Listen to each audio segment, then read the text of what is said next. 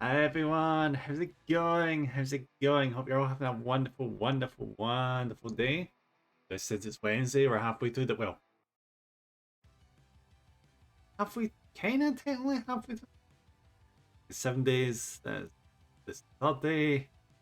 Yeah, we're halfway through. We're halfway through.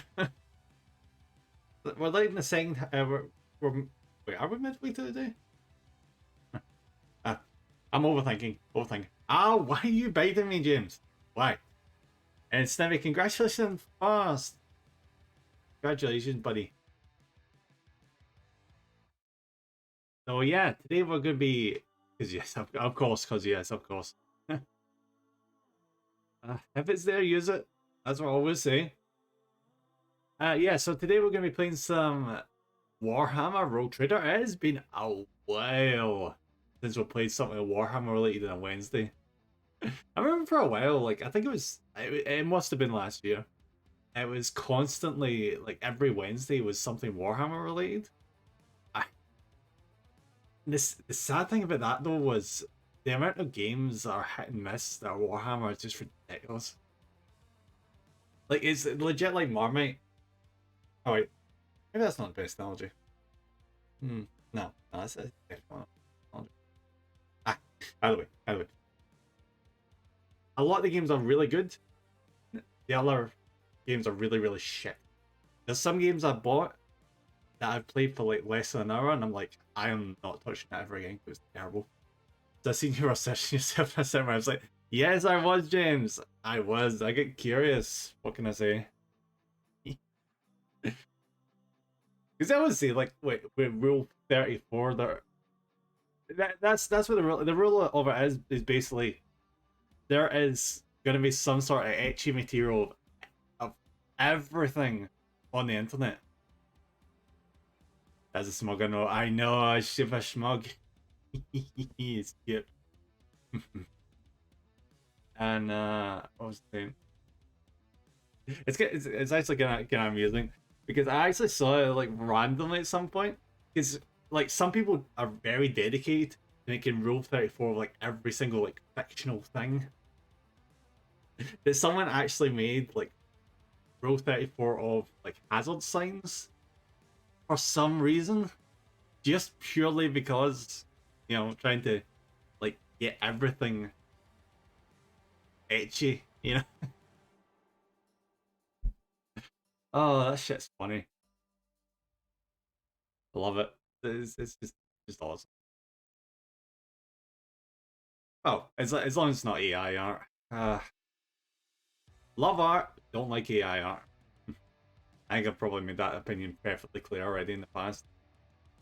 But yeah, like I was saying, we're playing Warhammer Roll Trader today, which is more or less it's like a CRPG thing. So we're gonna be doing like what we did with Pathfinder, but this time I actually know the universe behind this. Unlike Pathfinder, I knew nothing about Pathfinder. Even now, I barely know anything about Pathfinder. So, oh, and it's also by the same dev as well that made that Pathfinder game. So there's gonna be a lot of the same kind of not motifs, more just kind of like similar vibes kind of thing. And I imagine quite a lot of reading because I popped into someone's stream a wee while back when this first came out. Uh, yeah, there's like paragraph after paragraph after paragraph. So this is going to destroy my voice. Good thing I'm not streaming tomorrow. Thank God. All right, yeah, let's get into it, shall we? Let's go.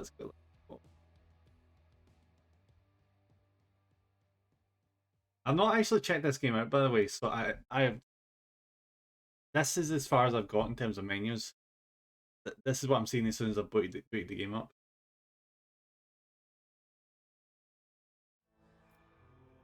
English. What we going? Hmm. Yeah, do you know what would be the worst thing? Like, see if you like spoke a really obscure language or something, and it just you're like, oh, I need to also. That would probably explain why so many people like know two languages, you know, because their language is like too obscure that they need to learn a new one to like enjoy like media and stuff. Right, display.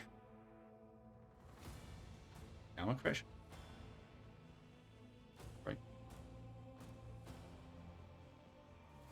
Yeah. Color scheme for the screen. Well, it's fine. Brightness. Adjust the brightness to your desired level. Make sure to not lose details in darkest areas. Mid-tones are bright. Adjust the contrast of your screen. Do you know what? I have no idea. I'm just going to keep it as is. Ooh, font size adjustment. In grim darkness of the far future, there is only war. I love that tagline. For the entire series of Warhammer 40k, that is like the main tagline you will see all the time. What the hell is this? Ooh, this is actually kind of cool. Look at this. So, like, for people with color blindness, you can adjust this so that it's more pronounced. Certain colors are more pronounced. I love that. I love that accessibility. That's cool.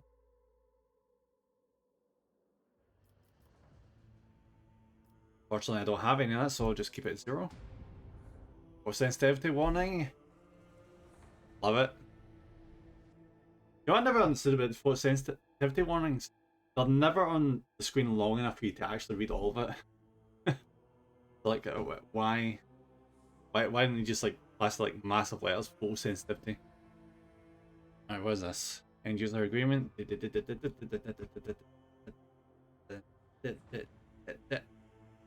Who even reads that? I don't know. Ooh, co-op mode. I looked into the co-op mode and apparently it's very superfluous. Like the kind of thing where the other players barely recognized in the game, which is a freaking crying shame. New game. Alright, what is this? We as developers are always striving to improve our work. To do this, we need information that we can only get from you by sending it. Right, so this is just it's so they can get crash reports and stuff. Alright. Go. Main story. Take up the mantle of a rogue trader, the scion of a. By the way, I know I probably said this already, but there's going to be a lot of reading. And the character creation stuff and that is probably going to take a fair bit, so just letting you guys know. Take up the mantle of a rogue trader, scion of an ancient dynasty of daring privateers, the reign over their trade protectorate, explore the fringes of the known galaxy. Darkness looms over the bloodline of Van Valacanius as it faces multiple threats. From within its own ranks and without, as countless enemies seek to destroy the most daring and brave agents of humanity. It's up to you to hold the reins of this shattered protectorate and forge a new path for the Von Valancius dynasty. Currently finding itself in a vortex of wars, intrigues, calamities, and heresy. The stakes are high and rise even higher as you cross paths with terrifyingly powerful and ambitious adversaries in the darkness of the Coronus Expanse. I will admit that barely any of that means. None of that really means anything to me. But I'm curious to see what this is. Because for people that don't know, which is probably a lot of people, Warhammer 40k, the tabletop game, started off in, when was it, the 80s? Yeah, I'm pretty sure it was the 80s. 1986 or something. And Rogue Trader is how it started. The first edition of Warhammer 40k was called Rogue Trader. It wasn't even called the first edition back then. Because as far as they knew, there wasn't going to be another edition, so it was just one game thing that was called Rogue Trader. It's basically like D&D. From what I've read, I've actually got the first edition booklet in my bookcase right now. Because I went to where they make Warhammer a few months back. And picked up there a pristine. Obviously, it was a reprint because it has been decades. I've got it. I need to give a good read to it. It's a solid, awesome looking book. It was like £30. It was ridiculous. Totally worth it though. Totally. Where was I going with that? All right, never mind. Let's just keep going. Okay, what are we doing with this? This is going to be fun, isn't it? Medium dodge modifier, nice 10%. This is gonna be great, isn't it? So it is Warhammer 40k, but I remember if they said they built it off the Pathfinder system or if it is actually generally built off of actual Rogue Trader. I don't know. I don't know what happened. Skill tested difficulty in dialogues. Skill tested dialogue. Yeah. What if I can like change the difficulty mid game? Some difficulty level is designed for players unfamiliar with the base game's systems or those who face tactical games, RPGs frequently. I play them every now and then, but yeah, infrequently. Alright, what is custom? Oh, that's if I change the sliders. Ah, right, okay. Yeah, no, I'm keeping that. Oh. Here we go, character customization. Isn't these like the things?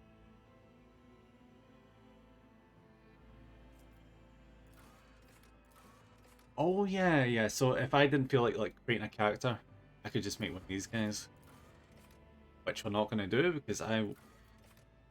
What is that jacket? My god. Look at that. Look at that. That's a custom character. Create your very own Rogue Trader from scratch. Oh my god, look at this. Look at this. Possibilities are endless when it comes to customizing your character and choosing. Ow! Oh, Tess, hello. Is it Galentine's Puppet? Hope you're having a smashing day.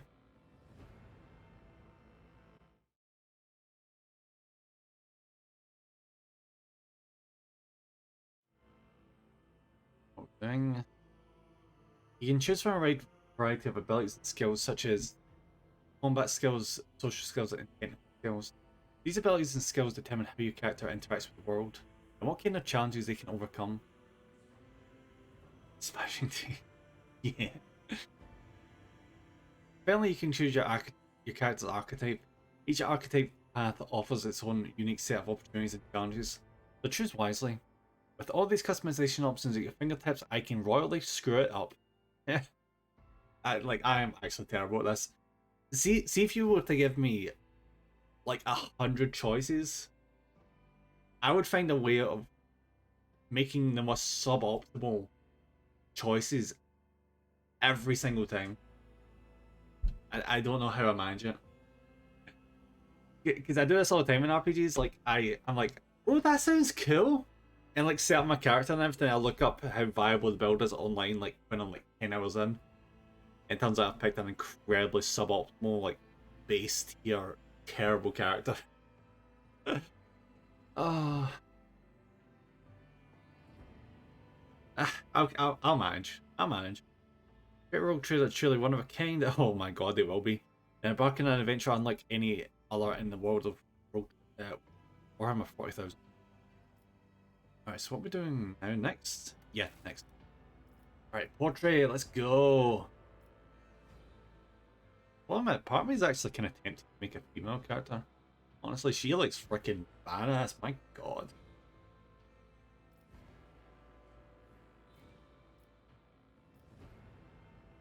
The other funny thing is, I've actually seen like a comic on Twitter recently, and they had this guy as like the avatar, the guy who made the comic. Oh, jeez.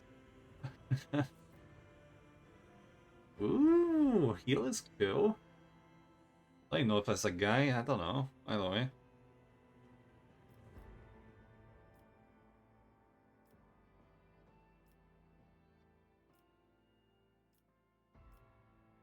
Ooh, look at her. I don't know. I really like the female designs so much more, to be honest.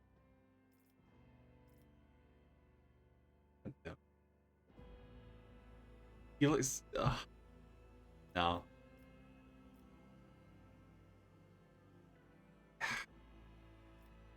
Would I just go with this one? I think that is the male equivalent to this one, isn't it?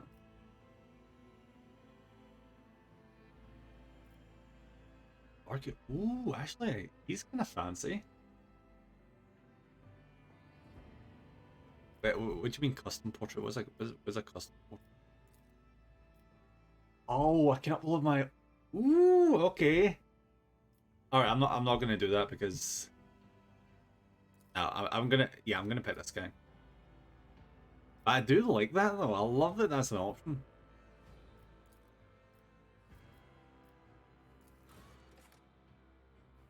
Oh, did I just? I just good enough.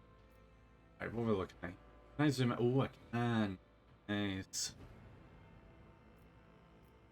I will say this, we probably won't be looking at a character that much in this game, because this is the kind of game that has you, like, way out. So you don't really see a guy's face that often. Like, at all. I love that one. That one's very smarmy. Hehehe. Alright, number 9, remember that. I think I might go for number 9, actually. Ooh, number 15's a bit.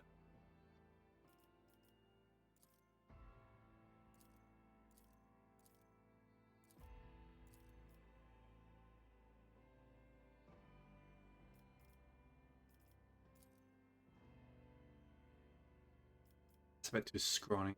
Ooh, that's a bit too heavy. I think I need to go default. Because I'm not scrawny, I'm not heavy, so yeah, I'm gonna have to go default.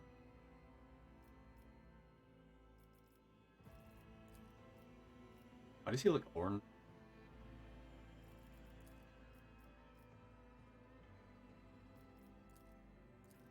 I will admit, I know that this is set in the Warhammer 40k universe, but oh, it's because of the green light. Ah, I was wondering to myself, my character looks really ill with these skin tones, like, hey. It's because of the green light.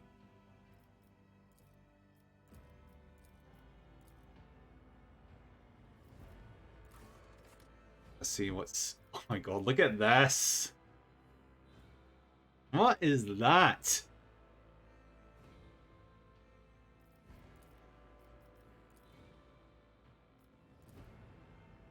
I need to get my guy top. He looks like a pirate right now.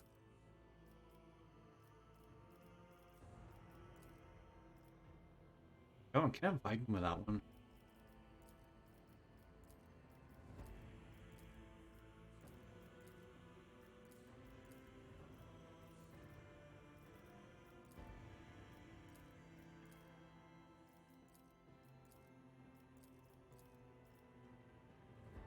Oh, that's cool. I don't know if it really fits with the 40k universe, but hey, Greg, buddy. Nice, Bobby. I hope you're having a super nice day. Part of me really wants to go with this one. Oh, it's so good.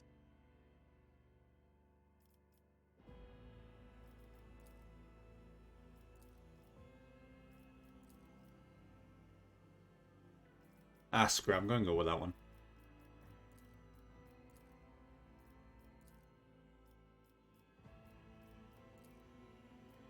I'll make it work. Oh, you've been well? I've been not bad, Greg. I hope you've been well as well. I did take a couple of weeks where I was doing reduced streams, but beyond that, I've been not bad. It was a nice wee break.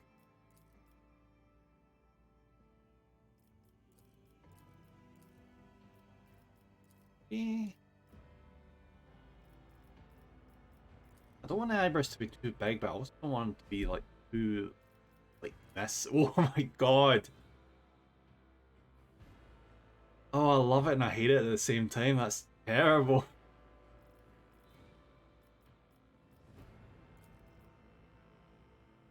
I love when anime characters have like these eyebrows. I don't know what it is about these eyebrows, but see when I see like a character with these, I love those characters automatically just because of the eyebrows. It's so weird.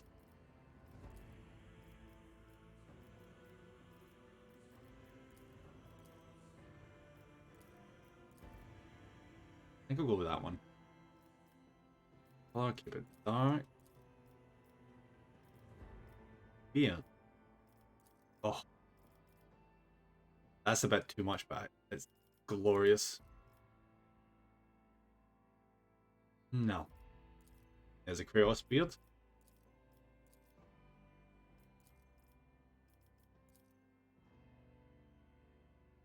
You know what he kind of reminds me of right now? It kind of reminds me of Atomic Samurai from One Punch Man. Just a little bit. Kind of just a little bit.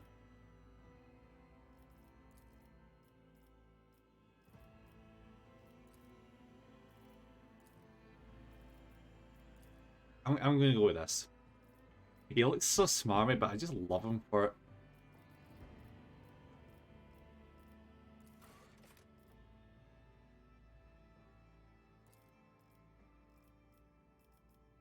Here's the Aquila. Nice, so I can have 5 separate tattoos. Oh, keep that as black.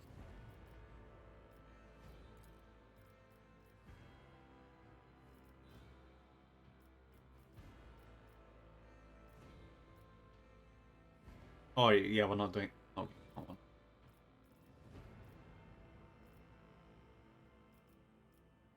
As much as I'm not really bothered about having my character be like lore accurate, I think it just sends conflicting messages that if I get an Aquila along with like a Chaos tattoo at the same time, that's just like, yeah, that makes no sense.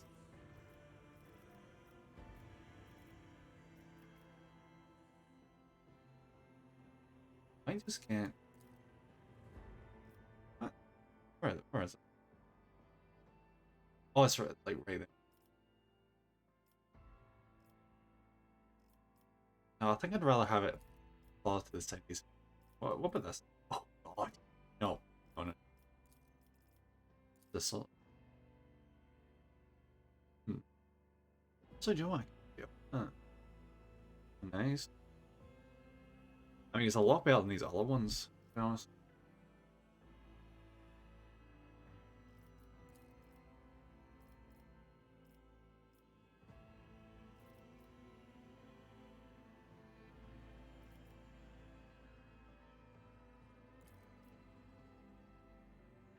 Yeah, I'm gonna keep that. And maybe get another Aquila, like right there. Yeah, yeah, that'll do. No, get it in the leg.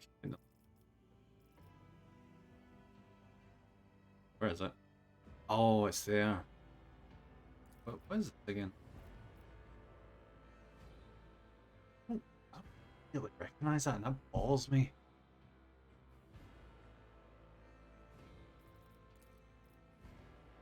Altus.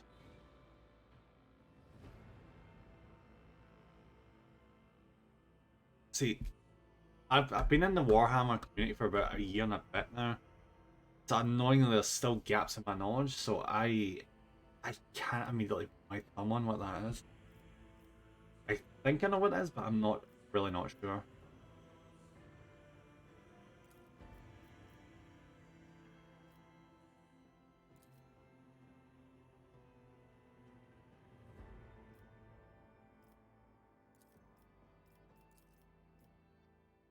Yo, I'll leave off just in case. Augment. Oh, man, I was not expecting this.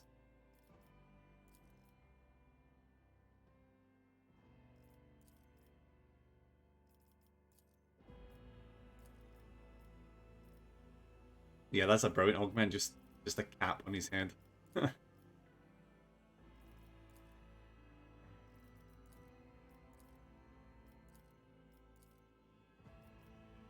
It's actually kind of fancy. Look at that.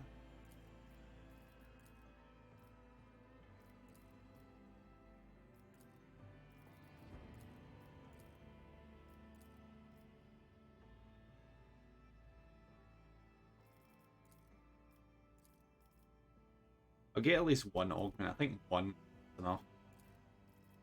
Make it something that's not incredibly freaking good looking.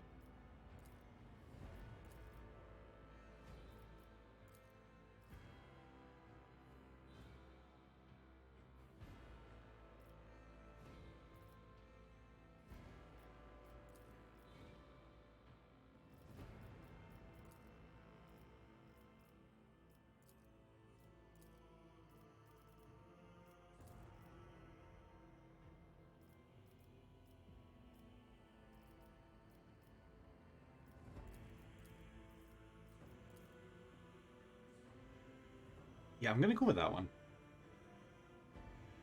Just make that like barely noticeable. It's coming in from the side of his head.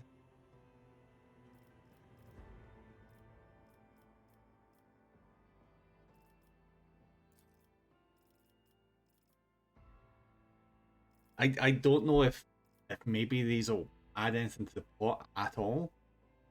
I seriously doubt it. But just for me, I'm gonna know he's gonna have like a plug point in the back of his head. I'll see you terminated. Lay in the course. I am but a vessel for the higher purpose. To arms! Let chaos paint the stars red. Ooh, that one. Curiosity sings in my veins. Empyrean, take this sacrifice. I'm going to go with that one. Just FYI, I'm not going to make my character like a heretic character. Because the Chaos Gods can go fuck themselves, as far as I'm concerned. But I love that voice, it's so good. What's the heretic female one sound like? Let chaos paint the stars red. Behold as I slay them in my devotion.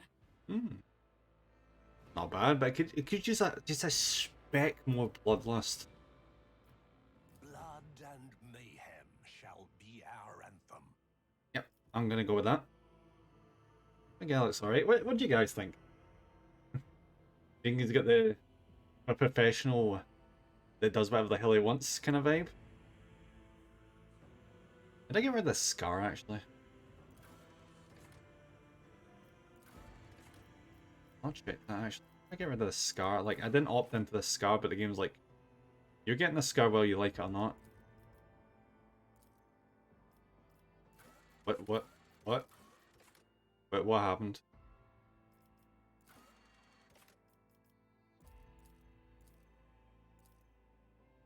Did I just...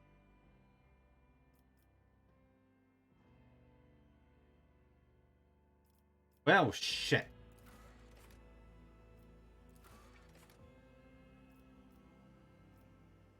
Alright, I can fix this. Come on. 6, wasn't it? No.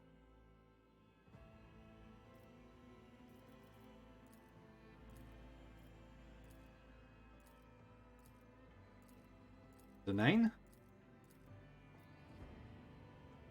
I think it was...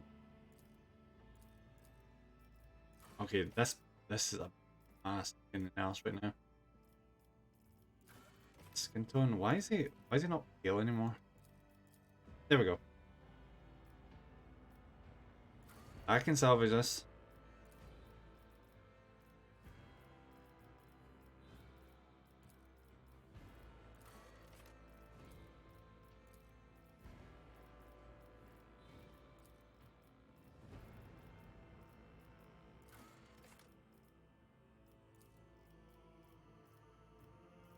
There we go, good as new. But like, am I just like stuck with that scar now?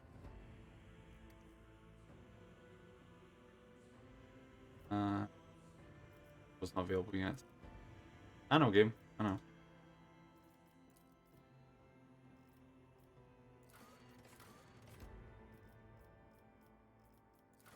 But like why can I not scar? Is that because I'm guessing it's because the portrait has a scar on it. At least that's what I'm assuming. Your existence is not. Alright, let's keep going. Now we get into the stat category of things. We get to pick the home world. Right, so on Death Worlds, the plants, beasts, and sometimes even the environment itself take aggressive and destructive forms, inimical to human life. While it's exceptionally difficult to colonize, many Death Worlds possess valuable resources that require an outpost or other human presence on the planet's surface to harvest. These harsh environments result in some of the hardest resilient populations in the galaxy. Those tested and found wanting die young. And those that actually survive live to like 30 year old, yeah. Ow! James, why? Yeah, I get it because you can. The bite, Jesus, buddy, you're vicious to the death. Yes, yes, shove him in bonk jail. Yo, I need to make that command.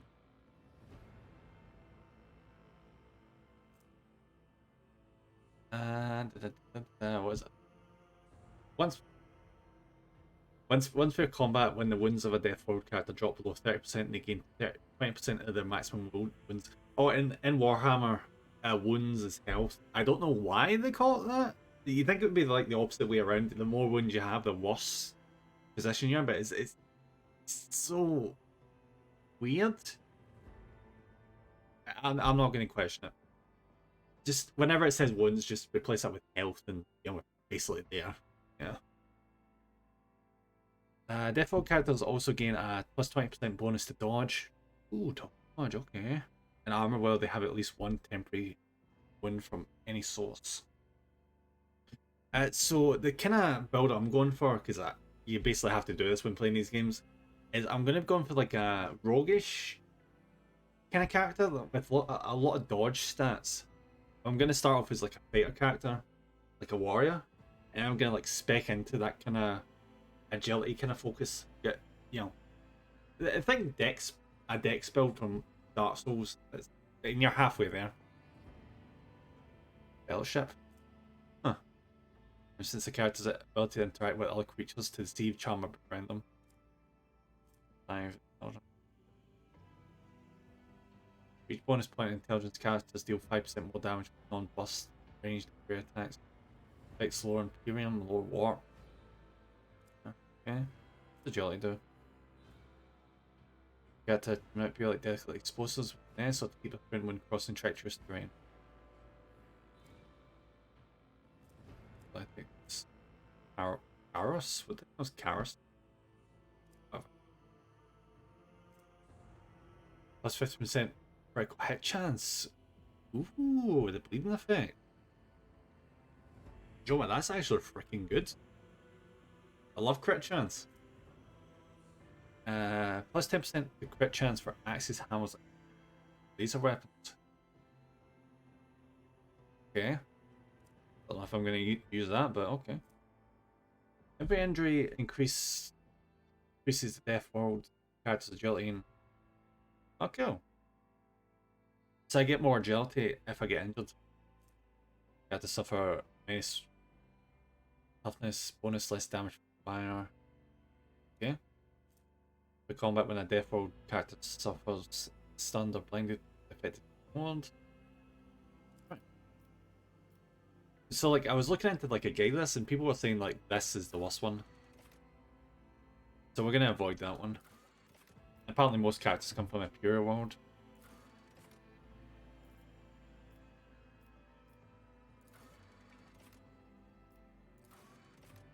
So for like a dodge character, they were saying should either go for this one or this one. So we're gonna have a quick look at this real quick. Dodge characters, choose one of the augments following list. Subsequent armor grants. Ooh, what is armor?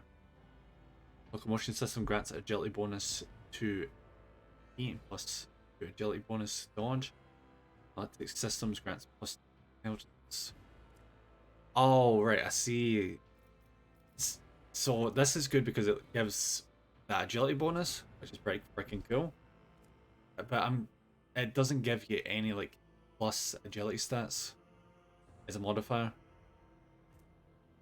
Second combat with any plasma deals additional damage equal to intelligence bonus, and we're not really speccing into intelligence, so we're wearing heavy armor for road cat. We're not going to be wearing heavy armor as well. I'm going to go for like a light kind of build, like medium armor, that kind of thing. So yeah, I'm going to go Death World. Ooh, we're already kicked out. Kind of a shame though, we can't see my guys like here properly. As is.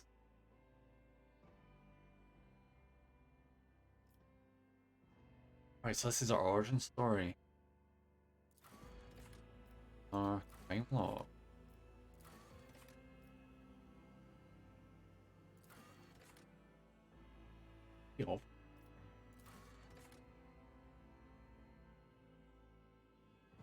The noble one is actually quite funny because it gets like it gets these talents. Look at that shit. The talents are you do something, you protect me, you go on, you kill it, you're next. And it's the only one that's like this. Everything else is a lot more like standard. And then you get the noble that's like, I am better than you, and you have to go do this when I tell you to. It's a shame it doesn't really work to what I'm kind of going for. Because I would totally roleplay that. It sounds so fun. Being a roleplaying though, this sounds awesome as well. Being a psyker, a sanctioned psyker. Because these are like really rare in the Warhammer universe. Well, not incredibly rare, but they have this really cool thing where they're connected to the warp, which is like the opposite side of reality. It's the Emiterium where like all the demons and all that are. So like, they can communicate with it and use like magic and stuff. They're basically this game's mage. But we really don't want to have to deal with all this magic shit.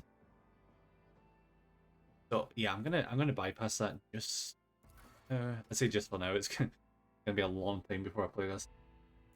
Scratch again.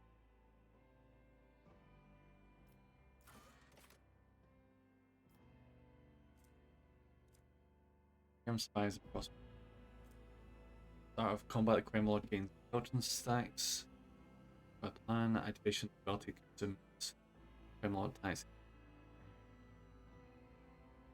Game plus perception percentage carry until the start of the turn. If the crime lord uses a non-damaging ability on an enemy that suffers okay. What else we got here? Killing plan.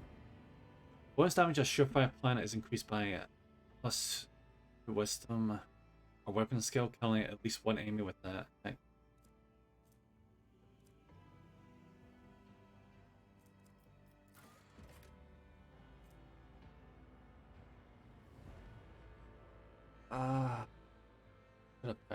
I kinda want to go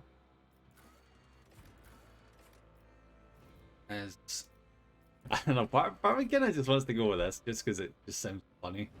Being a Maelstrom boost that becomes a what do we call it, a road trader. But this would probably make more sense and easier. Bjorn survives and prospers in no small part due to the narrowness of its vision.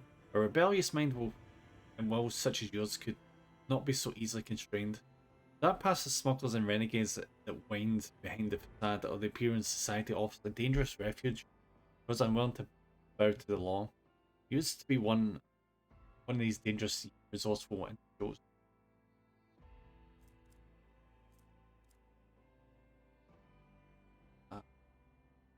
Yeah, I'm gonna go with the guy.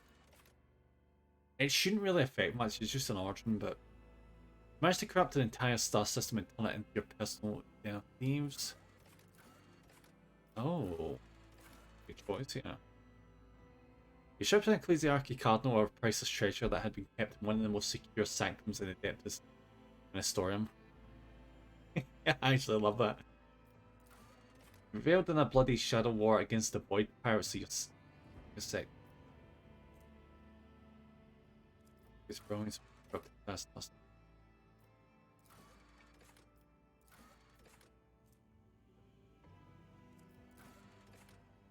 I want the logic stat, but at the same time, I really love this triumph.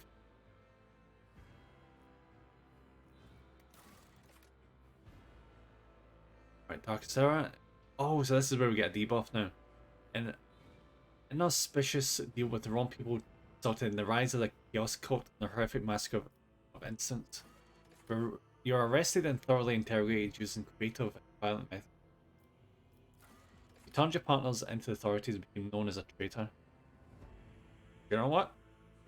Why the hell not? Represents the character's business sense and their ability to make profitable bargains. May give access to new dialogue.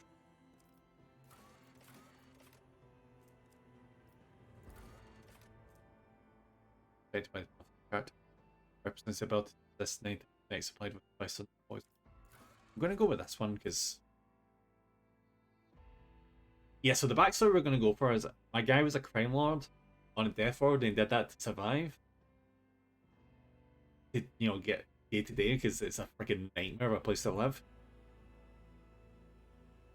And he was just a freaking massive rapscallion. He stole a treasure from a ecclesiarchal cardinal, and then he went straight, well, more or less straight, and turned in his partners into the authorities. Yeah, we'll work with that.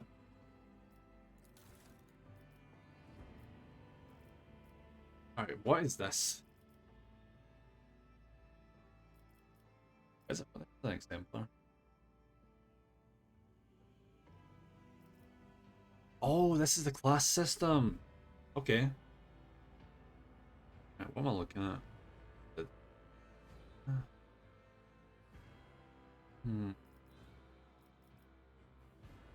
I kind of want to go assassin.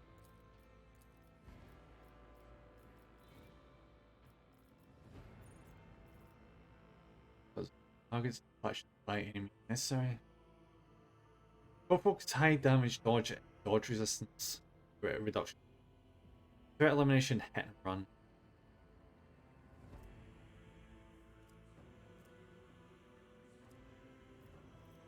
Right. So I could go operative and then go assassin, but I kind of want to go warrior. So our character's more like durable. You know? Operative though, what does the operative actually give us? Intelligence, perception, yeah, that's not our character. Now, his enemies at the start of each turn operative reflects +1 stack and exploit effect.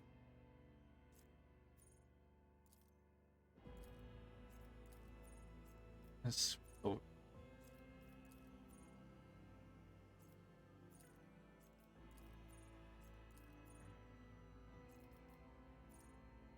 Like, target point the target. Like an exploit on enemies at the operative line of sight, and operative hits the target with an exploit stack. That deals plus. How can I move into kind of.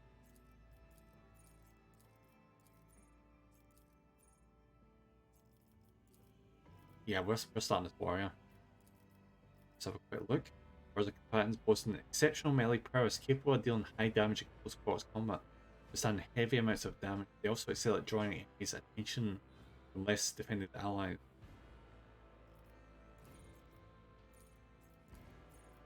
Toughness, weapon skill, agility +5.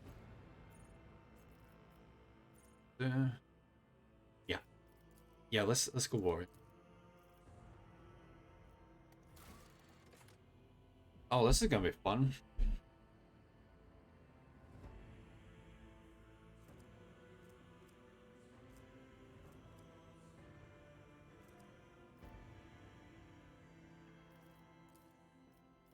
Good.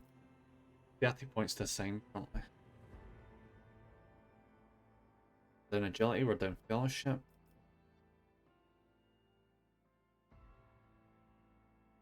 Give me a millisecond. I'm gonna Google just real quick. Because I'd love to like guess and pick the. Like, can you imagine if I just threw all my points into agility right now? Just be like that.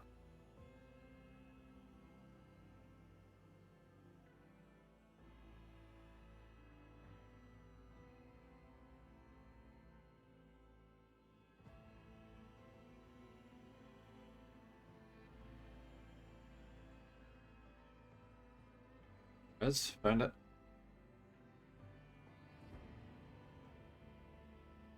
If you're wondering what guide I'm looking at right now, it's the one from Neo Seeker. Gives you like a bunch of indications of like what you want to do and what backgrounds and stuff you want to go for. Stuff.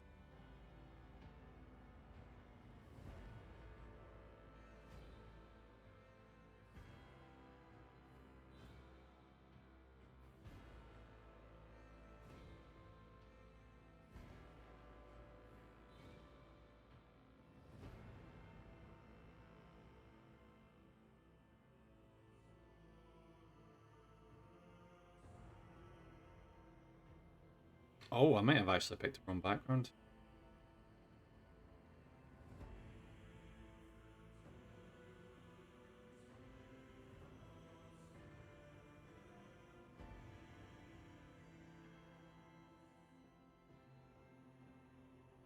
Okay.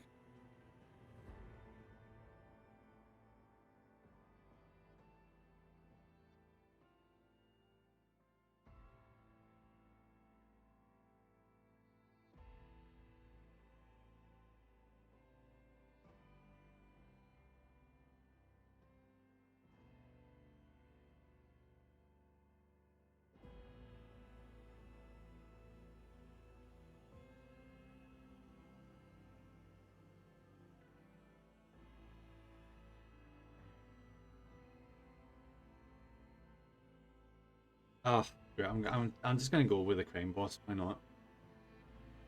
But this one. So rogue trader. I'm gonna check because we're going for assassin. I'm gonna check what the best stats are.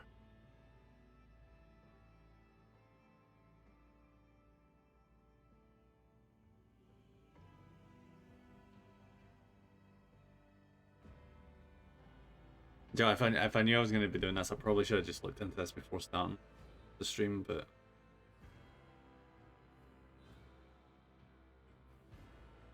all right, here we go. So agility, weapon skill, and toughness are the main ones. Agility primarily, and then we go weapon skill, and then toughness.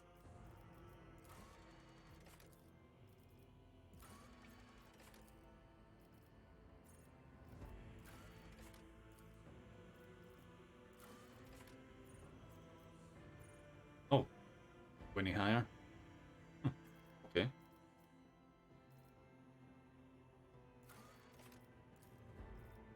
So like, can I just max these out? All right, I'm just maxing them out. Okay. No complaints from me, game.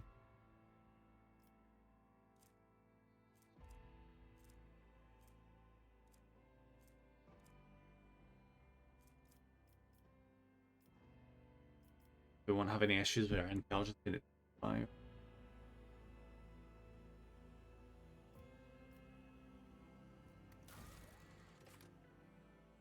Classified. Oh, can you change the name? Yay. Right, what do you guys think? What are we naming this ship? Be stretched for myself there.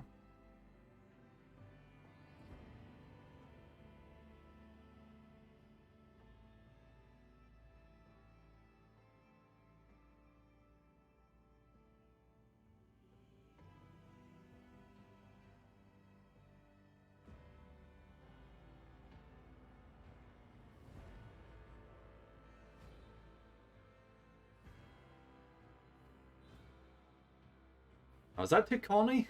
What do you think?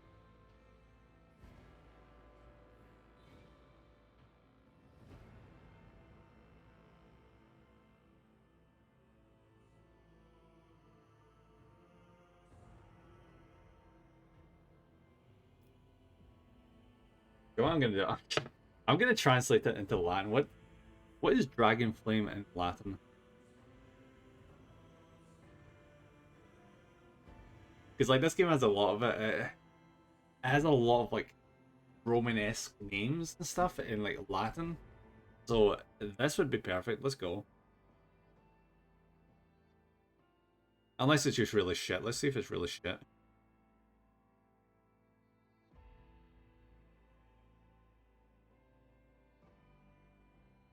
Okay.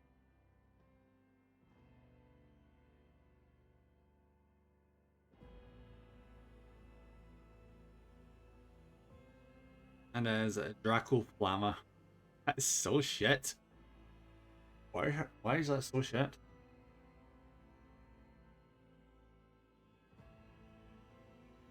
Right, what is Blaze in Latin? Blaze. Draco Ardea. Yeah, we're gonna go with that.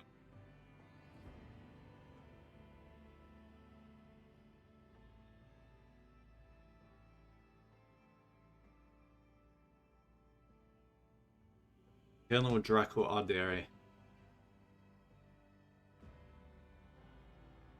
And no complaints from me.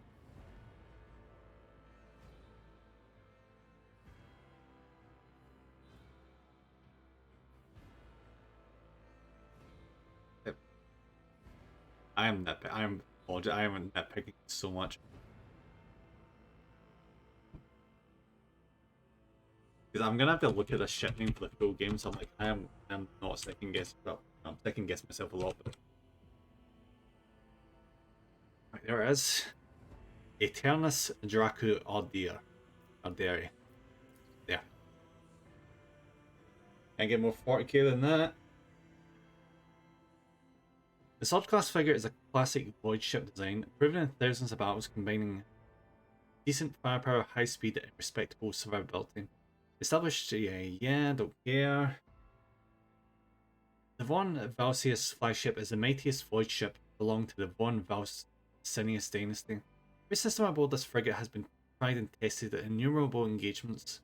Its weapons and turrets deliver hard-hitting stuff. It kills things very, very well. So,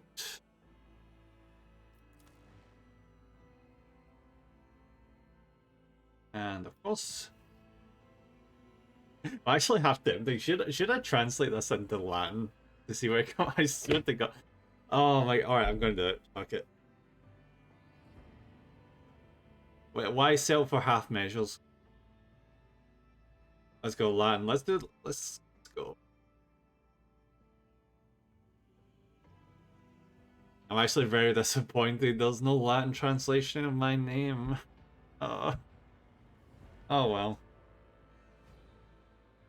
We're gonna have to settle as is. Alright, so we'll get really good awareness in Karos, whatever the hell that means. The ability to resist negative effects applied. The skill is affected by toughness. Okay. All of our stats are like really general. We're really good with demolition though, like my god. Use the explosives to blast containers that open or break through closed doors. Logic's not bad. I think we'll get everything so far. There's a strength. Strength is very thick. Right. And now we begin. An hour later. Jesus. Told you guys it was going to take a while.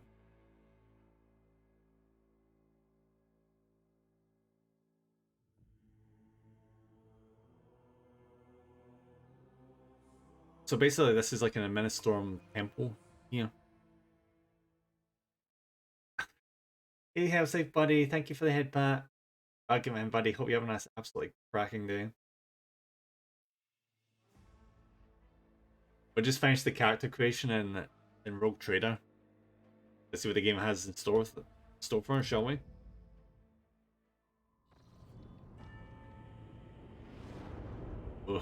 Ooh.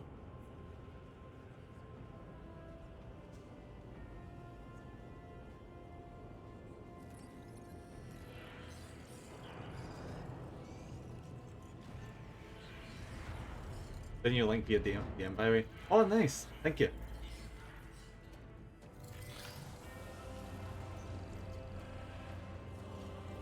So, what the hell is... I didn't know. No worries. Oh, why are we here? An excellent place for contemplation. I can get one to... I might do, actually, yeah. Best view of the cathedral from here. Mesmerizing. Wait, where do I put myself from? Not in the way right now.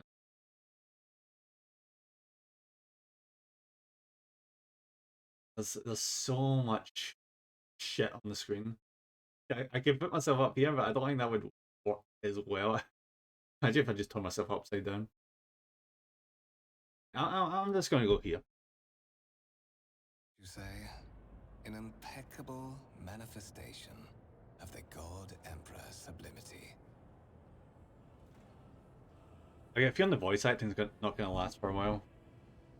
You're in a dialogue here. You can learn more about current events, influence your characters, or yeah, I get it.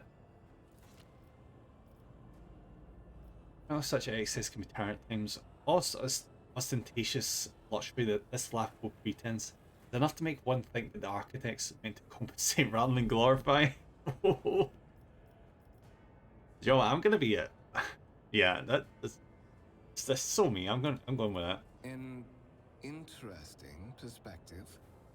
However, allow me to offer you a bit of advice. In the interests of your own well-being, you should frame your thoughts with greater piety. Demonstrating such a lack of care when choosing your words might be viewed by certain people as evidence of insufficient trepidation before the God Emperor, the master of humanity. Joe, the unfortunate thing is he's not lying. If I act like I'm not pious, I'm gonna get strung up. 4K universe is rough. I merely criticized the talentless architect aspiration. Oof.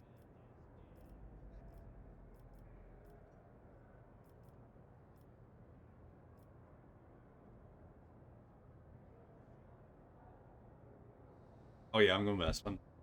You seem to attach much importance to words, but I have a fondness for names. I have yet to hear yours.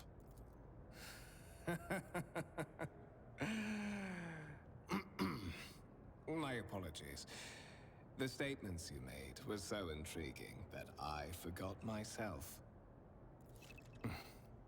Allow me to introduce myself.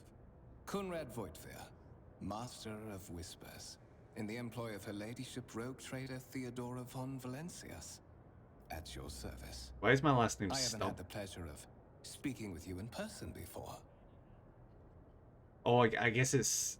they gave me the point of making it they were part of like a dynasty or something, so I guess that's why we can't pick a last name. Oh well.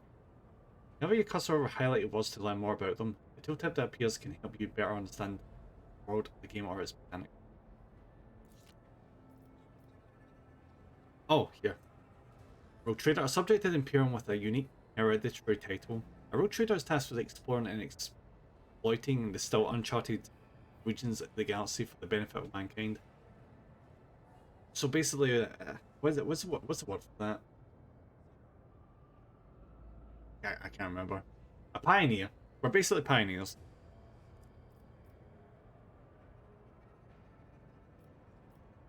Alright, Nemor Stubbs. My name is rather well known in certain circles in the Calixis sector. My regards. Naturally, the infamy of your achievements in the shadows of an entire sector is not unknown to me.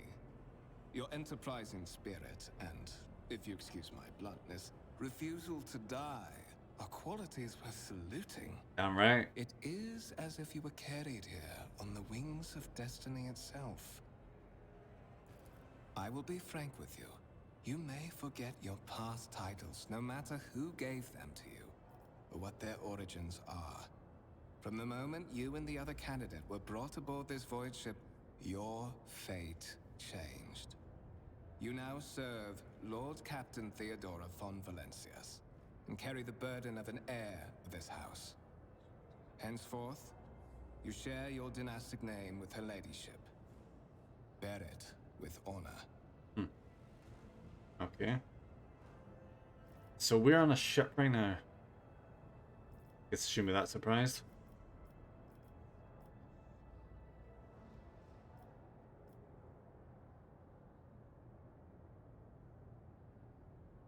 As it goes being. So what's the best subterfuge which we can take here?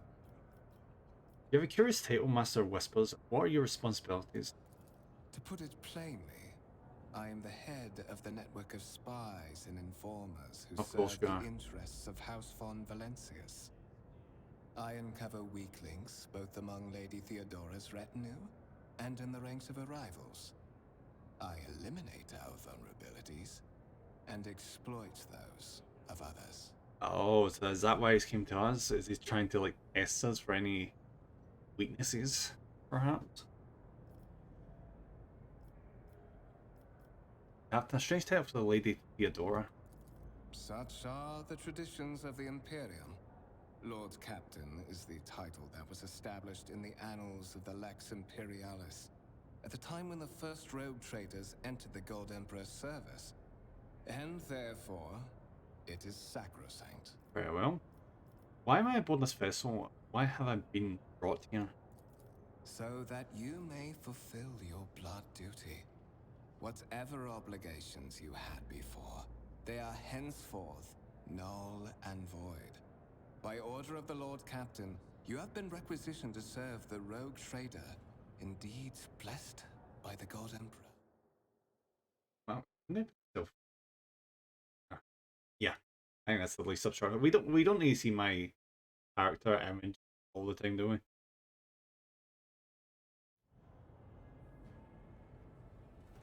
Requisition to serve the rogue trader. Oh, so we're technically not a rogue trader yet. Okay. Your former position may have been different from conventional service as part of one of the institutions of the Imperium.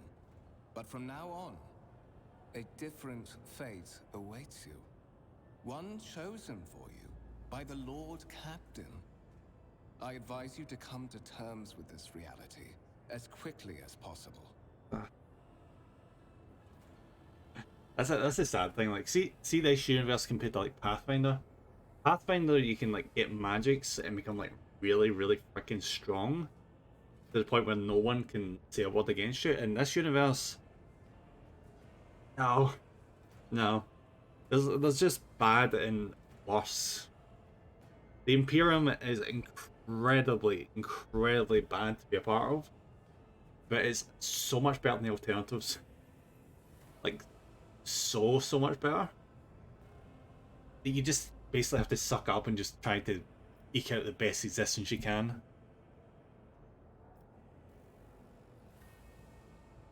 You say I'm one of the rogue trader's heirs, so there's another candidate? There is. And you will meet him soon enough. Okay. So, what have you got to say about this ship besides it has a big cathedral in it? I would rather not discuss the Lord Captain behind her back. Especially not on board her ship. No one knows better than I that whispers are wont to attract particularly close attention. Suffice it to say that her ladyship is the bearer of the sacred warrant of trade and a woman of immense power and entitlement. However privileged your position may be, I ask that you do not incur her anger by being disrespectful or obtuse. Lady Theodora despises both qualities. Oh, but I like being obtuse. Oh well. I assume you had some goal in mind when you decided to seek me out. Let us address it. But of course, I have come to invite you to a meeting with Lady Theodora. I imagine you have many questions for your patroness, and I'm sure she has just as many questions for you. It is regrettable that you haven't yet had an opportunity to speak. It has been an arduous voyage thus far. The Lord Captain and Master Ethelthrad von Valencius are conversing on the observation platform. Let us join them there. By the way, see if you think that like, sycophants and like rich people are bad in our current reality. You should see how bad they are in 40k. Like, it's ridiculous. You get like the Administorum. No, I'm thinking of the Ecclesiarchy. The Ecclesiarchy is basically the church on steroids. They control a large swathes to the Imperium and dictate the imperial truth, and they're like constantly like on a religious crusade, trying to reach and sway. Well, not sway people to their line of thinking. They force people into their line of thinking and worship.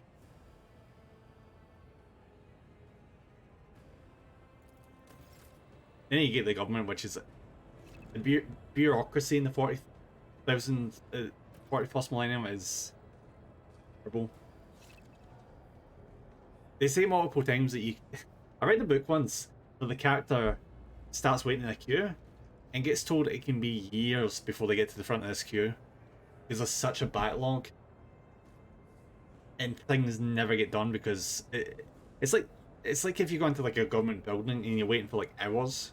Multiply that by like 1,000, and that's the state of the bureaucracy in this universe. It's dreadful.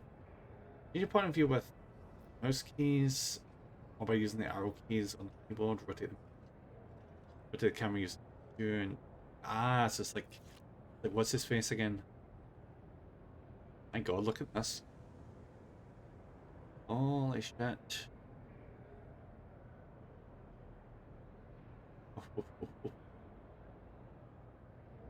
Embrace true power. Yo, see, when you read the books, you don't realize like how ridiculously big some of the places like these ships are, and then you play the game and you're like, holy shit.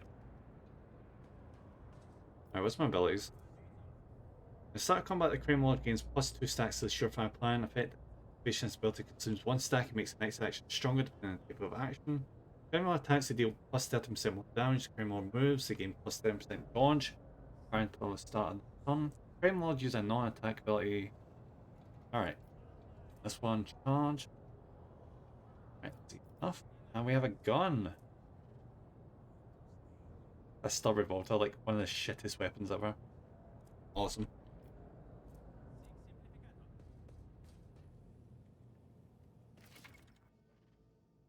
Some objects in the game can be interacted with special ways. They're marked with special indicated. Others will transfer the character location or launch a small event.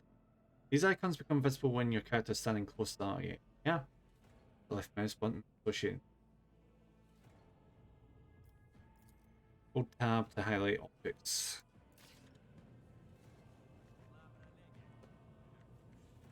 I had this Sensual gave senior officers another public dressing down recently. I don't know what it was this time, but we're Sarian with. Oh! Russell, thank you very much for joining the cult. Welcome, welcome. Hope you enjoy your stay. Alright, so who else can we interact with here? Show the data on the vid screen? Yeah, let's go. The sacred mechanism has been interfered with without due reverence. Duration of the data processing cycle has tripled. Oh yeah, that's another thing. AI is not a thing in the Warhammer universe. Like, at all. Well, there is to a certain extent, but the people in the universe don't see it as AI. They see it as such a thing as machine spirits, quotation marks. And they have to like anoint them and use sacred oils and pay due respect. Like, see when a machine breaks down, as far as they're concerned, someone wasn't given enough reverence to the spirit within the machine. It's interesting.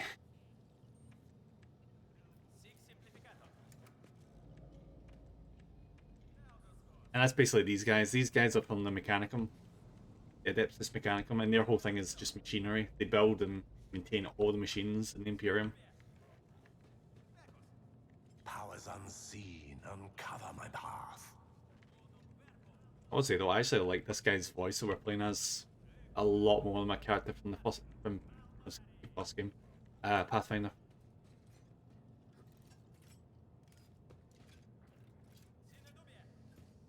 I'll miss.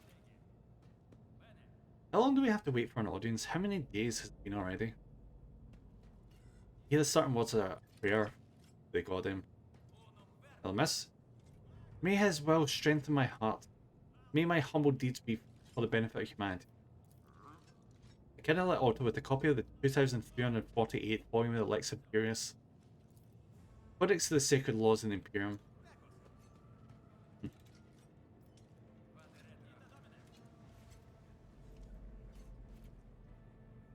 Hello, buddy. I tread a path unexplored. I cannot talk to you. Cutscene, let's go. One of the Fon Valencia's trophy rooms. Perhaps Oh, is that you'd like Lehman to Russ? look around after your audience with As the a Lord Rogodon, Captain. I don't do tanks too much.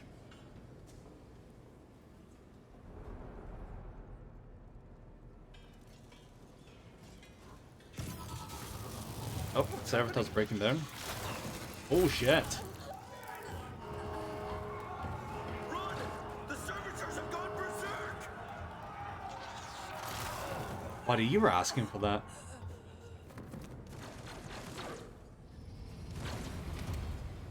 Right, combat time. Let us savor the coming storm. Survive in the grim darkness of the far future, you will have to face enemies of all kinds and fight for your life. These hints and tutorials will familiarize you with the combat system of Warhammer 40,000 at Rogue Trader. Put the button at the top of the screen to start the combat. Can I like run in first? Why is there two of me? Oh, no, that's me. Okay.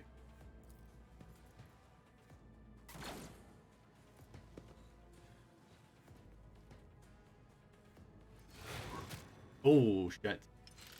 So you remember how I was saying how there's no AI? Yeah, they turn humans into like replacements. Like computer systems, they will put an entire like human brain into a computer system and like run off of that instead of using AI. It's just next level metal.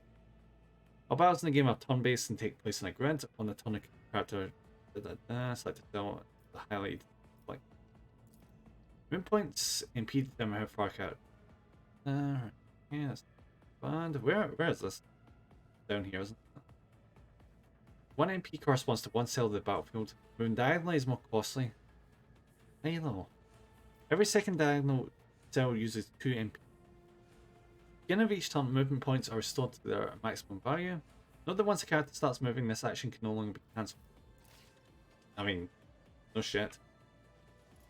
I think they mean like they can't undo it. You can't like do a turn reversal to like get your points back or something. So I combat the crime log against right. I should activate that. I need no guidance. Yeah. Can I like hit you? 45% chance. Yeah, screw it. Purpose guides me. Did you miss? He missed, didn't he? When you're ready to end your turn, press space or yeah. Okay. I can't move.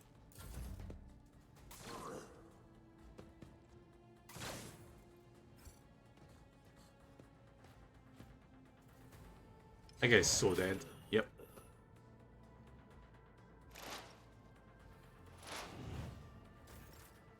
Alright, let's try that again. 75%, let's go. Actually, before we do that. Ruin. I like activate that every time. I guess I can activate that every time. Good. One step closer. Done. Oh, that was a cracking shot there, buddy. Well done. And you're dead. Bye-bye.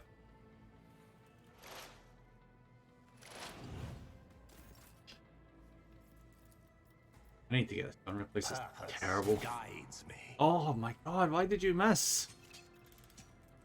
Characters just miss, no way. Increase that chance to equip your character with a decent weapon and place them on a vantage point. Oh, vantage point. Do we have any vantage? I don't think we have any vantage points. Yeah, we don't have any vantage point. Oh well. Values and talents that improve the weapon skill characteristic will help you hit more often in close combat. For improved marksmanship, learn talents that increase the perception and ballistic skill characteristic. This is beneath me. Yeah, I'm just gonna skip. Oh shit. Nice.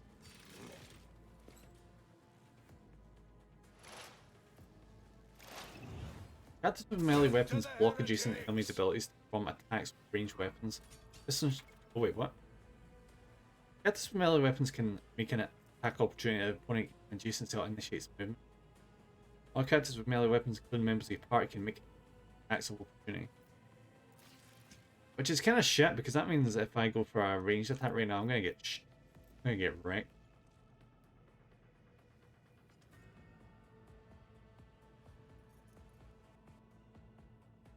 Alright, at least I've got a pistol still. I need what a Oh, good. satisfying demise.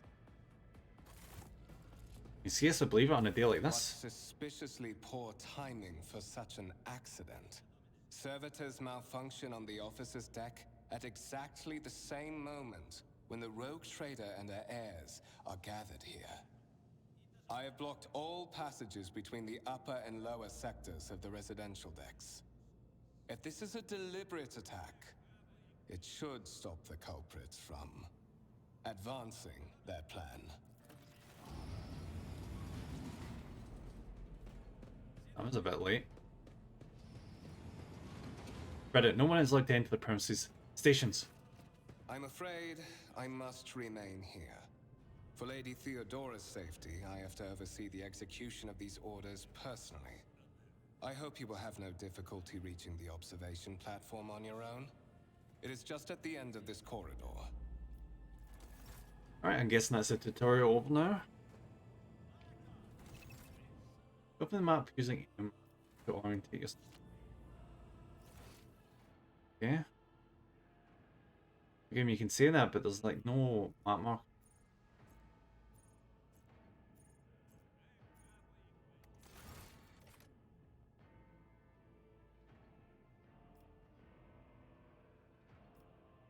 Where's the office?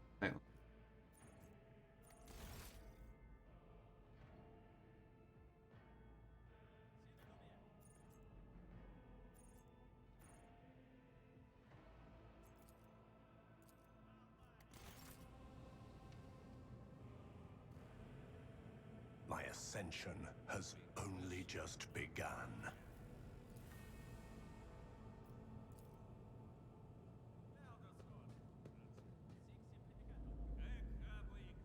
Ooh, let's see what these are. Nice. A violet ally, which upon closer examination turns out to be a handcrafted object. Symbols carved with the perimeter to a visible on the top. Okay. Black shard resembling obsidian. Oh, I know what that is. It's like, what do they call it? Like Blackstone or something? In universe. It's what the Necrons use to keep out chaos. Massive golden amalgam interspecked with sparkling platinum. No idea. This. Southern pedestal is no doubt solid, but stuff it shimmers and changes hue. Someone had captured a piece of a turbulent sea within a rock. Intriguing.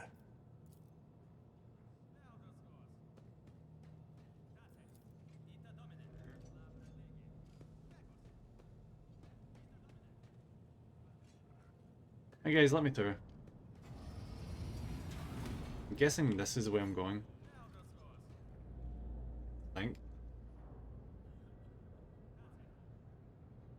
There is a lot of money here.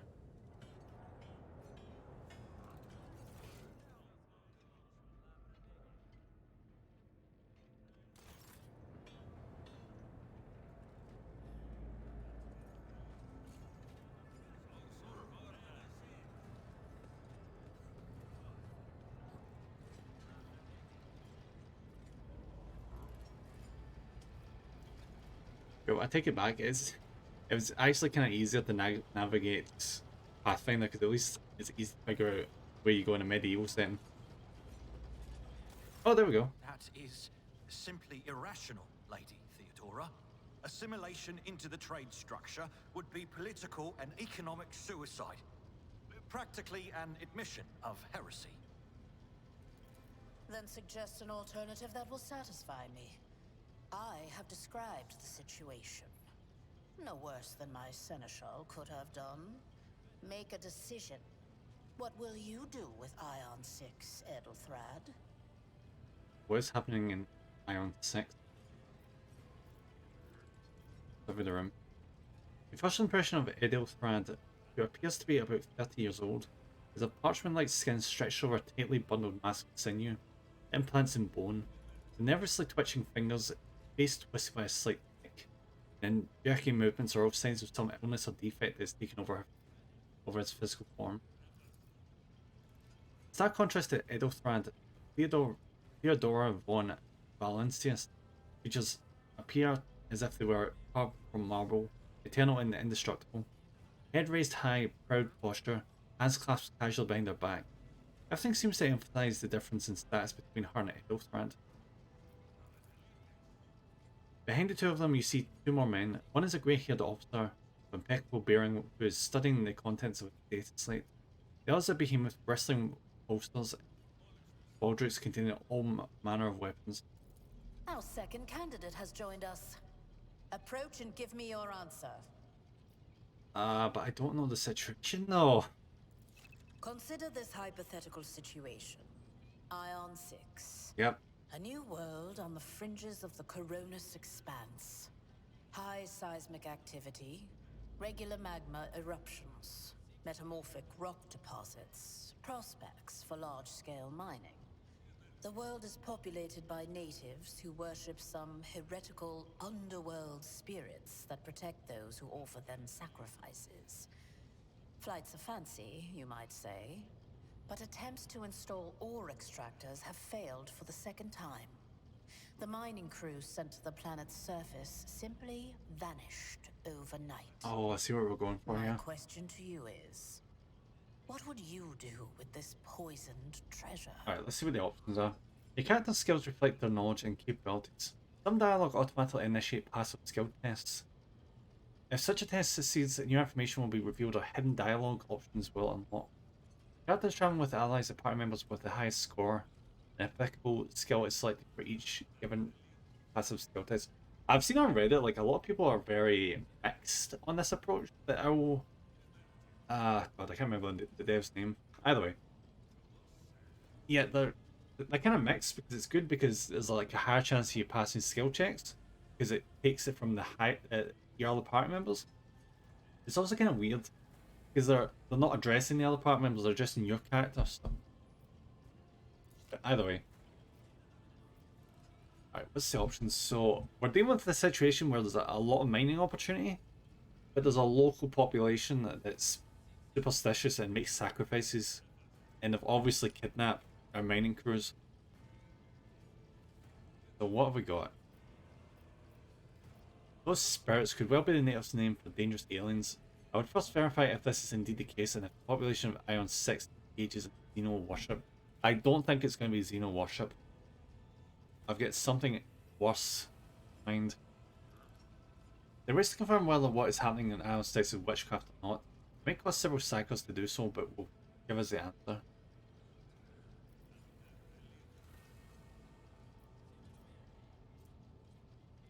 Why 1% chance that so we've got a higher chance with the warp once succeeding. If my particular life experience is any indication, some of the natives would eagerly betray their chieftain, and well, spirits certainly sound like evidence of heresy. They definitely do. But we're going to go with this one because I feel like it's going to be warp related. Thorough, but presumptuous. It took me a great deal to find one psyker who could serve me well for many years. Yet you speak of several. Sanctioned psychers are rare and valuable instruments of the Golden Throne. Or do you suggest that we use heretics, who are an offense to the God Emperor's light? It would be rather careless of you to utter such profanity in the presence of his faithful servants. Oh, I see what's happening here. He realizes he's in the back foot because another element is entered the equation. He's trying to reassert himself. Ooh, okay. How can I like really put his foot in his mouth? Yeah, that's not going to get us anywhere. I want to say that, but it's not going to achieve anything. Ooh, I find your tone most disagreeable, Edelthrad. You will kindly alter the manner in which you address me, or else you will live to regret the consequence. Fourth seventh, the God Emperor and Lady Theodora. Does it become anyone of your status to engage in petty feuds? I think that's probably the best way we can go about this. I give a straight answer to a simple question, which, as I understand, was still more than you could. Ooh. Oh, that one stings. But I think I'm going to be more full here. This one. Even among his flock, not all are of a piece. I suggest you familiarize yourself with that fact before you are sorely. Edelthrad, I believe I gave you an assignment on this ship. Explain to me then why my senior congregator is still dawdling about the officer's deck, instead of proceeding to the middle decks to commence the inspection of the compartments in his purview. I beg your forgiveness, Lady Theodora. Your presence has such a profound effect on me that I well forgot the time. Yeah, he is super feeling he's in a bad position right now, and he can't worm his way back out of it. Alright, now that displeasure's out of the way, what now? So, Oh, why are you here? yeah, I'd like to know that myself.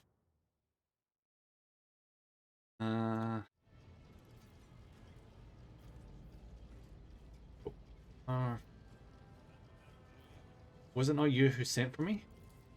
You have ceded the opening that was offered to you in a woeful display of meekness. Shit. Admittedly, this tendency is equally strong in all who toil in the Emperor's service. Immutable hierarchy, absolute obedience, lick-spittlery, compulsion to please. I value none of these things. From the moment my envoys came for you, the terms of your existence changed. Okay, that may have been a mistake.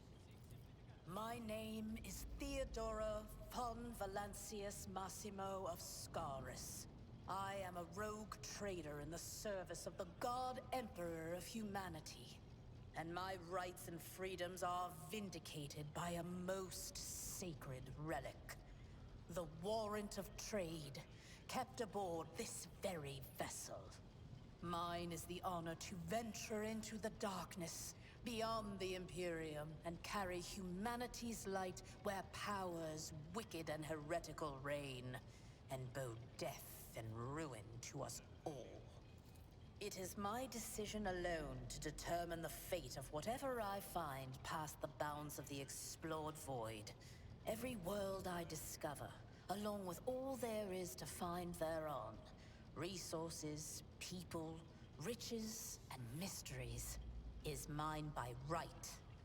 I command millions of lives, rule over numerous planets, and possess fortunes that no planetary governor or commander could dream of amassing. And you are one of those with von Valancius blood in their veins and a rightful claim to this inheritance when the hour comes. Oh, right. So I'm basically a potential successor if anything happens to her. Ah, I get it. I get it. But why did she have to be so pompous about it?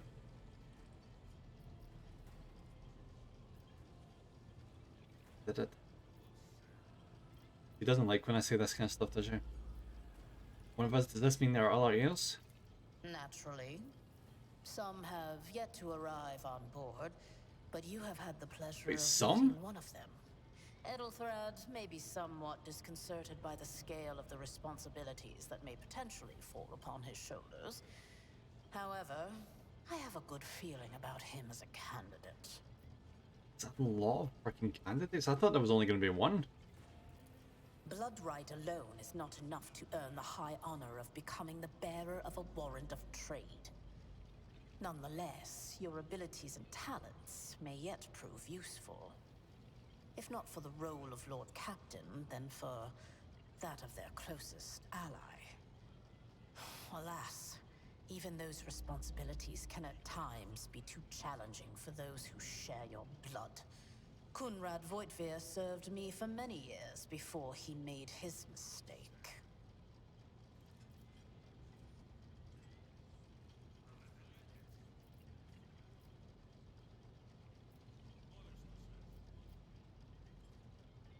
Wise to say. You're satisfied with Edelfrand, then what sense is there in having this conversation? Why are you wasting your time on me? Impatience. I am rather fond of impatient people. They are not as quick to resign themselves to circumstance and more eager to show initiative. Even if I do choose Edelthrad as my successor, I will still require loyal advisors. The skills and knowledge you acquired in your former life may prove invaluable here, in the Coronis Expanse. One could not in good faith describe your background as one of exemplary service to the Imperium. However, I am intrigued by you and your past.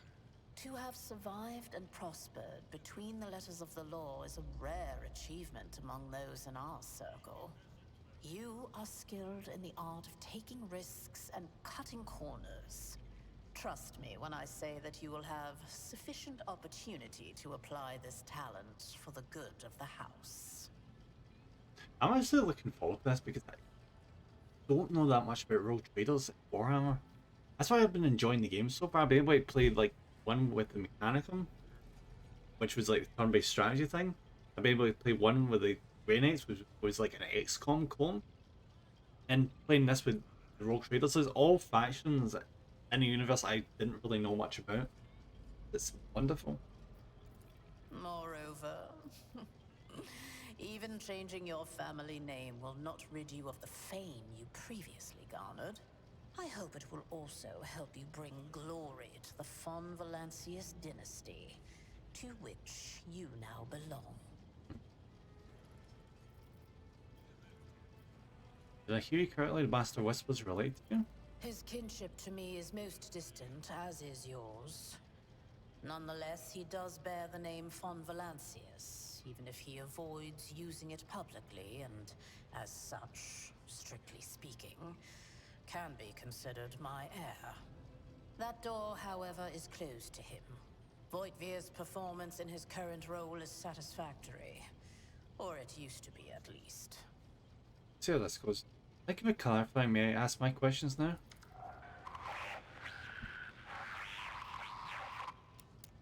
I have some time before the navigator gives the signal to initiate the void ship's translation out of the warp, and my presence is required on the bridge. Oh, so we're mid-warp, we're actually flying through. We're actually flying through it right now? Ah, okay. So yeah, basically another fact. The way that the Imperium navigates the universe, or the galaxy, whatever, is they use navigators attached to... God, how do I even go into this? So, break this down to be as simple as possible.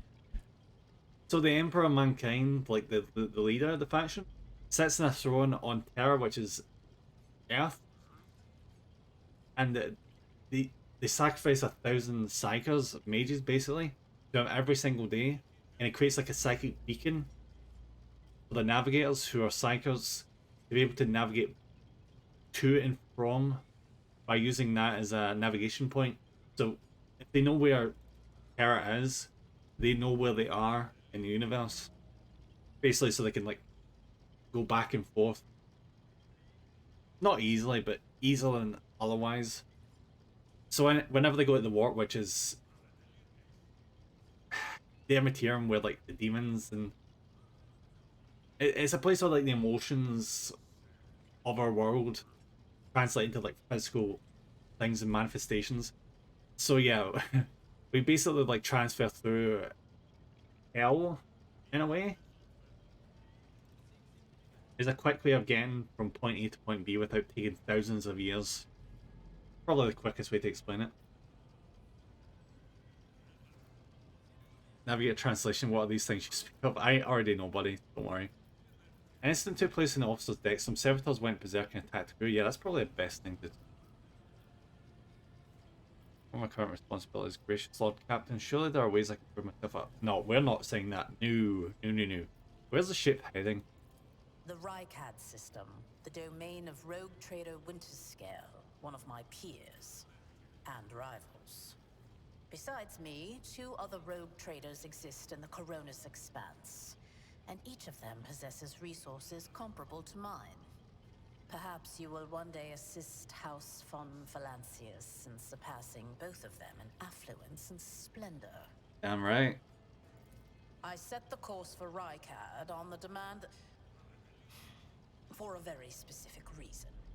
Perhaps I shall yet apprise you of the purpose for this voyage, but now is not the time. Very well. What are my current responsibilities? Observe, learn, absorb. It will take time for you to find your bearings aboard this vessel and in your new position. Eventually, I will find a post that suits you as I did for Edelthrad. Until that time comes, consider yourself my aide. Okay. And last but not least. Is that so? Perhaps the technomats were careless during maintenance. Or it could be the warp playing tricks on us in spite of the Gellerfield. Or perhaps there is something to all the stories about the ship being possessed after all. Yeah, so the Gellerfield is the thing that keeps the warp from influencing the ship. It's like a big psychic field basically that goes around it and stops anything from. Because if the Gellerfield like broke or malfunctioned, there's a high chance the ship could be stuck in the warp and would likely just get torn apart or sent thousands of years into the future. It's not a position you want to be in.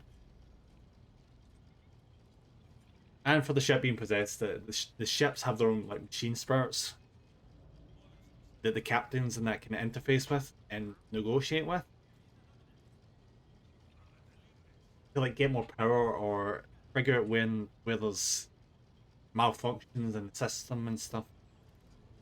So like they say there's no AIs, but it kinda is. They just reword it in a way that makes them justified.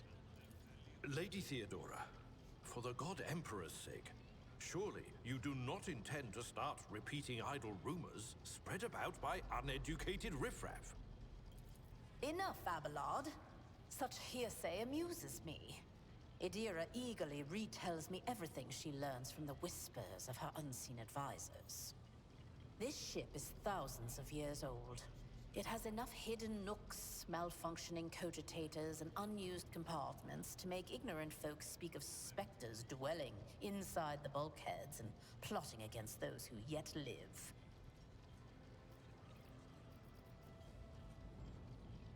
I have no more questions. In that case, I shall head to...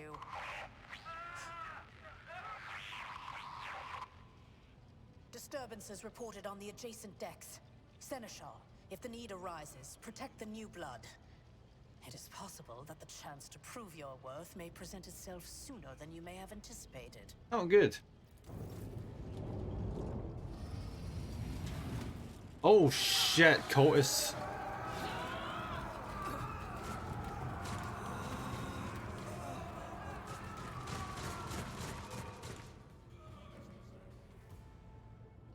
Well then. I march for power. All combatants act in turns and their orders determined by initiative roll, as you'd expect. The order turns is displayed on the left side, the screen for bottom. The right bottom goes first. Ah, so you go. Okay.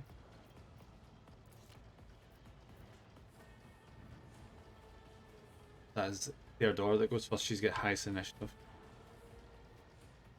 How are we gonna survive this? Jesus. For now. One fewer tongue. Nice. Break their morale. Oh, that was a good one.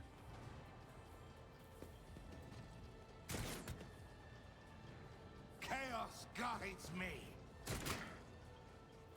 Brace out of my way, Abelard. Damn, bitch. Use cover to avoid enemy attacks. Cover that a character can hide behind a marked shield, or shield with a skull. If you stand close to them, the character will automatically take up an advantageous position. In this case, the characters that enemy attacks will hit the cover and not the character behind them increases. The character will not receive bonus if attacked from the side, not protected by the current cover, which makes a lot of sense. Is there... I'd much rather take higher ground, but I'm assuming it's probably best I go like... Yeah? No, I'm gonna go here actually, that's probably better.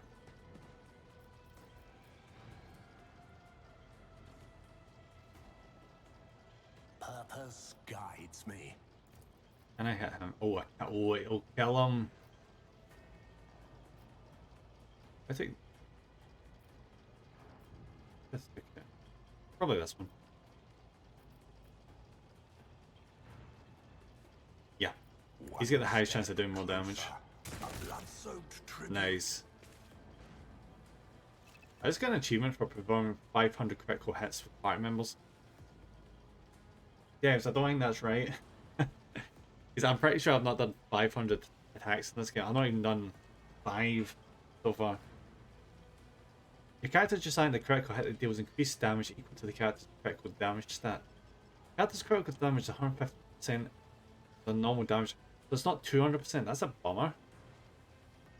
Isn't that how it usually is? Isn't crits like twice the damage or whatever? For certain talents, each weapon has its own critical damage stat. Alright. Can I keep going? I reject the very idea. I think that's a no. Death to non-believers! Such is the will of chaos. I serve the ruinous powers! Just a minor setback. I serve the ruinous power. I'll be honest, it's not really that surprising that some cultists could... Oh, she's wrecked them. My place is at the fort. The cultists could sneak onto one of these ships. These ships are like huge. Reduced to dust.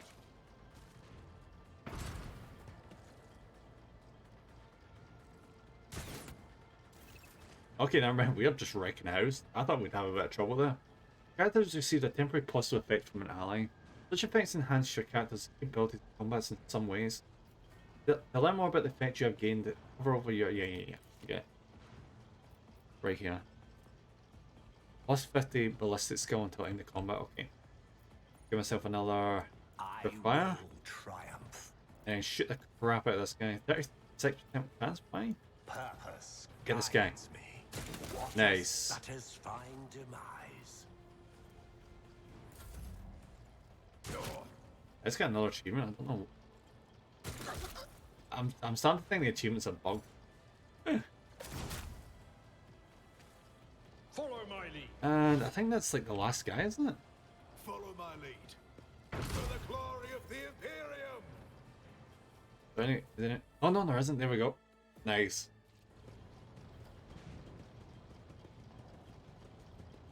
Here comes the Imperial Guard. Mort, take a team with you and clear a path to the transport line. Do not let a single whoreson survive. Didn't bat an eye when that scum burst onto the deck, huh? Not bad. I have seen many an officer who panicked at the sight of combat on the upper decks. The false sense of security offered by their position makes them that much more vulnerable to the harsh realities of warp travel. What are your orders?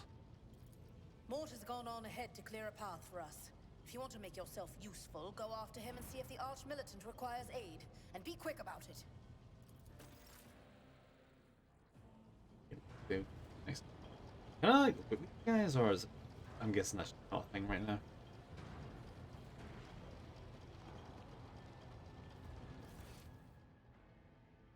I don't like how they've done this map.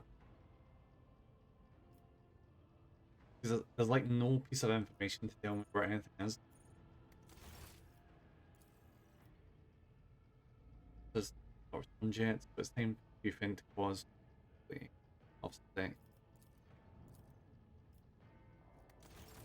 Considering she motioned this way, I'm going to assume it's this way. Seize the opportunity. Okay, it's not this way.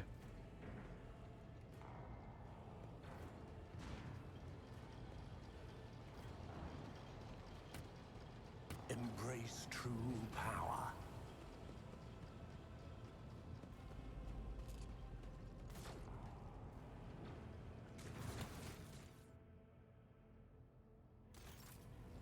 Powers unseen, uncover my path.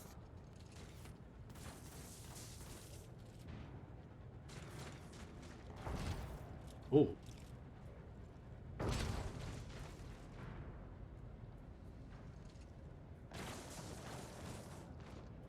I must have came the right way at least.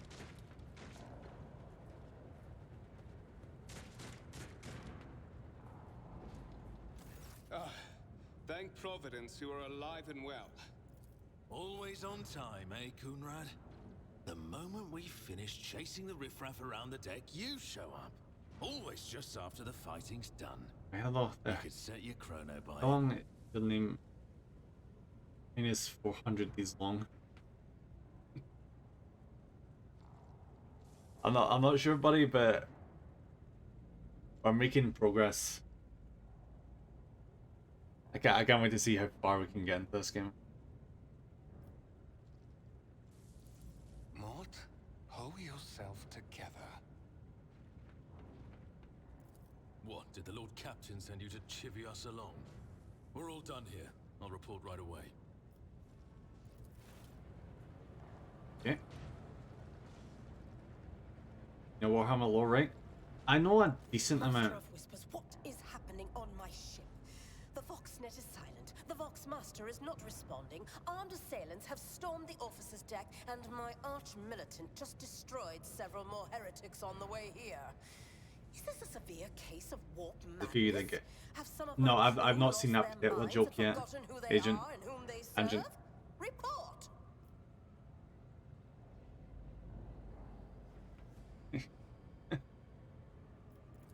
I have not yet received word from the Engineerium regarding any Gellerfield failures, but communications were already unstable half an hour ago, and now they have Yeah, I need to ceased read more altogether. books. I've read about Whatever 5 the books cause so may far. be, the consequences are spreading fast. I am receiving scattered reports from the middle decks, and the only Voxcasts from the lower bays are So his names are one-way their goodies. heretical gibberish. Oh, right. I've That not the really read madmen about them have yet. already reached the officer's deck suggests that this outrage was planned in advance. Perhaps this is an organized mutiny.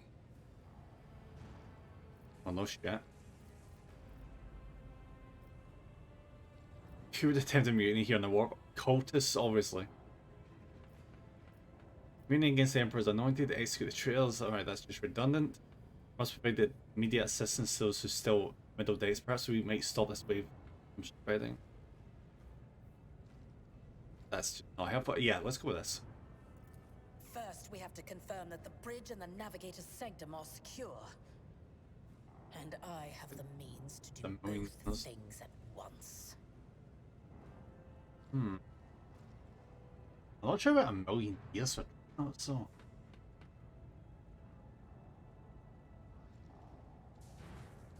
Because like the oldest dreadnought surely can't be much older than around the Great Crusade.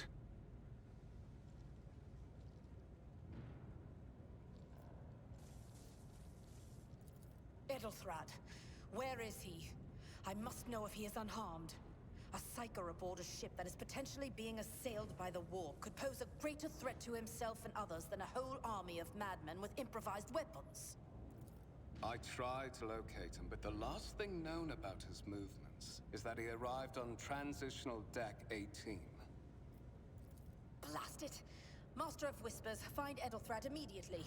Seneschal, locate Tlas and the Sister of Battle. Both are to remain at my side. Wait, a single sister Arch-militant battle? with me. I must go to my study. And it appears we might encounter heretics along the way.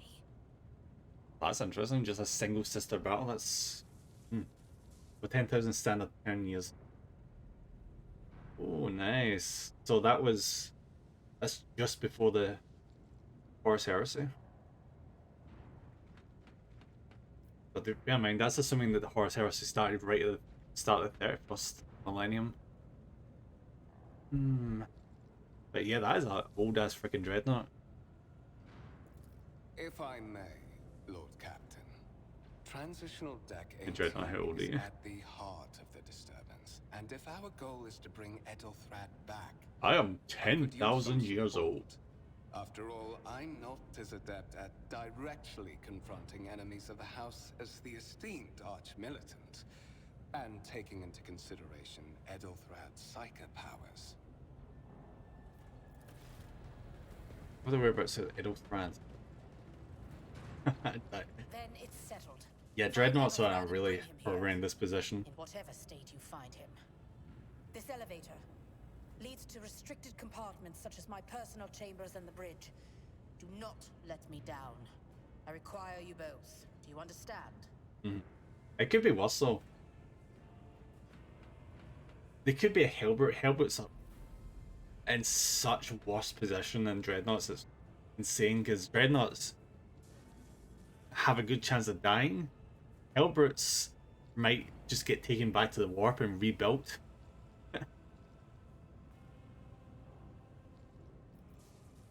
Leads to restricted compartments such as my personal chamber on the bridge. Do not let me down with my boss. Whatever state. Whatever state, really?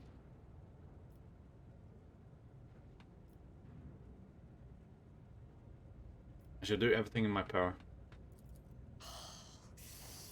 Not everything in your power. You will do as I say. I'll have your heads if you fail. Is that clear?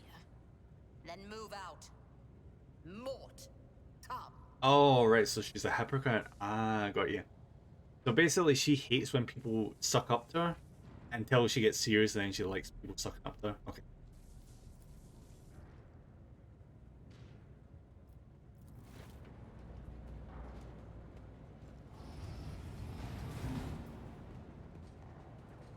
Let's just die out. Yeah, we're gonna be getting to that in a second. Are you ready to head to 18? It is a long walk, and you do not even have proper gear. How do I get the proper gear then? You have a proposition? Since I'm the most important person here, you can go to the front, shield me from potential harm.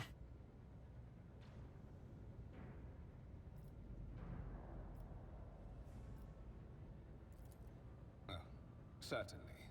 Lady Theodora would be devastated if she were to lose one of her precious heirs. But that is no longer relevant. Upon a sharp crackle, something hits you in the abdomen and you are consumed by unbearable gut wrench. What?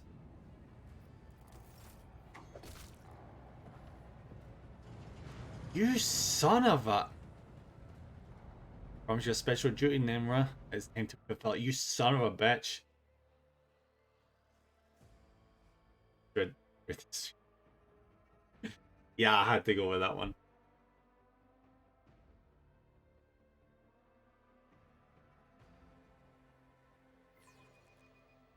Yeah, but what is the Imperial truth? Purge the heretic and the mutant filth.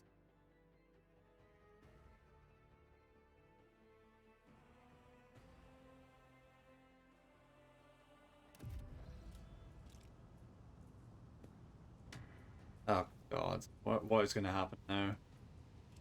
Careful, careful. Be gentle with our guest. He has an important mission to complete during our visit to the Warren Chamber. And for that, I need him breathing. Oh, you are back with us, I see. Alright, so I guess we're not going to find the Edelthrand. I'm so sad about that.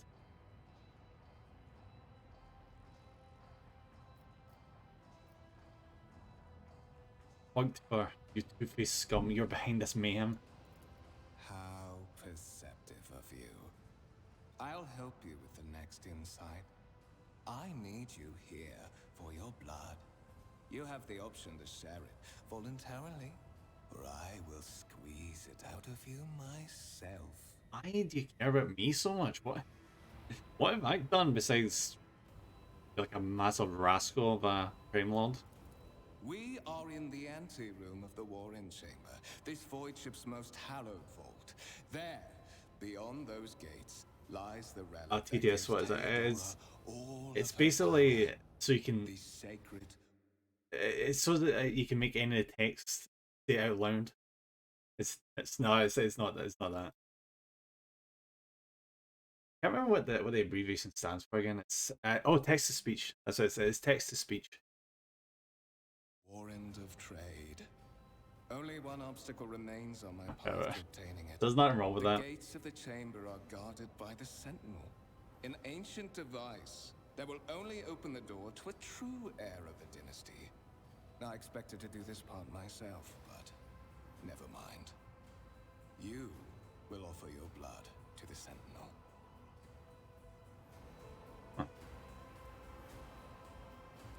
Okay, I'm not doing that, so what's my options? I will help you. Yeah, we're not helping this guy. Will you let me join you? No. I'm not intending to do a chaos run. So what have I got? What is it? Inbred? Is your blood too thin for the Sentinel? Oh, ho, ho, ho, ho. Love it. On contrary. The Holy Wolf Emperor blessings raise fucking ye yeah. too much above your kind. Yeah, fuck Father yeah. Valencius. The Sentinel refused to submit to me. But you can help. After all, isn't that what family is for? Was too much of them. Oh, Sentinels have refused to submit to you. Oh, you're saying you're bombers, but I think he's just convinced himself. Oh, what's the chance here? 25% chance. It says it succeeded. So, what sorry, pathetic excuse do you even have for your apostasy? You solid, wretched piece of rock shit. Wretched. What do you know about wretchedness? Theodora's cur. Are you hoping to buy a grain of her indulgence with your blind loyalty? Oh, I know this delusion. But thank the gods it no longer has power over me. Humanity can rot. I no longer serve mortal kind. Once my work is done, I'll make that pompous wench Von Valencius watch as I sacrifice her entire dynasty and commit their fate to the gods. And you will be the instrument by which I will accomplish this righteous act. I've got a bad feeling about that blade. I'm not gonna lie. The blade flashes in the dim light and drops of blood appear on your palm. For a brief moment you feel nauseous. Yeah. Your head is spinning, and in quiet whispers begin to flood your mind. Oh, don't say that's ASMR on Twitch. No worries, Anjin, I was not planning to. I don't know, I don't really enjoy ASMR. I think it just really irritates my ears. So yeah, I'm not doing that. More and more sourceless voices echo each other, drowning out your own thoughts, replacing them with a singular urge. Go to the gate. Go to the gate. Go to the gate. Okay. That's never good. Your voice in your head is never good. In any situation.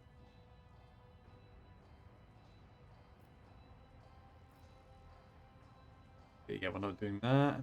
Right, so I'm not, yeah, I'm not doing those ones. They're just giving in. Yeah, I'm not your puppet. The voice in your head giggle and mock your desperate outcry. You feel this intruding influence. You're wounded by the corrupted weapon, which led to a warp entity invading your mind. Oh, what's alright? So that's what that actually makes sense. So it's basically like a demonic blade, not trying to influence my thoughts through its power. Yeah, forcing you onto your feet and making you take a step towards the gates looming in the center of the chamber. I know about this. I've already read a book that does a very similar thing to this in Horus Heresy, and I cannot choose my actions, can I? One of the available dialogue options requires making a skill test. Okay.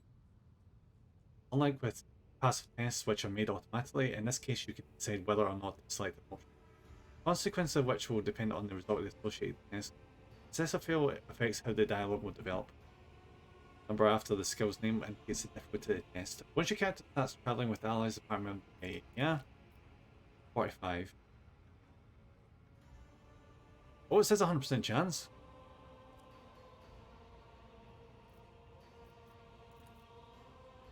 Carefully inspect the design of the gate cogitator. What immediately catches your eye is a strange alloy that was used as material for the machine's components, some of which are unfamiliar to you. You suspect this might be some kind of archaeotech relic, incredibly rare and powerful piece of technology from humanity's ancient past.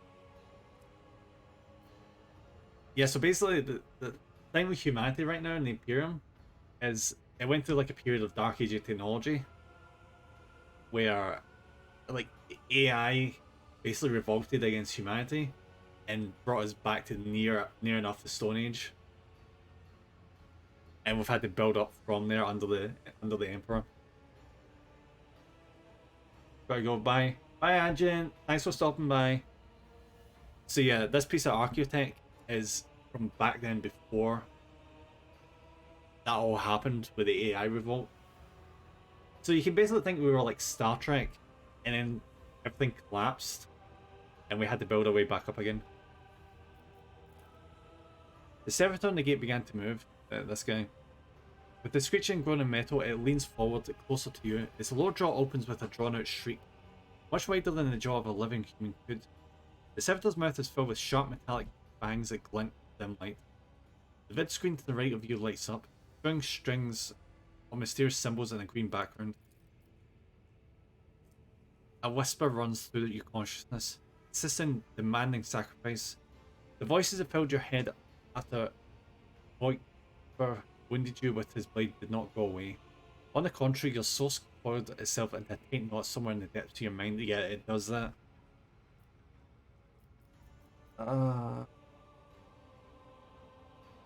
Yeah, I'm not doing that. Look for anything that can be used as a weapon.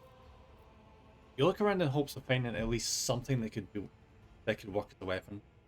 Your search is in vain. The chamber anteroom is completely empty and in perfect working condition. Near it, a broken panel or a protruding piece of rebar in sight. Damn the sentinel. The servitor looks noticeably different from the ones you're used to. The skin coverings is stitched together with copper thread, and it has metal hinges in place of the standard joints. It seems that the creators of the Sentinel did everything to ensure that Servitor's life in this unit would be much longer than that of the ordinary automatons.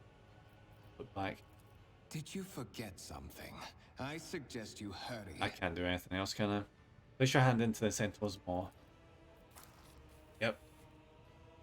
The Sentinel's jaw clamps around your hand, puncturing your skin and sinking into your flesh. A few dark drops fall into the Servitor's throat. Immediately you hear humming as the several motors start up and pumps start into motion. The vid screen of the cogitators flicker. Several long minutes pass. The Sentinel's jaws remain closed and you are beginning to feel sick. Perhaps if you were to lean against the gate, you could catch your breath. Maybe even close your eyes and pretend none of this ever happened. High levels of caustic humours. The subject is in a state of heightened stress. Do you require assistance? Interesting. You don't understand where this quiet voice is coming from. Crackling like static. Is it a Sentinel, the cogitator? Is it a figment of your weary mind? Whichever it is, you can clearly hear if you want. Yes, I require assistance. Pain shoots through your head and subsides just as quickly. It would seem the entity coiled in your consciousness does not have the ability to do you any real harm. Request accepted. Initiating defense protocol. Oh, nice. On. I think we just were able to communicate with the machine spirit there. Oh, yes. Oh my god, awesome. Well, there is still another way.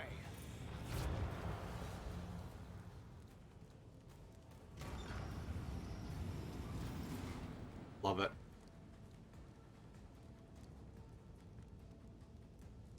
The world will bow. Helmets gates match the importance of the thing they protect. The massive doors are made of heavy metal and look impregnable. The design, look at this.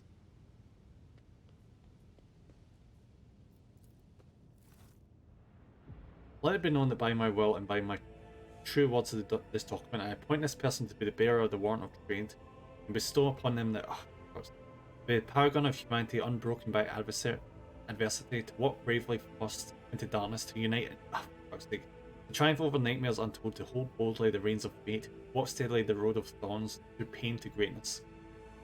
Oh my god, I did not give her enough time.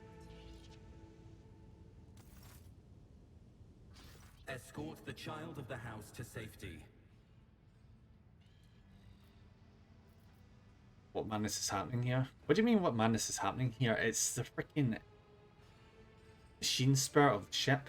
At least as far as I can tell. I need a weapon, I am utterly defenseless. Distance from the current location to the nearest arsenal. Initiating situational calculations. The service skull goes silent, it's really clicking. Seconds after a second passes, you realise that service skull will not answer. Need to contact someone, preferably Theodora. Voxcast frequencies disrupted. Initiating setup. Establishing connection. Boxmaster, restore communication with the navigator's sanctum. I am trying to contact the bridge.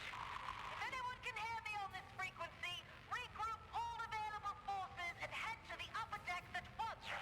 I repeat, regroup all available forces and head... Communication protocols breached. Signal latency assessment unavailable. Unable to establish two-way connection. Okay. What madness is happening here? Who addresses me? No, I think... Yeah, I already know this, but I'm gonna... It's not gonna let me go any further. Temporary obnubilation following acute stress. Mobile unit of the Warren Sentinel standing by. Oh, Sacred Relic. Right, so this one was set up in place. It's like an AI defensive system. You the Warren Sentinel? Mobile unit of the Warren Sentinel, designed as a personal escort of the Child of the House and a means of communicating with the Rogue Trader's subjects. Mobile unit standing by. Leave me away from here. Middle and upper decks. Assuming the probability of safe placement in areas of concentration of armed units. Calculating. To prevent unauthorized units from breaching the warrant chamber, preemptive sealing must be initiated. The mobile unit will start executing the received order immediately after the safety of the warrant is secured. Understandable. As the game story unfolds, you will see notifications at the top of the screen indicating that the status of your current objective has been updated. The new information has been added to your journal. You can open the journal by pressing J, left mouse over the notification at the top. Journal entries help you keep track of current events and guide your character on their journey. The quest tab tracks the progress of the main story. Here you can find information about any quest you have, except current status. Use the journal to help yourself understand where you go in your next step of your journey. The rumors and contracts section also contains important information you will learn about. Go.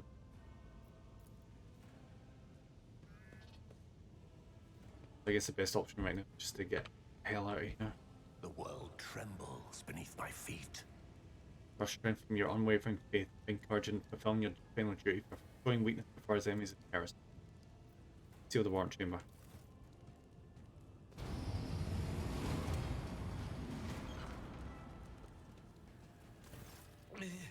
Master! Oh, hey, buddy. Whatever are you doing in the warrant chamber? How did you... Throne preserve me! What is the meaning of this? Yeah, Conrad Volkvar is a traitor. When we parted ways in the officer's deck, he stunned me somehow and brought me here. What? Yep. He intends to take revenge on Theodore for something he's trying to reach the warrant. It was somehow part of that plan. No, he's clearly serving the unholy gods of the war. We're going with that. Serving the gods of the war? Kunrad is a heretic. Oh, Voidfear, you void rat. Madness. And this mutiny is likewise his doing, no doubt? Yep. Unquestionably. Saints' blood! And it is small wonder that the heretics are so well organized. I thought his order to seal the passages between decks was his attempt to stop the attackers from spreading to other levels. But now I see the real reason. It was to stop the enforcers from intervening. At least you are alive, and now safe, Master. Alas, I doubt we can afford to look for a compartment to sit out this disaster. You're in a bad way. I can treat your wounds. I have a Medicaid kit with me. And for the love of the throne, now is not a good time to be walking around the decks without means of self-defense. Here. Thank God. While fighting, your character can lose some of their wounds. Your character suffered an injury after being attacked by Conrad. This happens when a character receives damage that exceeds 50% of the maximum wounds within one round. The exact percentage of wounds a character might lose will this happen may vary depending on the difficulty of the game you choose. Injury just reduce the character's resolve. Resolve influences how efficiently or how long characters fight the battle. Okay. Determines the amount of momentum gained at the beginning of each turn after. The character initially suffers an injury, it is considered a fresh injury during the first 3 rounds. Once 3 rounds have passed, a fresh injury becomes an old injury. A fresh injury can be healed using a medikit without passing any skill check. Old injuries can be healed with the medikit, but require a character administering treatment to pass a medikit skill. Alright, so basically you need to get on these wounds quickly. Use medikits to restore wounds and heal injuries. Note that when a character loses all of their wounds, they fall unconscious. Yep. Once the combat is over, the wounds of all party members are replenished automatically, but any injuries they may have sustained remain. These can be healed with a medikit. That's a bit of a pain in the butt, isn't it? Medikits can only be used by characters who have the field medic feature, base skill Medicaid, or have taken Medicaid skill enhancement once. When a character uses a medikit in battle, a Medicaid skill determines the select panel bottom screen using your character. That's pretty easy. What advice do you seek? Go. This wound will make a fine scar. Your help suffices. When your items, all items are added to your inventory, you can open it by pressing I. Tutorials are quite long-winded. Okay, here we go. To equip new weapons or armor, open the inventory from I and double-click on the item. Ultimately, you can hold, drag, right. The parameters are weapon, hold, hover your cursor over its icon and wait for the information to appear. You can switch between party members using the arrows at the top of the inventory screen, or click the left mouse button on a character's portrait. Item descriptions contain comparisons with any corresponding items already equipped by the character. Go.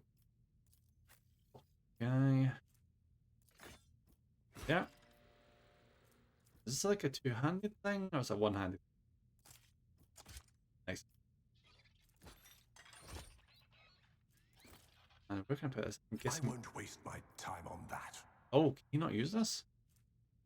Have we got? Yeah, he can't use that.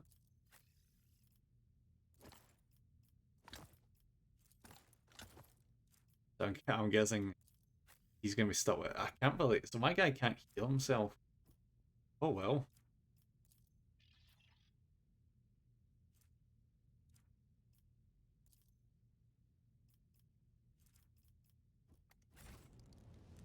On the plus side, he should be really good at hitting things. Intriguing.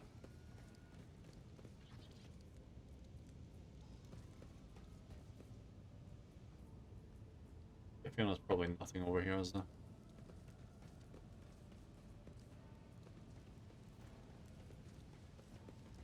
Let's get the hell out of here.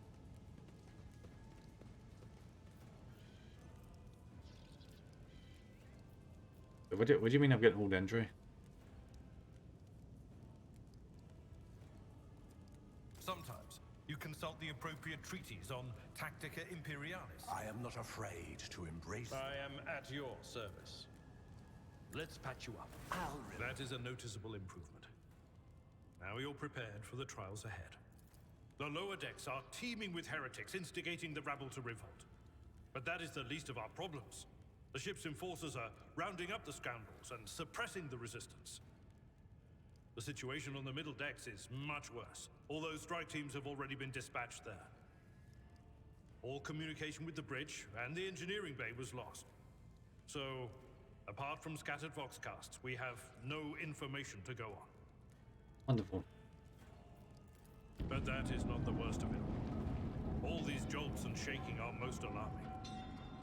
These are signs that the navigator and the master helmsman are having difficulty translating the ship out of the warp and into real space. I fear that they may have already lost control. We must reach the navigator's sanctum and get a handle on the situation. If we can manage that, some aboard this vessel may yet survive. Yeah. The worst thing that could happen if we end up getting stuck in the warp.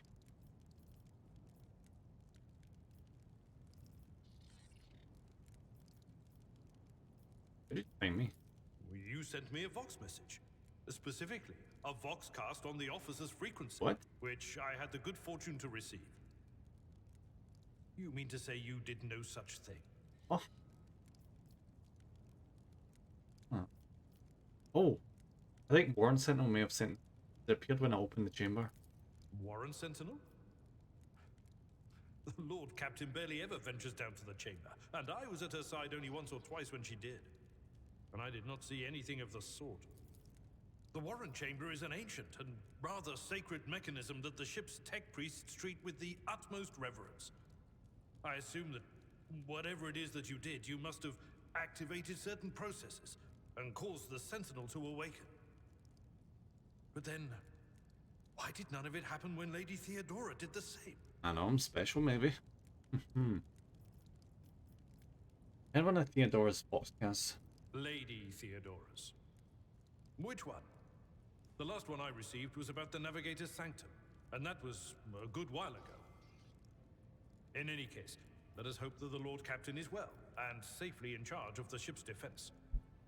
Hopefully. In the meantime, we must do all we can to prevent the ship from veering off course. Right, the Navigator's Sanctum. Very well. Will you lead the way? Absolutely. Let us proceed. Good. To arms, loyal sons and daughters of the God Emperor!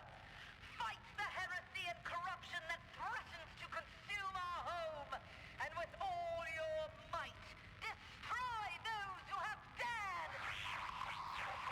Well, at least she seems in good spirits. The Lord Captain is calling her crew to battle, which means the Vox networks are set up for broadcast transmission, not message exchange. Splendid. While the rogue trader inspires proper resolve to fight in her subjects, you and I shall prove that her trust in us is well deserved. Onward. Oh shit. Run, fools, or fall. Come to chaos! Combat begins with the tactical phase, during which characters cannot attack or take other actions, but may try to take up the advantage position. Select the character by selecting the left mouse button, portrait at the top of the screen. Click the left mouse button to cell you want the character to move to. Red cells are areas inaccessible to the character during text phase. Each character in the party may move up their maximum movement, people can't position themselves adjacent to the game. Okay.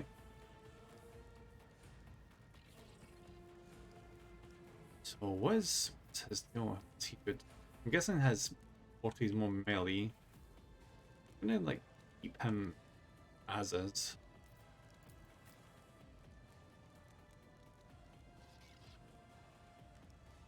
I'm gonna move my guy like right there. Death to the weak! Ah! Nice. He dodged 500 enemy attacks with fire rifles. That's gotta be intentional with that achievement. The combat abilities of characters differ depending on the archetype. Available abilities are located at the bottom right of the screen and abilities panel. Right, okay. Clicking ability below the ability is used, you will receive a review of the estimated outcome while hovering your cursor over a character. Yeah, I already know this shit. The ability is effective guaranteed to what the ability icon is displayed instead of a number. When you're ready to use the ability, click the mouse button from your choice. During your adventures, your characters will gain new abilities and talents. As the power grows, you can view the full list of abilities. This is why I didn't want to play a psychic character, because there's just going to be so much shit that we're going to have to keep track of. It's already excessive enough, that is. Oh, we can charge already. Nice, nice. I'm gonna just pick off this by this. Beckons. What's my abilities? Right, so we've got gun abilities here. Straight. Oh, it's a chain axe. Nice. Be careful, companions can get hurt by burst shots or area attacks. To avoid friendly fire, keep an eye on the trajectory of shots and the area effect. Okay. What's the difference between these? Exactly. A creature within a cell radius attack inflicts bleed. 5 damage. A creature within the area effect is actually pretty small, isn't it? Yeah, pretty small. I think I could.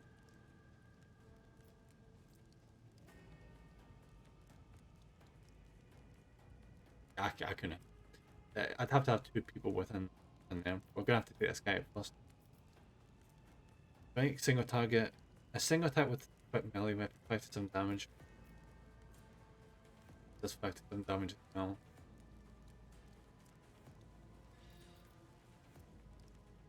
Like, is the only difference between these two? Wait, yeah, the only difference is one does bleed and one doesn't. That's the only difference. I need death shall reign. I'm gonna do a charge. I will try a blood-soaked Nice. tribute. I think that's all we can do for now. Shame we can't shoot. Guides me. How dare you hit me? Your companion is a warrior. Abelard specializes in melee combat and drawing the enemy's attack. Charge is a unique warrior ability we already noticed. When I use a melee weapon, it is not considered an attack action. Use charge to close the distance between you and the enemy and deal damage. Like the enemy is a direct charge. I believe will attack them. Still be able to use an attack afterwards if he had not used one this month. But the charge can only be used if the character is 2 or more cells away from the target. This character is using a melee weapon. Melee attacks require the ability of the character to be adjacent to the enemy. Single shots melee attacks hit automatically with no need for a roll. What do you mean the melee attacks hit automatically? Can't we dodge that shit? That's interesting. Enemy will try to dodge and parry the attack if they are using melee. Oh, so they need to be using a melee weapon. How does that work though? People with guns can still dodge. Ah, whatever. Melee weapons can be used to make area attacks. All creatures in the area will suffer damage unless they succeed in a dodge test. Damage dealt by melee weapons depends on the weapon's parameters. Yeah. Pretty simple. Strike, single target. Okay. Wide slashing. Can we do wide slashing? Yes. At your beck and one fewer targets. Nice. What is this? For one rounded Navy officer and their allies at 3 cell, ADS gain +2 deflection for each archetype. Taken by the. Can't possibly move the pension. I think I'm on a. Yeah, I'm definitely on a 3 cell. I'm gonna charge one of these guys. It will be done. Or not. Victory is imminent. Out of my way! I've suffered worse.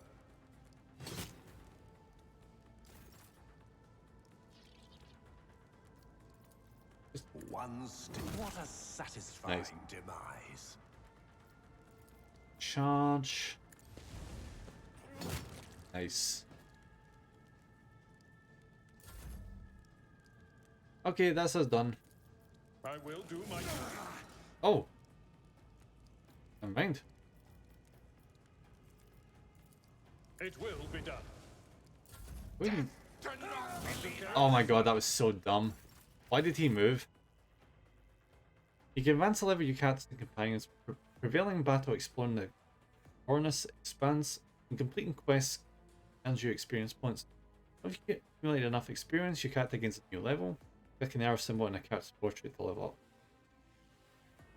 Friends gain new levels at the same time as your character, even if they are not included in the active party journey. Alright. So what does this entail then? Let's level up.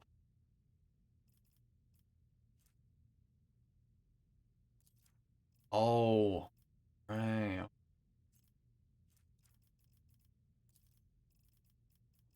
Oh, I see how this works. So it suckles around from there and goes around there, and it suckles all the way back around here.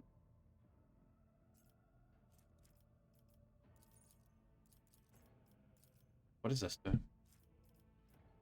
Can boost. I guess I can boost oh, I can boost any of them. It's just recommending these. The skill is affected by your toughness characteristic. It represents the ability to resist negative effects. I think I was currently good enough as this, so I'm going to probably go for athletic. As skill score, the easier it will be to pass correspondence. Versus character's ability to traverse the terrain. Why is it not recommending demolition? I wonder. Because we have very good. ability stats.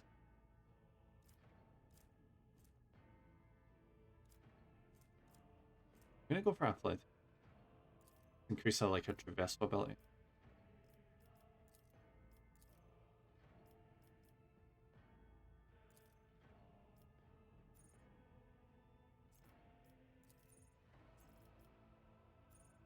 Favorable point.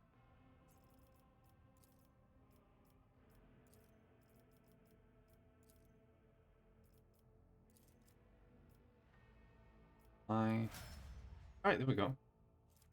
That was easy. Guessing team. I'll just give him athletic. Not like do much else.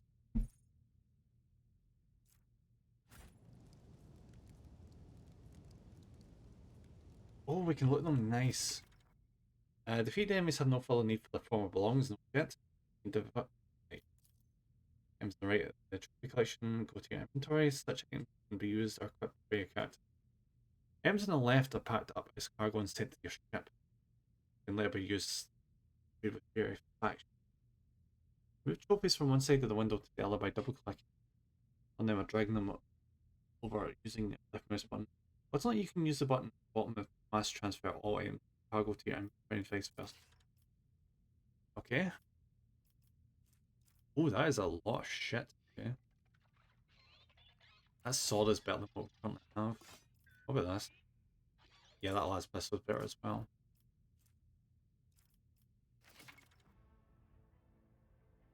In combat, a character may need to use different kinds of weapons, which can be prepared in advance. From your inventory and prepare a different weapon set. Switch to a different weapon set in combat, press X. Some weapon sets in combat does not cost action points. So well and good games, thank you.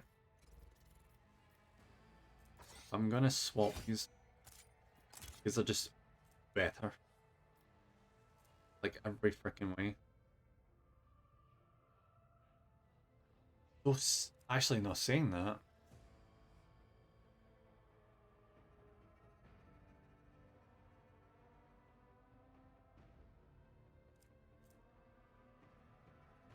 The axe does have good armor penetration and can cause bleeding. Different advantages, so you know, I'm gonna like the game recommends. I'm gonna put this second slot.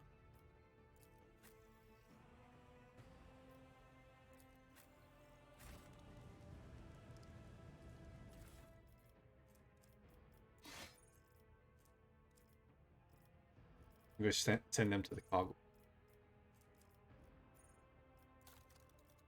I actually love how the game does this. It's a nice change from Pathfinder, because in Pathfinder you had to cart everything with you, but in this one you can just immediately send it to the cargo on your ship, which is funny because we don't actually have our own ship yet. Oh, there's more stuff. No, it's the same stuff.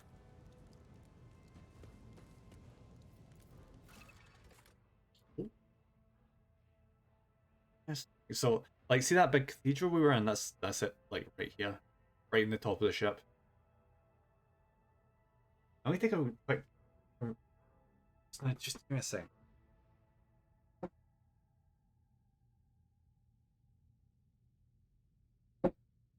Jesus. Oh, my throat needs to get used to this again. A lot of reading. Here's a map of your void ship. It consists of several parts between which you can travel. Some parts are not yet available. Over time, your character will be able to access.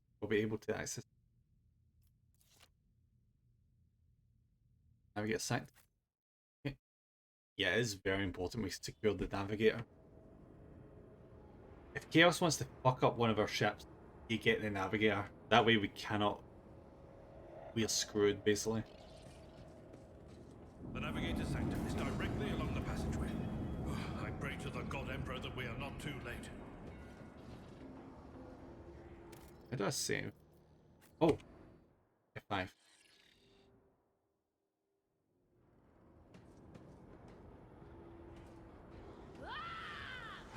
Oh, is that a sanctioned sinker? Yep. And so, He will enter the halls of the blinded guide and witness the radiance of the final dawn through the cracks and fall victim to a whim of fate. Oh, she sounds stable. Master, watch your head. Shit. Idira, would it be too much to ask that you phrase your soothsayings plainly for once? That was too close. Sorry, old man. The voices are so loud I can't even hear myself. They shriek, they sing, they... Oh, Abelard, how they sing! You need to watch yourself. You're not in a good position. This is Idira Tlas, personal psyker and diviner of Her Ladyship Theodora von Valancius. I'm not drunk, old man. I'm suffering the effects of the warp that is seeping through these walls. I see the ship's fate. To die in the waves of the immaterium, fall under the burning rays of the final dawn. And in the roaring blaze, I see a figure standing. Who is it? I have no answer. Entity in your consciousness shrinks and crawls in deeper. It crawls scraping, its claws scraping against the walls of your mind. As if the presence is trying to hide from the seer standing before you. A diviner, are you? The voices from beyond the threshold whisper to me. Sometimes their murmurs are clear, they grant insight. Sometimes they drive me mad. But I am patient. I know how to listen and discern. But now, with this clamor around me, too many voices, too loud. Yeah, the voice of Psyker is not... the life of Psyker is not fun because they don't do what the Imperium tells them to do. They're going to get killed off or lobotomized.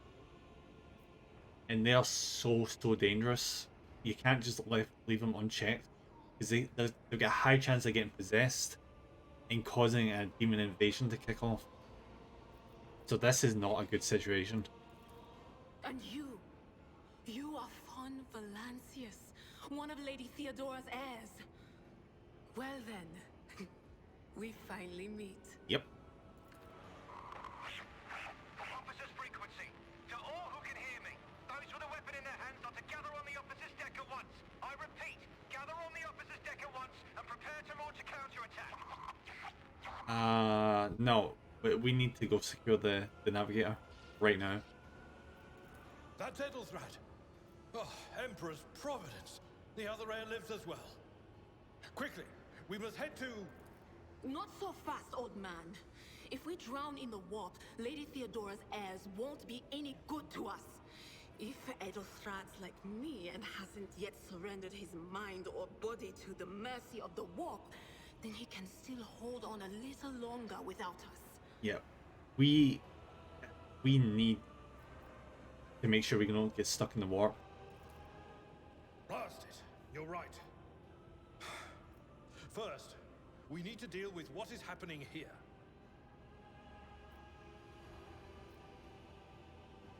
How do you know who I am? What? You think Lady Theodora didn't ask me to peek into the darkness behind the backs of those she sees as her prospective heirs? I have seen you. I have seen the footsteps of your past and the wounds of your heart. The seal's words bring back a wave of memories of the bitter, merely to moments of your greatest shame. Something sour rushes to your tongue, and your head is clouded with a sickening sense of your own worthlessness.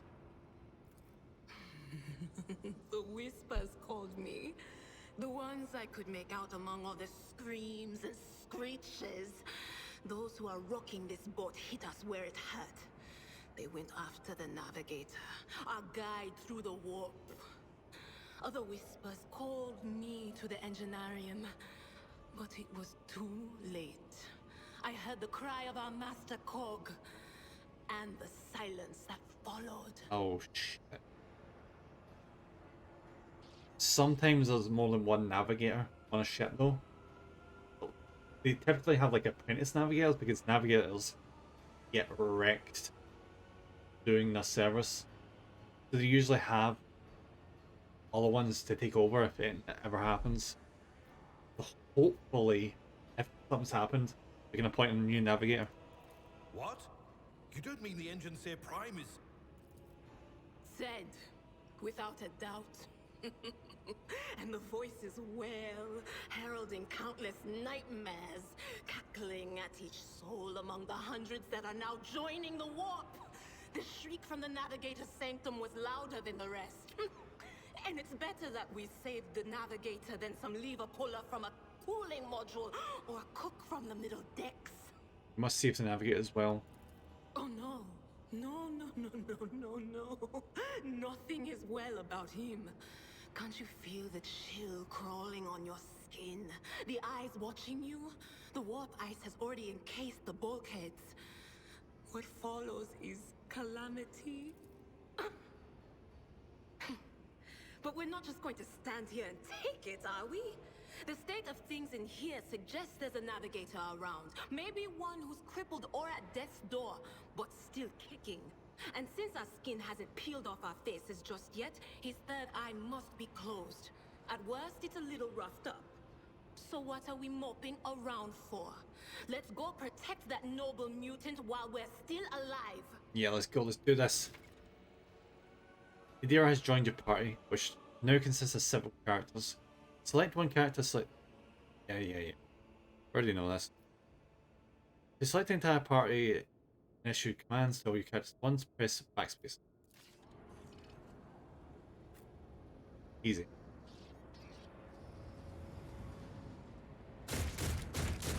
Alright, destroy this field. Don't keep our master waiting. Oh, so the navigator's still safe. Good.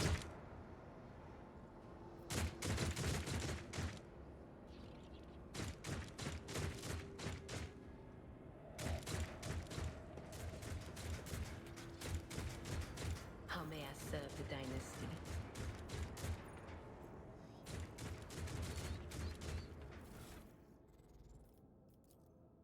I gotta look at her. Oh, she's more heretical than she is anything else. Interesting. What is he? He is. Okay, so he's a little dogmatic and iconoclast. Oh wait, no. She's only just going down a heretical trail. Before we are not. I guess we've not made any substantial choices yet to. Okay. We're still technically in the tutorial. Your doom has been foretold. Your Emperor won't save you! We need to deal with these cycles.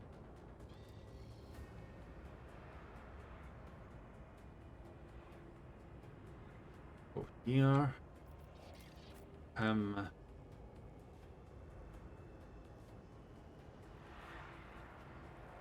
Here.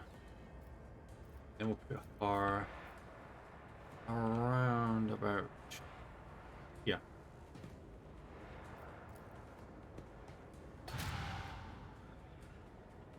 I serve the ruinous powers! Put down. Stop it! You use the hologram to gauge the effectiveness of your intended action combat for taking them. Click the left mouse button in any accessible cell on the battlefield to place the character's hologram there. Select an ability or single shot attack to see the expected. Actions will be displayed as if used in the hologram's location to let you assess whether you have picked an effective position for your action you are planning to take. The hologram also lets you see if the enemy will be within your line of sight if you move the selected cell. Press the left mouse button again to confirm your choice and execute the selected action. Click right mouse button anywhere on the battlefield or press escape to cancel.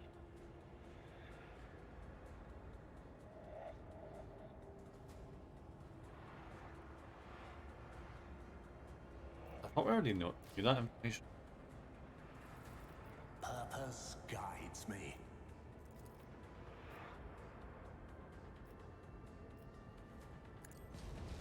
A blood-soaked tribute.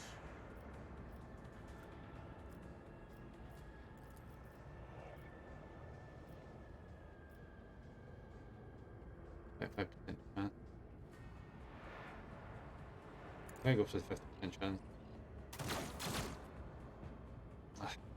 Well, nothing. Death to the weak.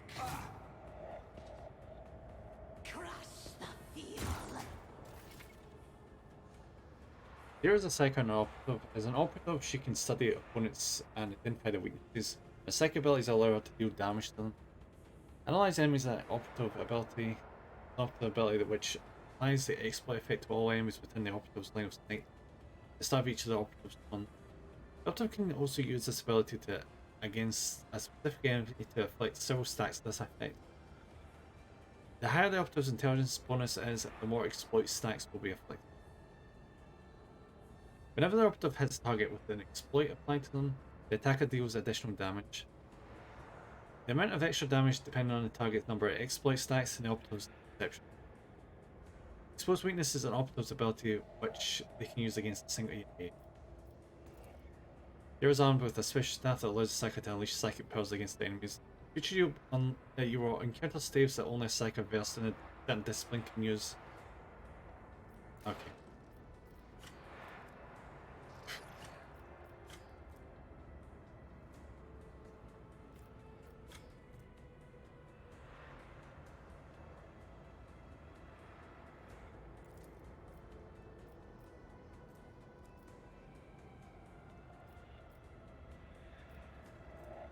He's up to 4 targets and 3 cell radius, the only psychic.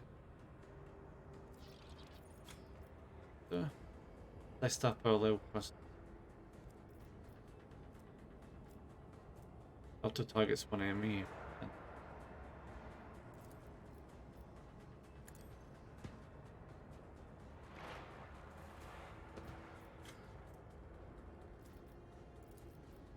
And he's. Oh, you son of a bitch. On it.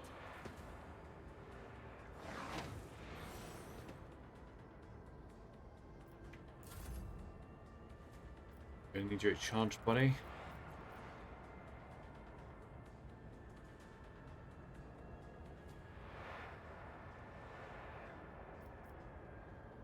At your beck and call. One fewer turn.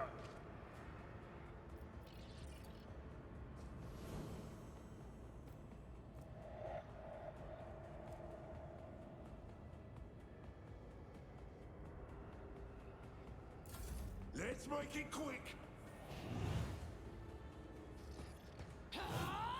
Good. I charge again.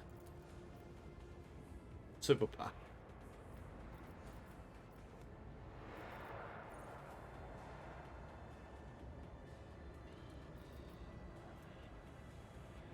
I should make the face multiple targets. Yeah, we're not doing multiple targets. I will triumph. This is beneath me.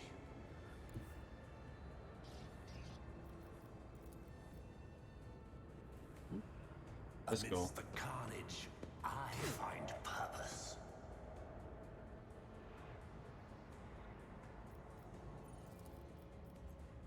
Can't do much help.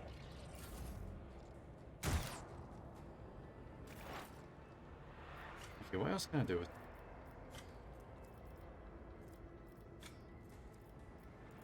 Well, I'm here. I'm gonna add the exploit But of course. to that psycho. What's her negative effect? Creature suffers minus 20 penalty to dodge. Let's zap his ass. Anything else? And give me an increased chance to dodge.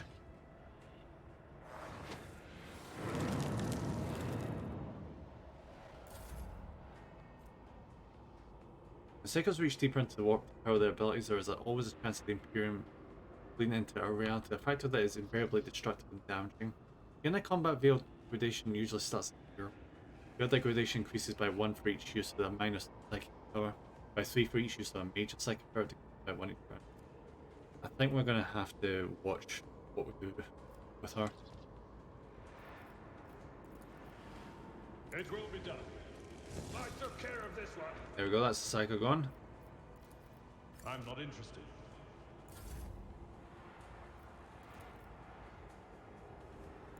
Sow the seeds of discord. Ruin, death Nice. shall reign.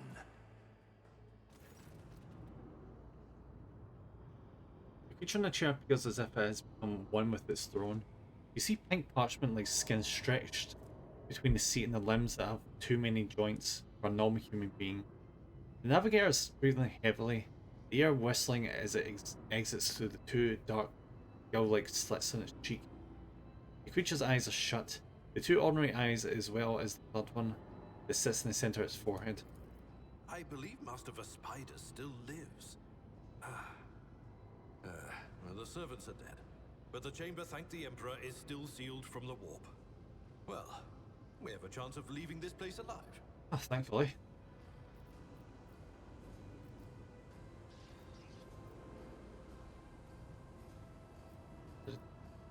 Approach. Your time is short.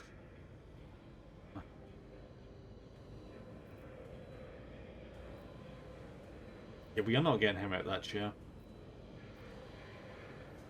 Our time is short to do what?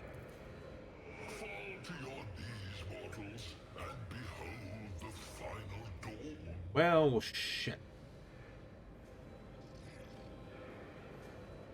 Appears to be stronger than the world.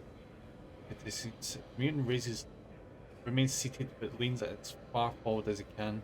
His layered raiment slowly turning crimson.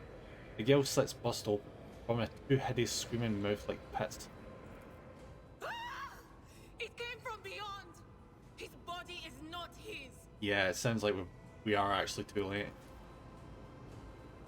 Then why are they attacking his barrier then? Adira's scream is echoed by a silent cries in your head. The unseen creature triumphs at the sight of the navigator succumbing to the paroxysms of corruption.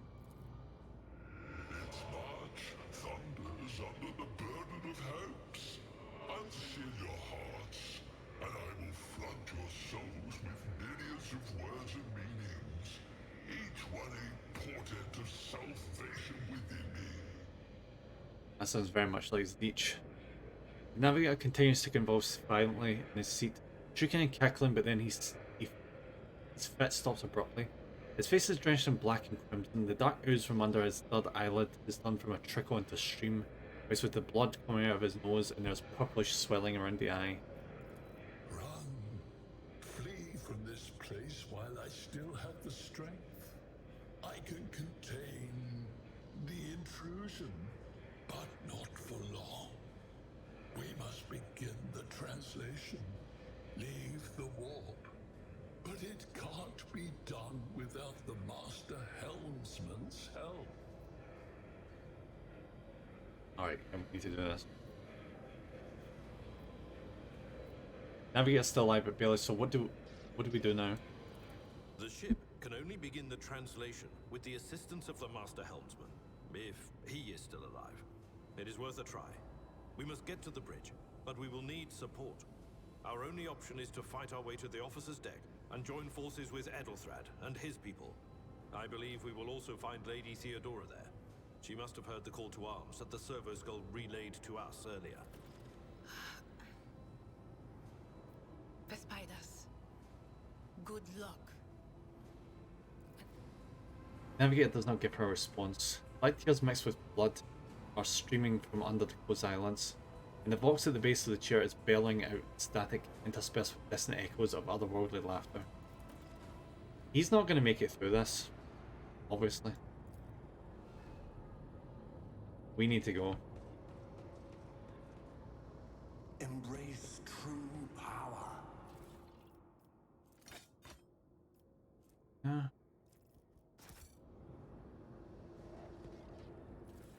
Ooh.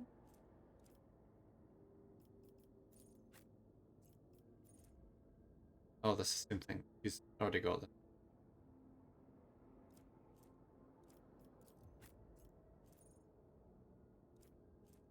Grab you all. I don't know if I want actually. That's two-handed. Yeah, we're not. Let's just go into storage.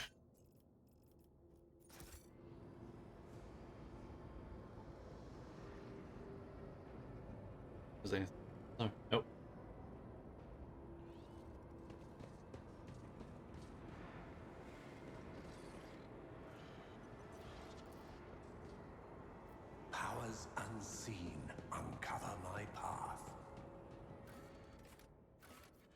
Right, off the deck. We will yet reclaim this ship portal.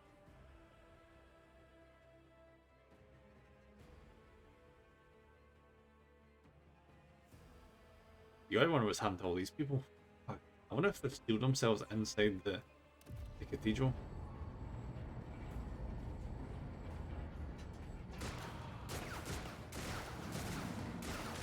Oh, there goes the guardsman.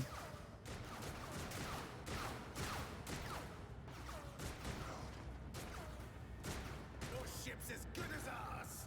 It's all over for you. I shall pity not your enemies. I shall heed not their pleas. Oh, this is Sister Battle. Somebody shoot these. I shall betray not your tenets, nor stray one step from them. Oh, and she's got heavy melter as well. From me. Leave me not without your grace. I told you he would protect us. My God, my light, my emperor. I love the Adeptus Sororitas. They're just so uniquely interesting. The white-haired warrior turns to face you, her dark eyes blazing. The weapon quivers in her hands, and for a brief moment it seems she is not going to stop, but instead continue eliminating every target she sees, starting with you. Sister Argenta. Sister Argenta, it is a relief to see you. We require all the forces we can muster. Your face, it is unfamiliar. Who are you? Nermavon Valancius, the Lord Captain's heir. The hour is dark and daunting. Ship abounds with corruption. The faces of friends are twisted by sneers of heresy. The eyes of comrades ignite with the archenemy's hunger. I will do what I must to halt the advance of the dark forces. But in these dire moments, little can be trusted. So I must know, why are you here? Sister, I beg of you. Now is not the time for interrogations. The ship is under attack by heretics. We've been betrayed by our esteemed Master of Whispers. Edelthrad the Heir is waiting for our aid, and Lord Captain Theodora is expecting a report on our success. We are here to deal with the situation, so I suggest we all do just that. I got a feeling that Edelthrad is going to get super killed off. I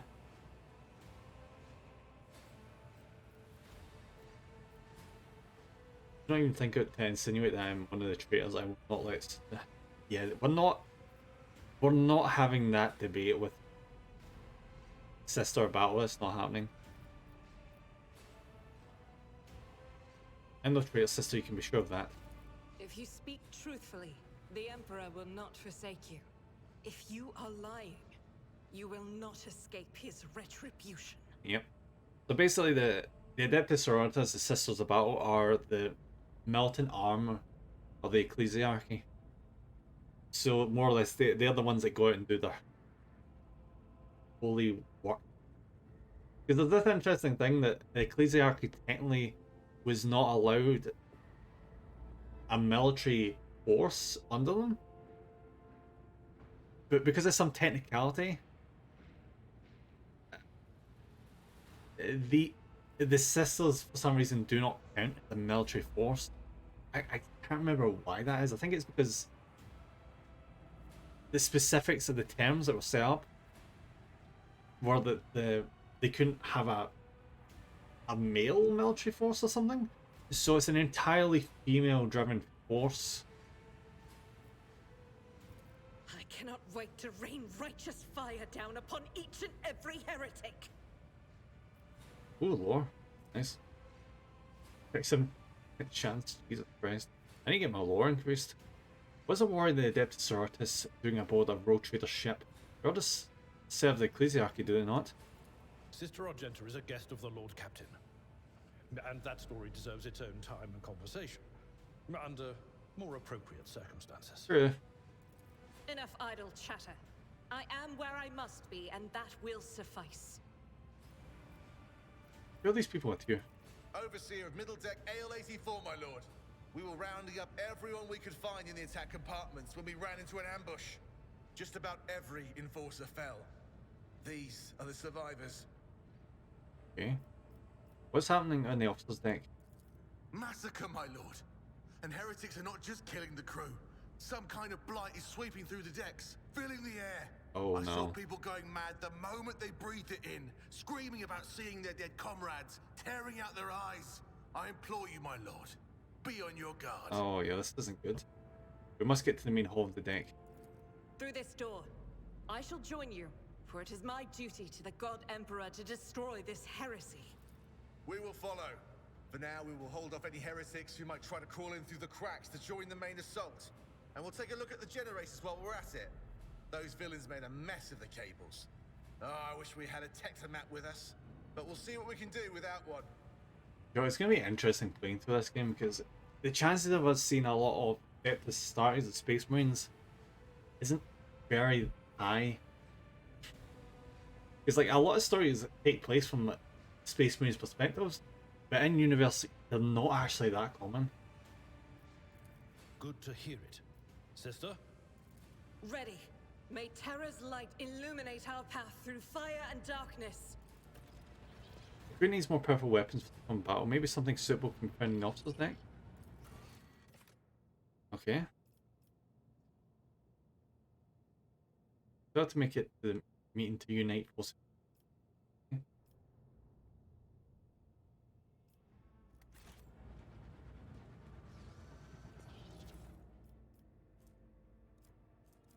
Ah.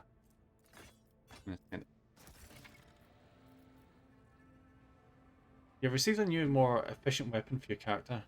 To upgrade your equipment, open the inventory. You can either hold left mouse button and drag the new item to a weapon slot, or double click. You will find and purchase the new equipment during your travels, so do not forget to update your character's equipment. What do you mean? What does it mean? Better weapon for my character?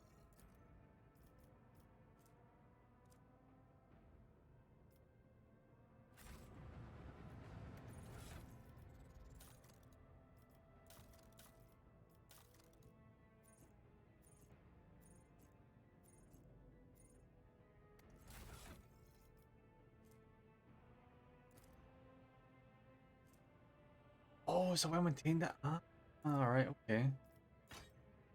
I see what it means now. I guess, yeah, that's worse. Yeah, we can't do anything. Awesome.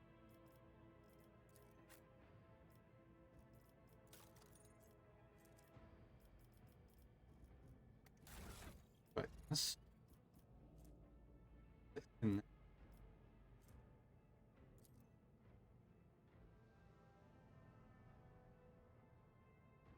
Yeah, that's absolutely better.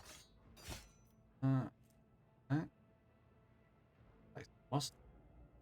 Can we like send that to back?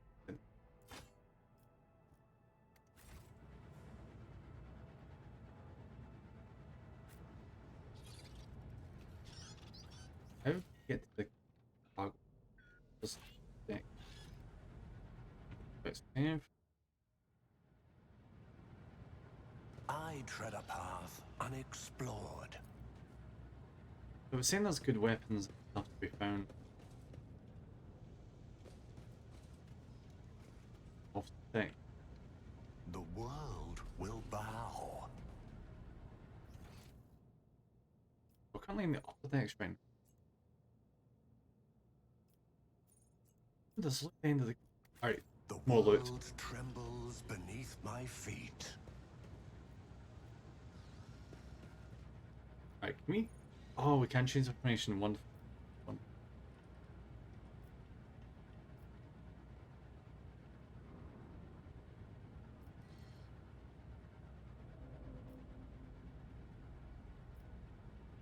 Yes.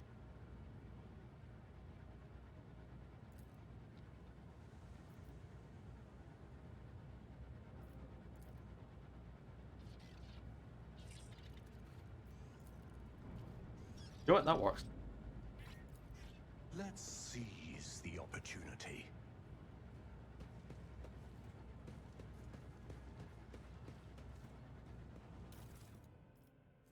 Just off the cargo.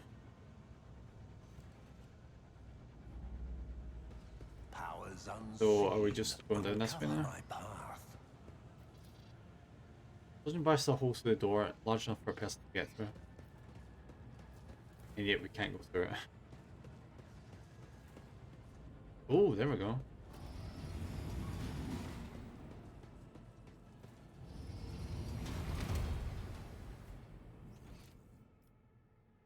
There's a lot of loot.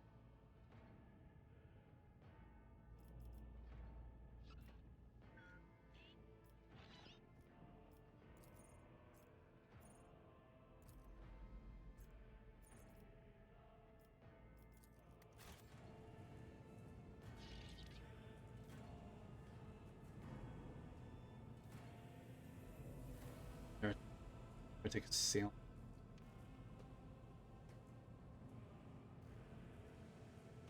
Beware the ire of the witch. All of you will bleed! Yeah, position.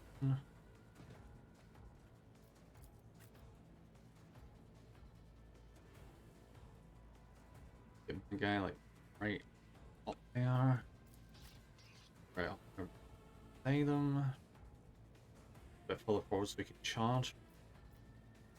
And get her in a gun position. Yeah. Perfect.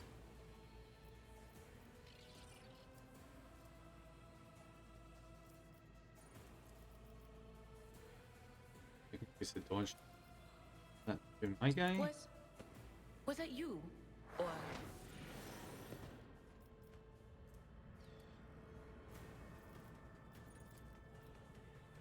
Oh, that's a. anything else? Oh.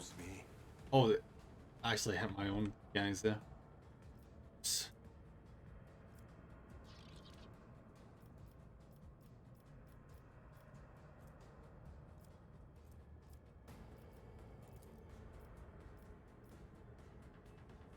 But of course.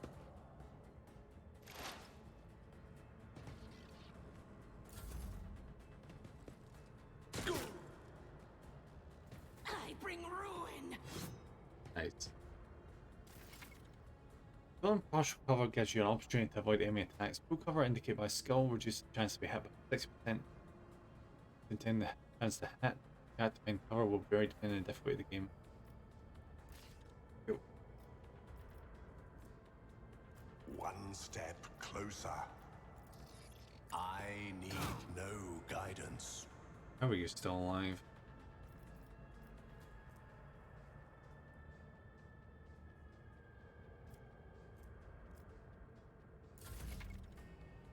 Magenta is a warrior, the adept sororist, and a soldier. He's an right, so we get three soldiers right now. He's an expert with burst range weapons, the weapons that deal damage to an area. Another of Magenta's skills is her mobility in combat. Running gun is a unique soldier ability. Using it grants the soldier extra movement points that reduce the cost of the next hit by one action point.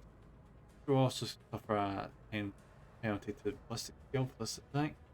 Running gun allows the soldier to perform an additional attack with a ranged weapon. It's a handy tool if you want to make more than one attack with them. Everyone slot is a soldier ability which can be used once for each enemies the soldier kills a single target. Each activation of this ability increases the soldier's ballistic skill.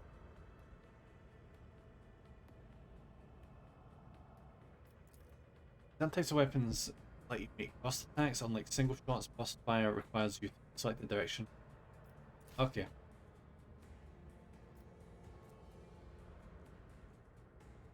Momentum. Build the rest of the momentum. Okay.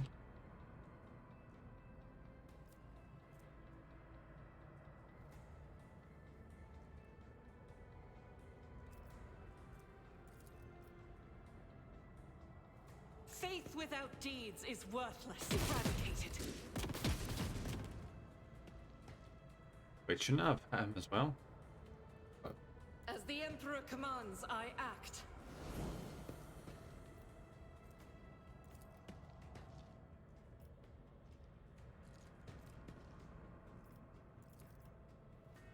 Oh, I didn't even hear there. I'll do it. And you missed. Chaos guides me. Oh, my ears are ringing. Alright, buddy. Can you use a medikit to restore your party's wounds battle? Being injured, I get a certain amount of negative effects. What injury? Victory is imminent. God is injured or afflicted with such an effect.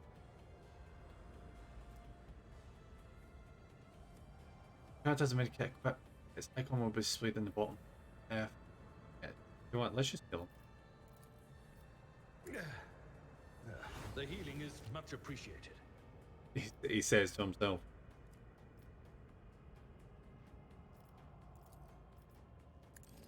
Reduced to dust.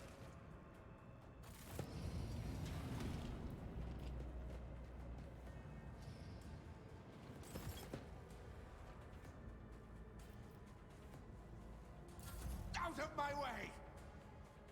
Death to non-believers! I am your doom! I serve the ruinous powers!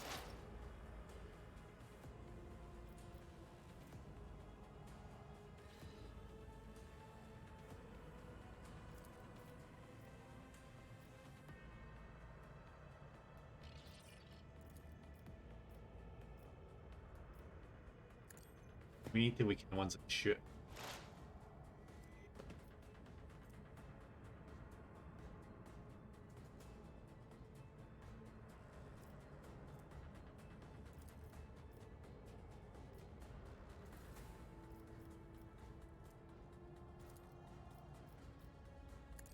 Okay. Then, but chunk of damage. Please, man. Yep. Death to the weak! Ah!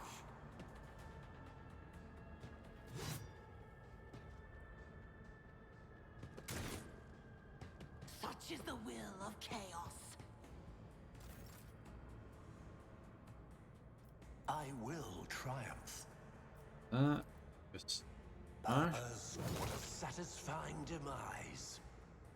Yeah, I think the achievements for this game are bugged. They keep bringing up the same ones I've already got.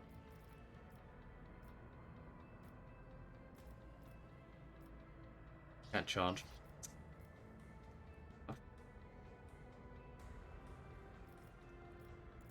I can't charge it. Can't charge the barrel. One step closer.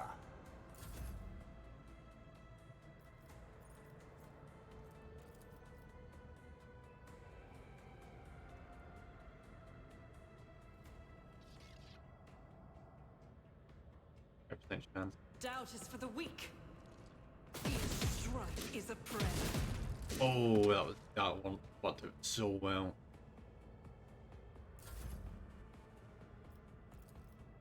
Indeed. I took care of this one. That's not the Seneschal's job. It will be done.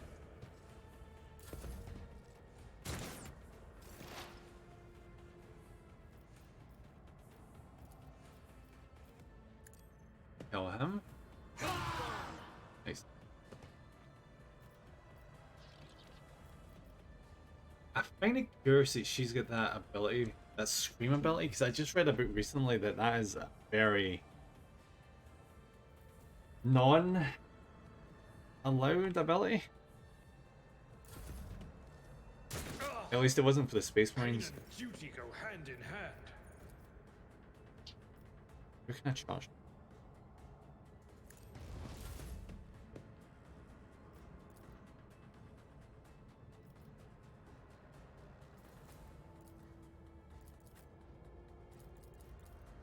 I think I skipped one by accident. I'll do it.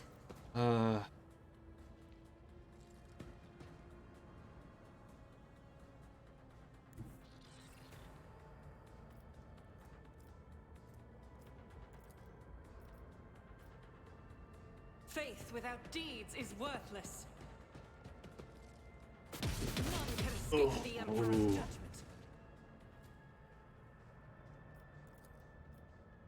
I'll do it. Nice.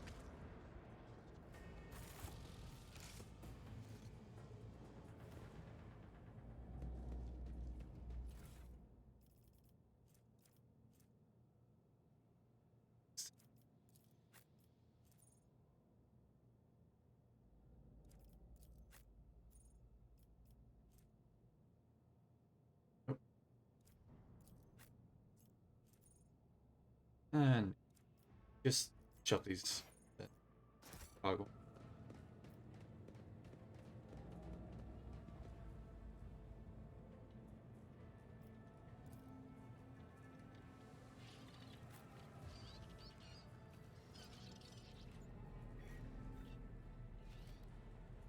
Ooh, good. This ocular implant was a worthwhile investment.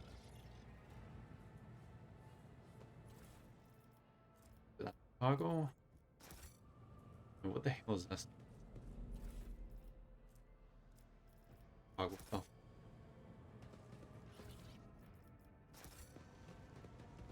I tread a path unexplored. I love how we're looting our ship. Brilliant.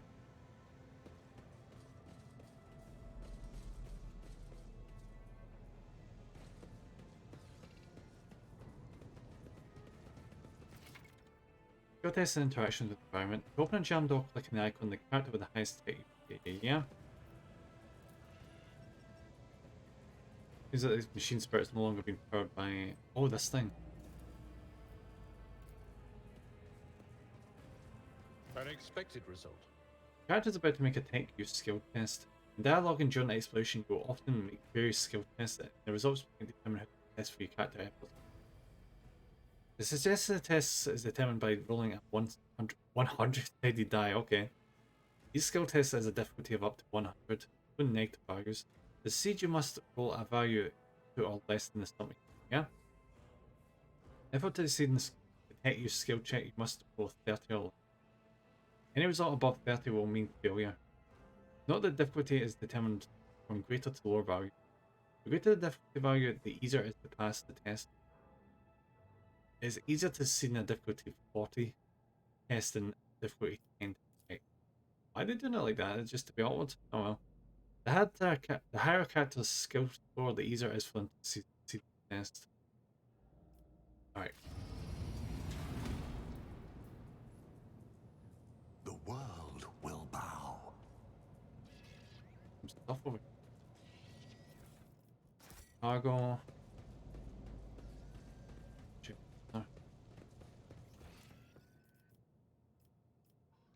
Oh, that's good.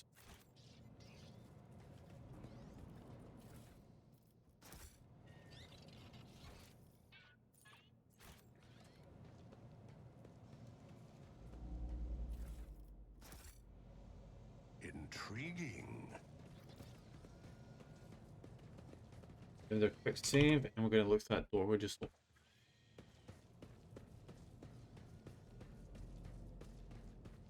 What's the storage room?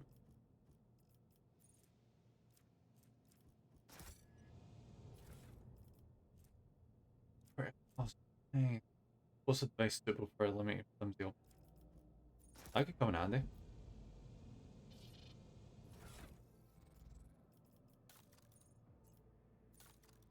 Yes. Because plus 2 bonus. What is our current pay?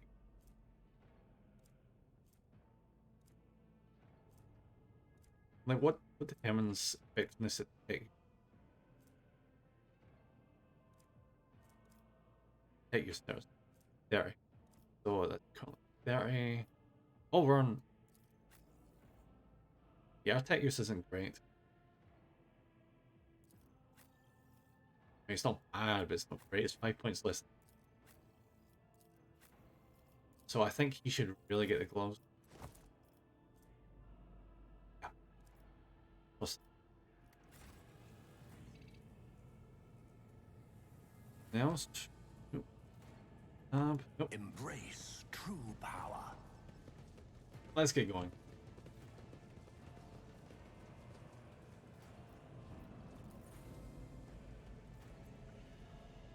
I'm a bit sad we don't have the best demolition. Because we we maxed out agility as far as we could, and that affects demolition.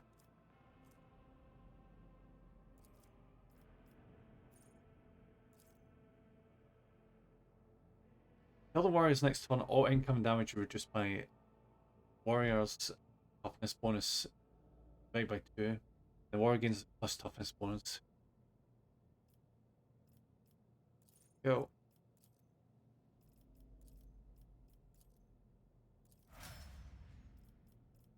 I don't even know why actually what one to apply. You can't really actually choose what ones you're going to apply.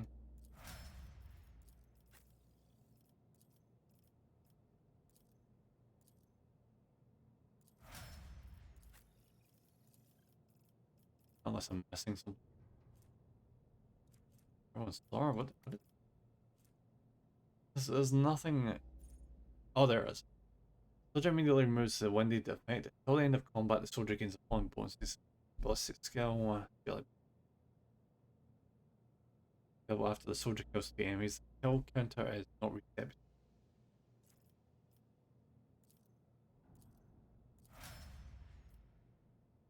Okay. When the game said that she was a warrior, she's not a warrior, she's a soldier. So we get 3 different archetypes going on right now.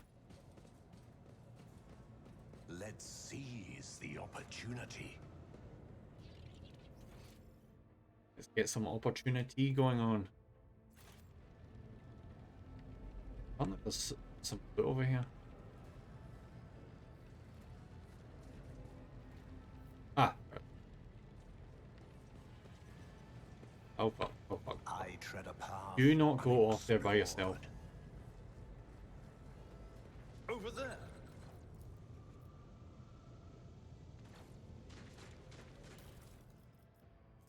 Okay. Why is he going into the cargo? Oh, give me that shit.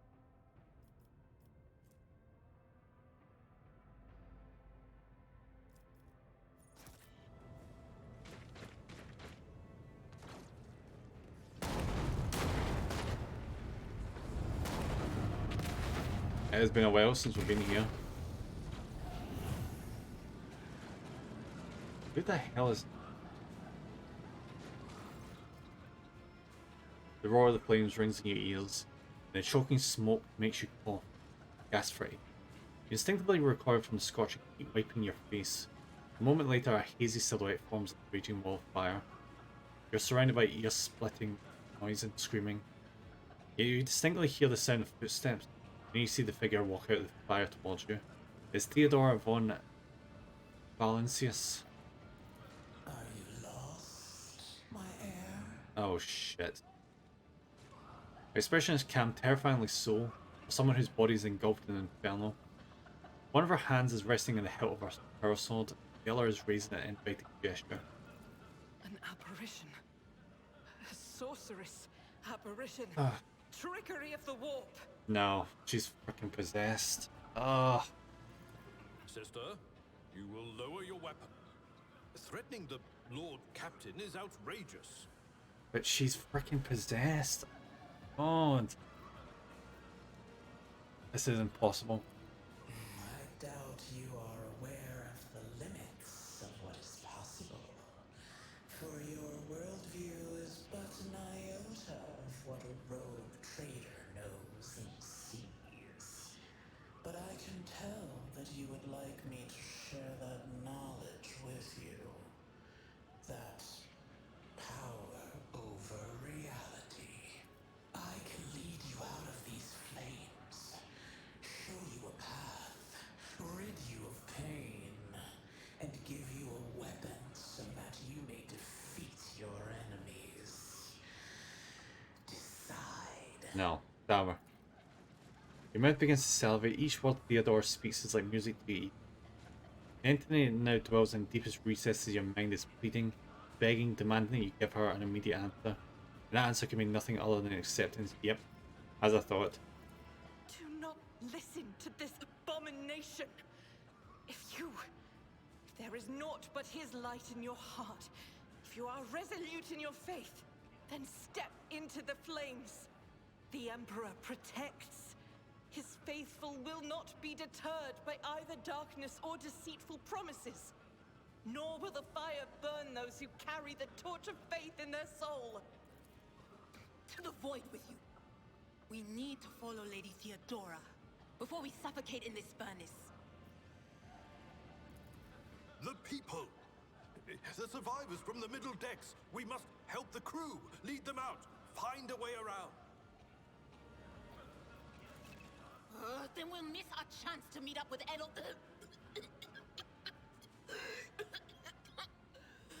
What are we waiting for? Your character will have to make tough decisions based on their values and personal goals. Such decisions affect their convictions. This can develop in 3 directions: dogmatic, iconoclast, heretical. Each includes 5 ranks. The higher the rank, the more zealously the character follows their convictions. The more noticeably the world around them reacts to their actions and decisions. Promotions through the ranks of each 3 directions opens up access to new dialogue, lines, events, unique abilities, and also changes the attitude of others towards the character. When one of the convictions branches reaches rank 3, Watery, becomes the character's main focus. When that happens, the other 2 convictions branches cannot be raised above rank 2, Adherent. Alright. The Emperor will guide the righteous on their path. Thousands of needles pierce your consciousness but are powerless to stop you. You take a step forward and the illusion breaks. A wave of excruciating pain crashes over you and Theodora's voice fades into the firestorm. You hear the voices of your companions calling you from behind, screams of the weak dying in the inescapable blades. Yeah. The blinding inferno, the harrowing fire, the all-consuming storm releases you as you step out, barely able to stay on your feet. The blood is pounding your ears, drowning out the world around you. Your eyes, caked in soot, burnt eyelashes, refuse to open. Free from the flames, you take 2 more steps before collapsing to your knees. The rush of blood in your temples and hard pain all over your scorched body cloud your mind. Before suddenly retreating, as if driven away by some mighty will, a new strength spreads throughout your veins. Despite the wounds, your body is once more ready for trials and struggle. You open your eyes and see, aglow with warm light before you, the Aquila, sacred symbol of the Imperium. In the next moment, you're struck with another realization. The apostle presence, the one that has plagued your mind since Octaver wounded you, is gone. The fire seems to have burnt the entity away without a trace. Master, can you hear me? Oh, you're alive. Which is more than I was expecting after what you just did. Yeah. That was impressive, wasn't it? Just ran through fire and everyone else got freaking burnt to shit. Praise the Emperor. We passed through the flames. How can this be anything but a portent? For so it is said that the Emperor will bless the worthiest and most steadfast in their faith. Behind Argenta, you see Idira glass doubled over in a fit of nausea. The rest of the people who were following you have withered away in the fire that continues to raise mere 2 steps away from you. We're still alive, fancy that. Your attempts at humor are inappropriate. You nearly got us all killed. What happened to Lady Theodora? Did she follow us? Surprised she was fine with us. There was no Theodora, witch. There was an illusion, a temptation, a foul taint that tried to lead us astray. But he perceived its true nature. Is that right, Adepta Sanctimonious? What, we'll just pretend like we didn't see the Lord Captain standing there in the fire? Abelard, you tell her. No, that was a demon. Whatever it was, it matters no longer. Your conduct is bordering on madness, or holiness. A path opened behind you, where one moment there was fire, the next only smoldering embers remain. But what am I saying? My eyes must have deceived me. too much smoke for my lungs. Truly, would you have received wounds like these if there had been no fire? The wounds are merely a sign of a trial laudably passed. It is something to be proud of, the same as decorations or badges of honor. Well, what are our options here? Present stand tall, no element holds power over the righteous. Must help it stand your. Admittedly, I've been better. Even if you're anticipating another wave of pain, it does not come. Your muscles feel strong and your limbs obey you without fail. And yet deep inside, somewhere next to your heart or stomach, you feel certain tension akin to that of a taut string. You're at your limit. Be it adrenaline or the strength of your faith will not carry you much further. To my Oh, eyes deceive hello, me. buddy. I could swear that I just witnessed you step out of a pillar of fire with the rest following in your wake. Yep. Heretics are joining forces with you and the others. It is time to push the heretics back. Indeed it is. Your wounds. Ooh, what?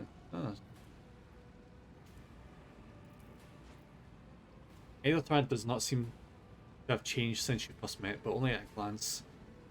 His face has taken on a strange hue. The skin at his temples appears scaled. His voice now has an uncanny screeching quality. These are not traces of fatigue and stress. The psycho's bodies begin to mutate, consequence of contact with the warp. That's unlucky, buddy.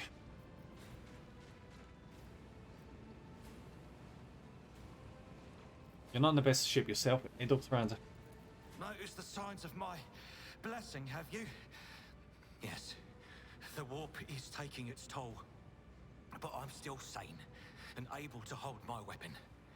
I'll fight for the Von Phalanxius bloodline to the end. And if the price is the eternal curse of mutation, so be it. I can fight, at least for the time being. Then let us steal our souls. Our greatest trial awaits. I have gathered everyone who answered the Vox call and was able to hold a weapon. Yet I do not see the Lord Captain or her arch-militant in our midst. We are still receiving messages in her voice, but she is not responding to direct requests. That's boring. I last saw Lady Theodora on the observation platform. When did you and she part ways? Oh, quite ages ago. Back that way. It was at this very elevator, Master Edelthrad. The Lord Captain, accompanied by the Arch-Militant, headed to her chambers to retrieve an item of particular import. After that, all we heard from her were Vox broadcasts. This is troubling, and the timing is inopportune. I am still receiving fragmentary reports from the bridge. Kunrad Voigtveer was spotted there, and even what scant intelligence on his activities I have reminds me of descriptions of sorcerous rituals. If that traitor has resorted to witchcraft, we must stop him at once. Oh.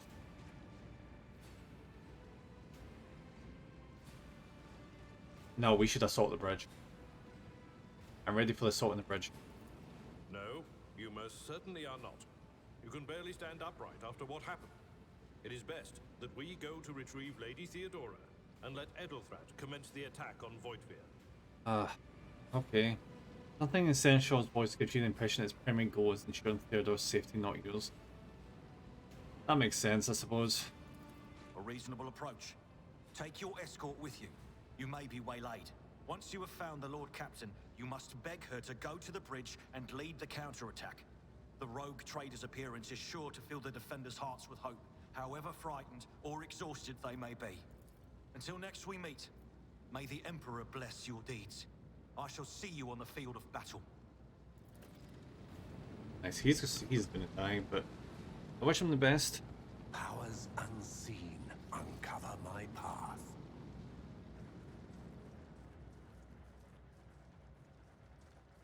There's stuff we can pick up here.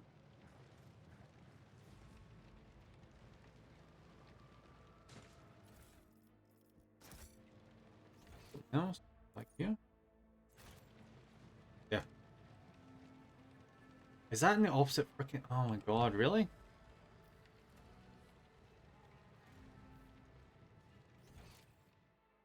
I must have missed that when we were over there.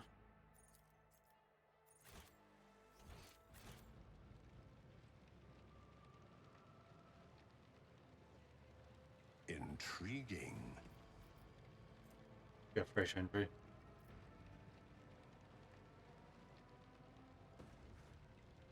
We are the spearhead of the Imperium. Your help suffices. Yep.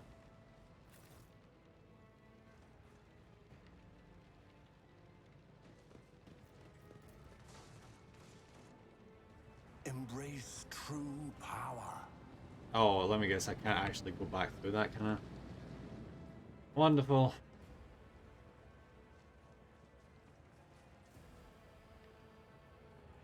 Let's seize the opportunity. It probably wasn't anything too important.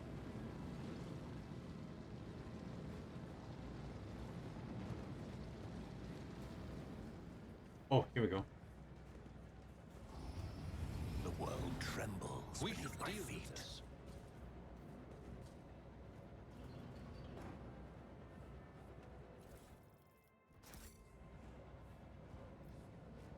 What's that chamber? What's down here?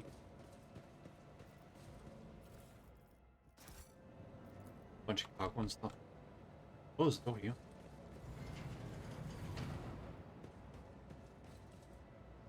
May as well do a bit of exploring while we're here. That's great. Who needs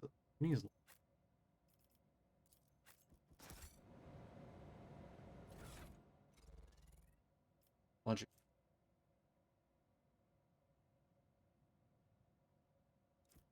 Dirty logic. Dirty. I'll give him that. It doesn't suit him at all, but fuck it, why not?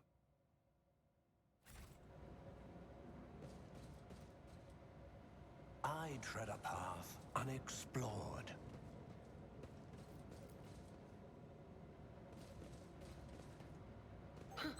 Would you look at that? Would I look at what? The sheet? Nice. Intriguing. No, I think I was. Fine, let's go to the chambers. I thought it was actually burning like shit right now. Yeah, I'm gonna take another drink.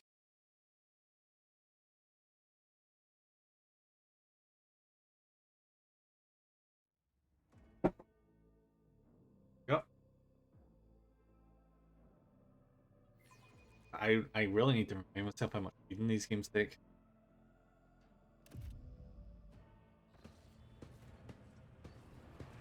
Oh, there's fountain.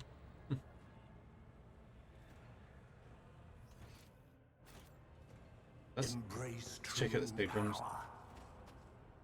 That's nice. I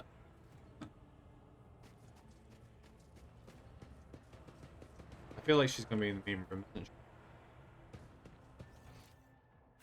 Like nothing here.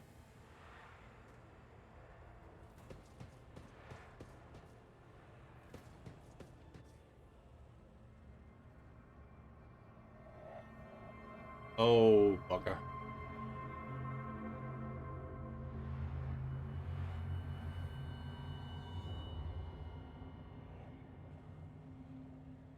Then what was doing the broadcast then?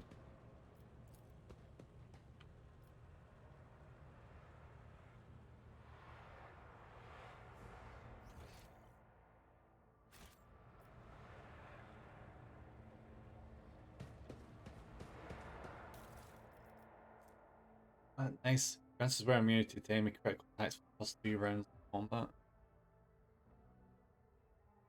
Right, cool.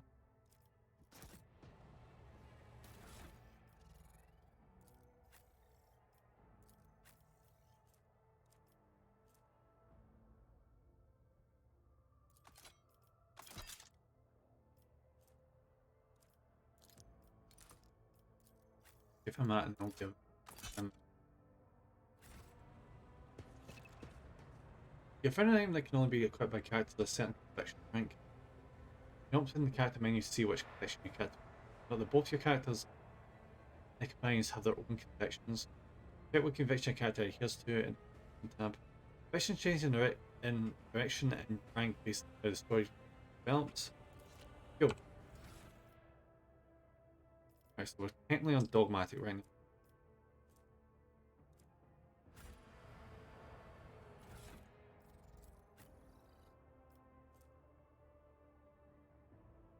Require. Oh, that requires dogmatic. Ah, okay.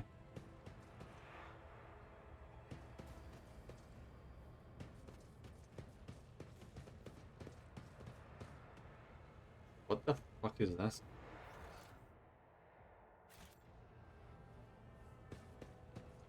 Let's seize the opportunity. Wait, like a little bit of opportunity? Where does that mean that gains plus 10 bonus to commerce at 4? That could offset our detriment. Because currently we have very bad commerce. This could. Oh, actually, oh my god, fuck. Get it way better. Holy shit.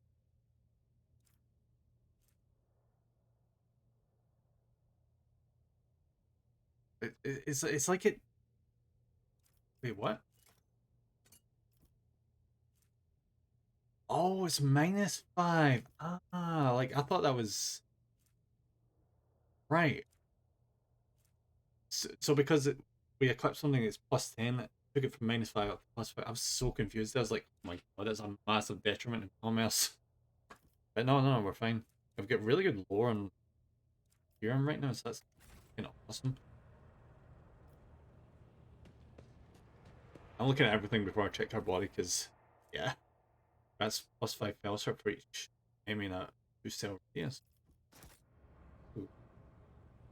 I may be able to offset all my character deficiencies.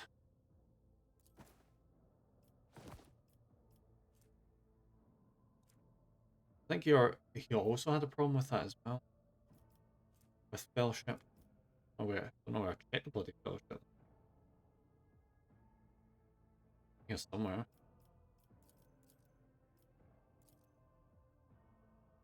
Fellowship there is 25. Or stats along with intelligence.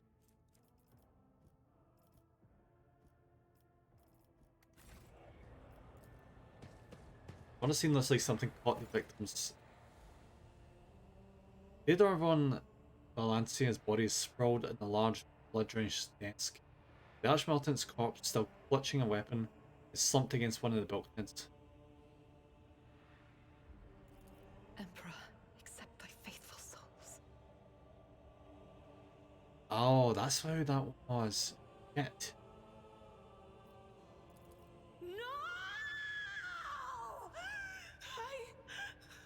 Lord Captain, I didn't hear a thing. Not a whisper, not a breath. It was so loud. Why didn't I foresee this?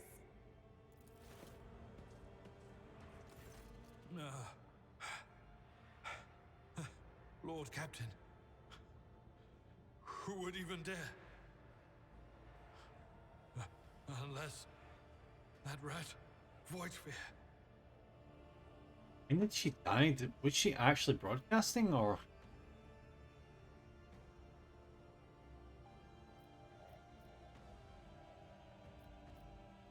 I doubt it. Point her wish humiliation suffering upon Theodore, not swift death.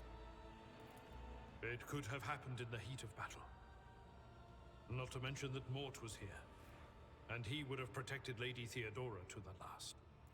How could Mort have failed her so terribly? The Archmilitant was born on a death world. He had lightning-fast reflexes.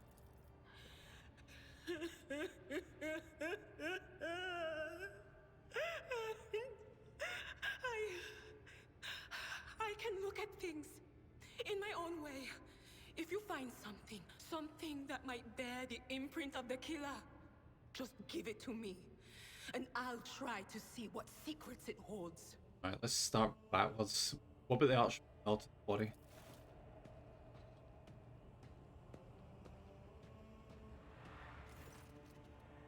An old pistol shot went straight through Mort's forehead, spraying the floor and the furniture around with blood, grey matter and shards of his skull. The safety of the Archmilitant's weapon is off. The killer must have been a split second quicker than he. I feel like they shot each other, though that might just be a massive assumption. You lean closer to the body, the cause of death is apparent. What ended the rogue trader's life was an auto pistol shot. An extraordinarily accurate one at that. Theodora's face bears an expression of surprise, the last emotion she experienced in life. Something in the floor catches your eye, a heap of blood-splattered parchment, scrolls that must have fallen off the desk. As you lean down for a closer look, you notice something else. Small shards of glass scattered on the floor.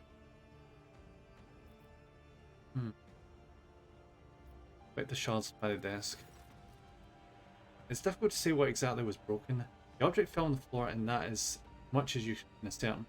Upon closer examination, the shards appear iridescent rather than completely transparent, as if they've been submerged in Promethean. Like fire, yeah. Like the papers. Reports, accounts, dispatches. You go over the scrolls until you stumble upon a document that is starkly different from the rest. It's a handwritten letter signed with the initials XC. A seal with a symbol that is vaguely familiar to you. It sends a shiver down your spine. The author of this letter addressed to Theodora von Valentine, signed it with the seal of one of the holy orders of the Emperor's Inquisition. Ooh. The secret police of the Imperium that relentlessly hunts heretics, Dinos, and other enemies of humanity. You don't want to fuck with the Inquisition. That's it. Rough. Idera, would you try touching Theodora? You may be able to see the colour through her eyes. It doesn't work like that. I can try to read the memories of objects, but dead bodies are a different story. Something like that would require her soul.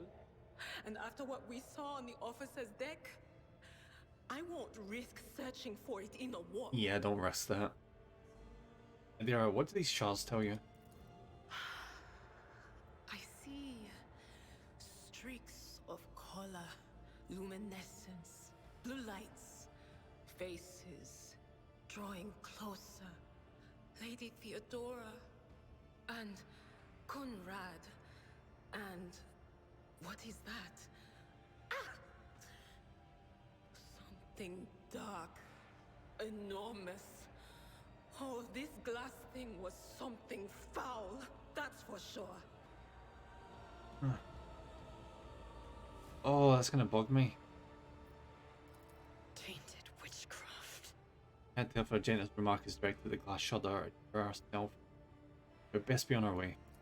Yes, the crucible of battle calls to me once more. No, wait! We must see if we can find anything. Idira, you can't bring her back. Let her go. And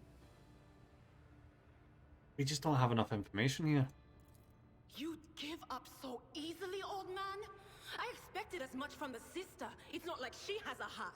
But you? Oh no. I'll get to the bottom of this. I'll find the one responsible for murdering the Lord Captain. And when I do, that scum will regret the day they were born.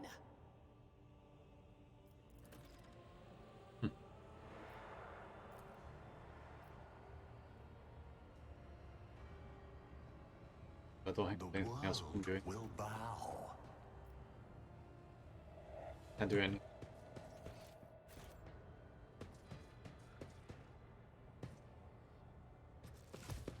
Ooh. Oh, that's a heavy servitor. Combat servitor. Suitable sacrifice.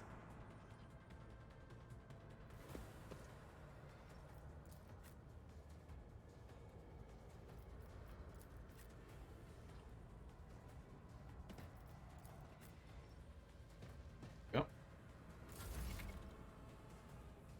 Armor protects the character's incoming damage. Light and medium armor types are both available to you at the moment. The armor stat indicates what percent incoming damage from enemy attack from absorbed. Paper armor also influences the chance the character wearing it will pass a dodge test. The higher the dodge penalty, the lower the chance to dodge enemy attack. No dodge with 35% dodge.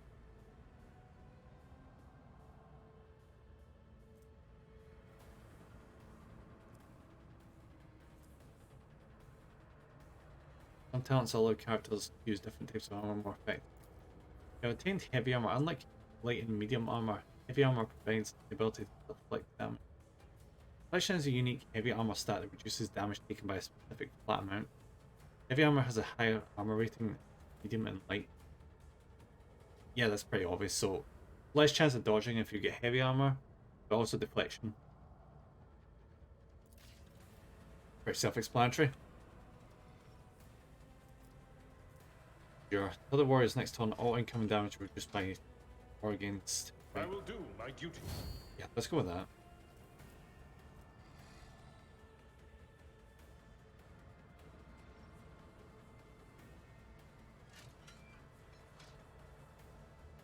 Victory is imminent. Charge. Yeah.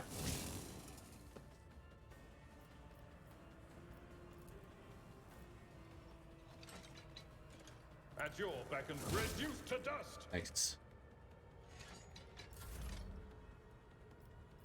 Done. Purpose guides me.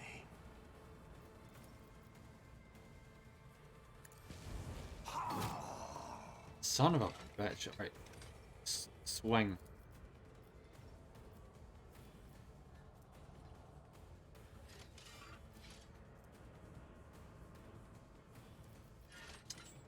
That's fucking annoying.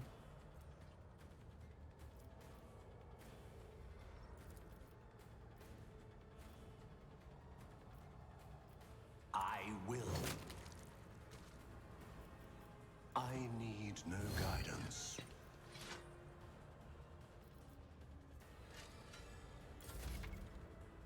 When counter enemies with various abilities feature, an icon next to an enemy's portrait indicates that they are under the influence of some kind of effect. Wish to learn more about an enemy, right click K. Ability also grants additional view momentum for each enemy that is either 5 times the radius. This about hits a demon or chaos cultist additional.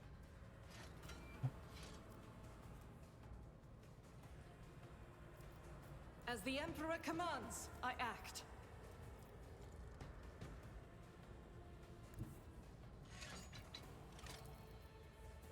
Why not?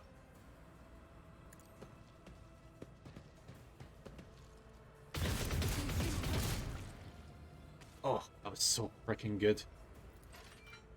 I'll do it again. Doubt is for the weak. Eradicated.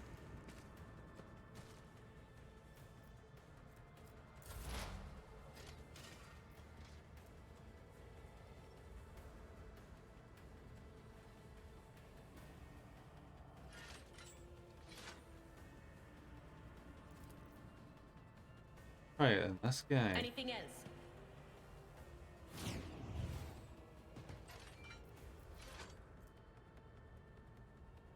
Point. Oh, do I need to? What? Do I need to put exploits on this the freaking thing? On it.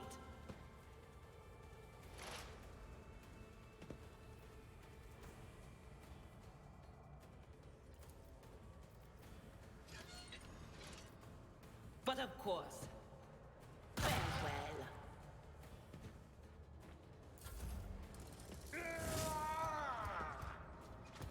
You're gonna, yeah. Just a minor setback. Guides me. I shall repay your strike, shan't I? You can gain a better understanding of what transpired in the combat by checking the combat log. All actions performed by the character, their defiance, and the combat log in the bottom right corner of the screen. Where? Yeah? Oh no, it's here. Right. That's freaking tiny, Jesus Christ. You can't see it because it's hidden behind me, but it's this tiny little toty little thing.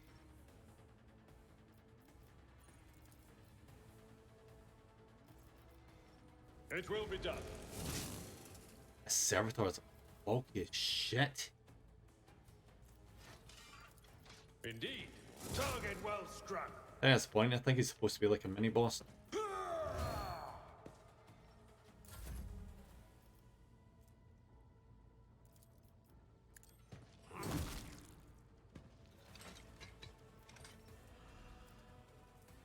One one step closer. I reject the very idea. I will triumph. Okay, next turn this thing's dying.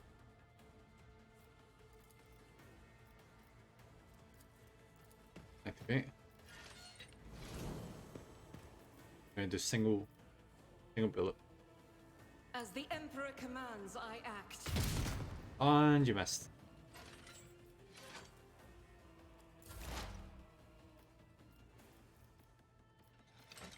Add more exploits.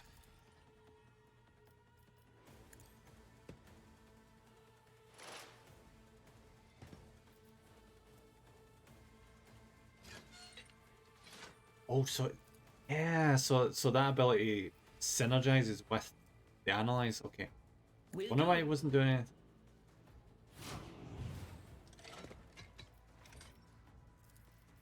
Anything else? I give her this, she's really good as a support character. And down you go.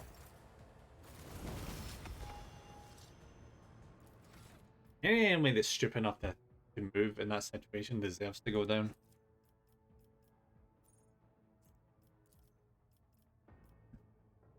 Right, what we got?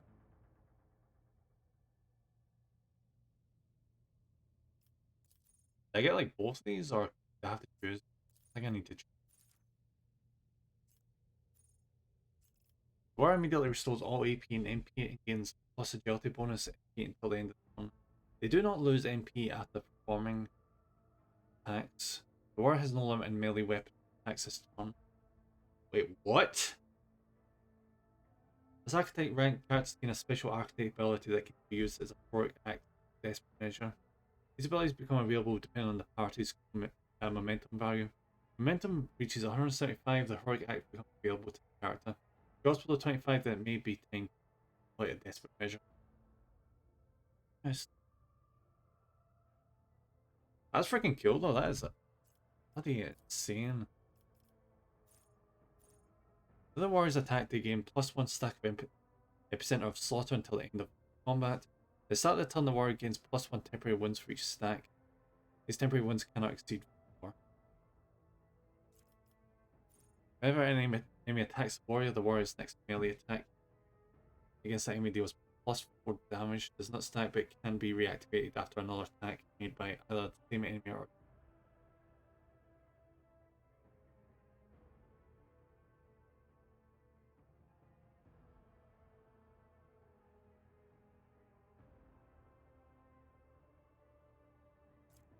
this one. The warrior's melee attacks deal an additional 4 damage to enemies that have no allies. The warrior has less than 50% wounds again, plus 5 plus toughness plus agility. Very good. Warrior gains +1 damage deflection. The power chance increased by 25%. We're not going for an armor build, we're going for like a dodge build. +1 attack slaughter until the end of the turn. The warrior gains +1 temporary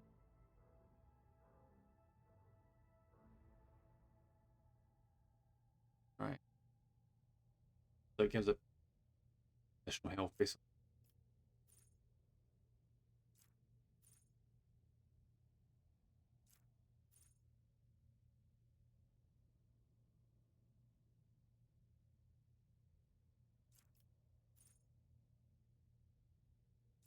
I can't like the sound of, I'm gonna lie.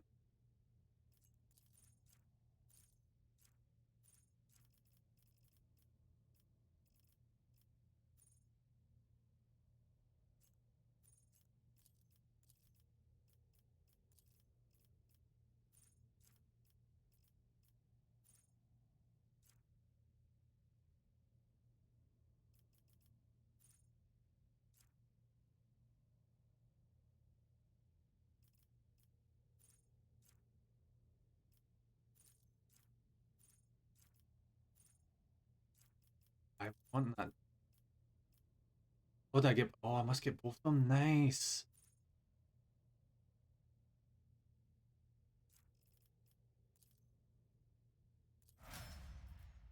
Awesome, love it.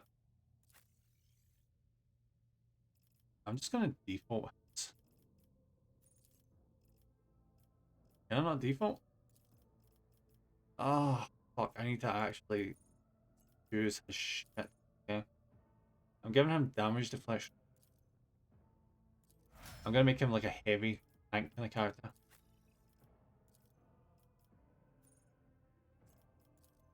Is that what he's got going from? Yeah, that is what he's got going from. Okay, yeah. 50 toughness, yeah. Exactly what he's.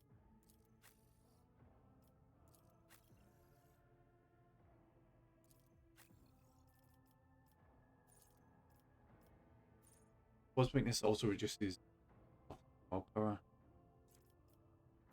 Boss weakness also. If the operative attacks into me that it's wounds, the attack deals. But that's that can only be that doesn't happen that frequently. Unless you're like fighting a big group.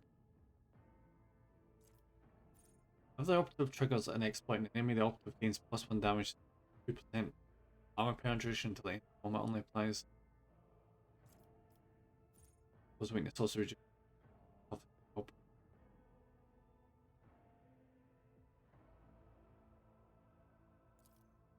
Yeah, we'll go with that one.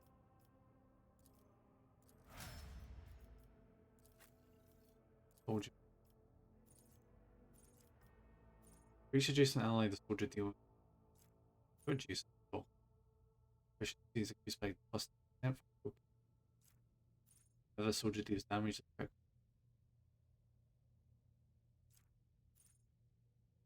The soldier deals damage to 3 damage. Is a soldier gain. And damage to tank. Plus gain. Like,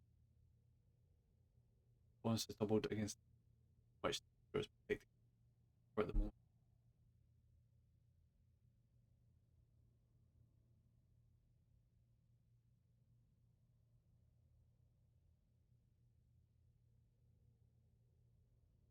Like,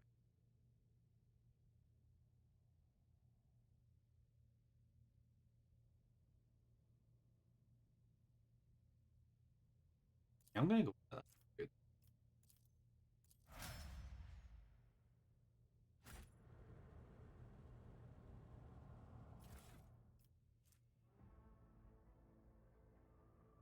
+5 toughness if they're turning down.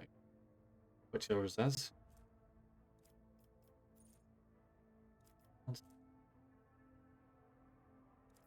Then we'll need the last. Take that as an oh. So these are going into the cargo.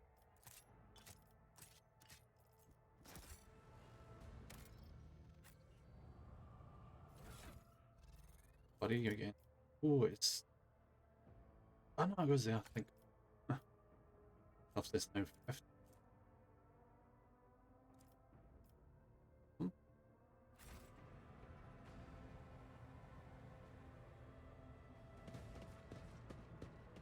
Double check something. Yep, fine, let's go. The world trembles beneath my feet. Let's hit the bridge.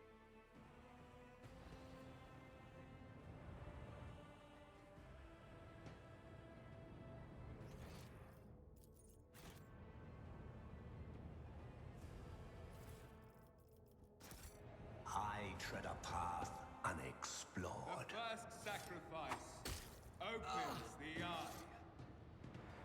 The second sacrifice draws its gaze.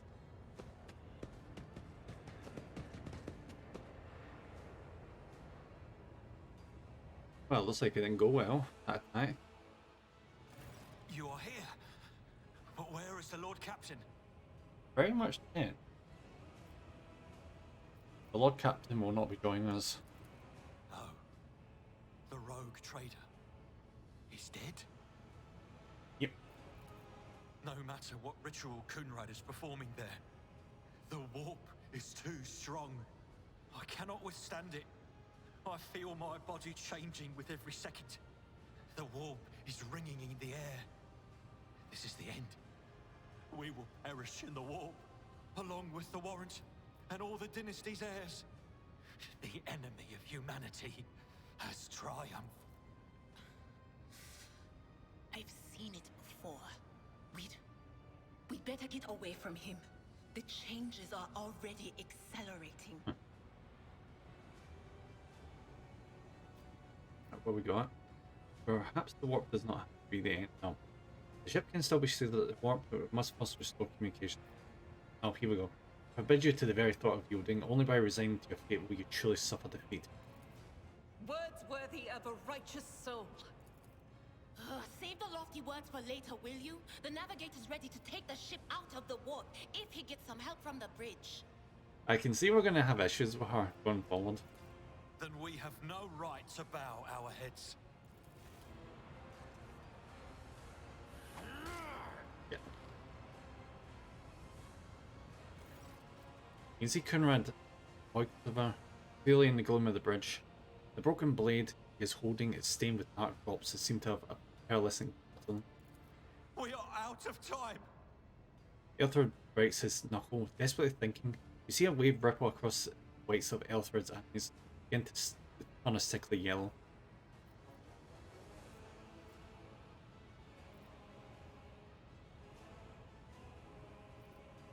Ready your weapons. We have to die this day, let us die with honor. No. To die altogether is to allow the flame of the dynasty to perish in the dark. No. It will not be like this. Not today. The ritual will not be completed. I'll take care of it. And you, see to it that the void ship breaks free from the warp. Watch over our realm. And farewell. What is he planning on doing here? Accursed traitor! A time will come when you will bleed for her ladyship Theodora's murder. Remember my words, for they are the vow of he who marches toward his death. Is he going to take the last sacrifice to ruin the ritual? What? Theodora is dead? No, that can't be.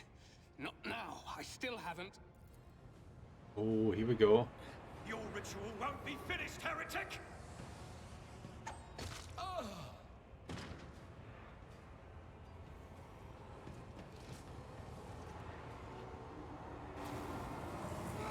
Shit. Oh no, he got possessed.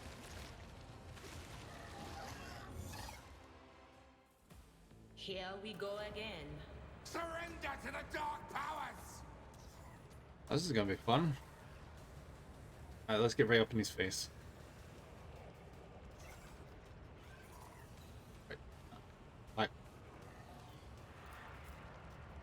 Yeah. Need you to like charge those assholes right over there. Oh, there's a lot of people. You stand there, and you stand there. Yeah. Encounter enemies with various abilities and features. An icon next to the enemy's portrait indicates you're under the influence of the tooltip. Thought we already seen this tooltip.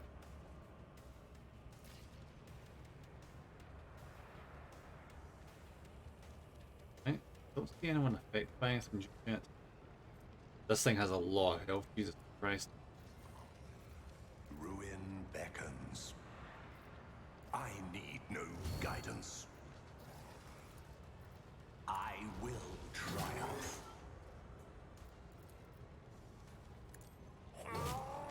Nice.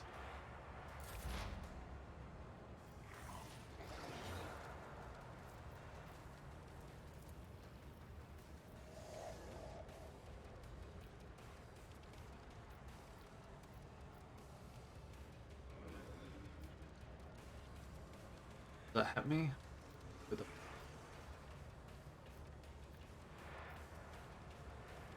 No can do. Too far.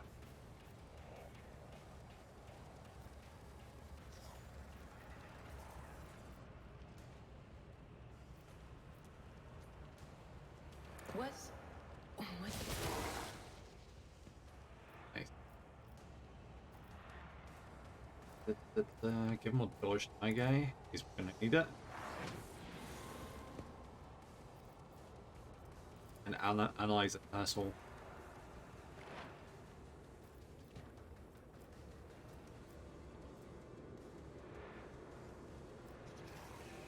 That's everything for a turn. Using unique abilities called heroic acts or desperate measures, momentum is required. Depending on the action of your party combat, the momentum bar will increase or decrease. A higher momentum value allows the character to use a heroic act. Both abilities can completely change the course of a battle, but every party member can either use one or the other in a single combat. Soldier gains the ability to make a number of extra attacks equal to their weapon rate of fire. Using the weapon's attack normally costs it AP. Until the end of the soldier's turn, the first attack against each new enemy automatically scores a correct hit. Nice. Okay.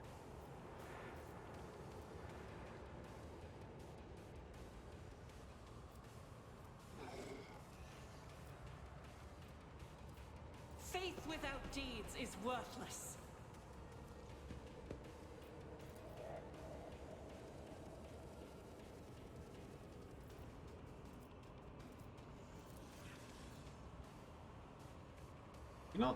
Did you not shoot the boss right now?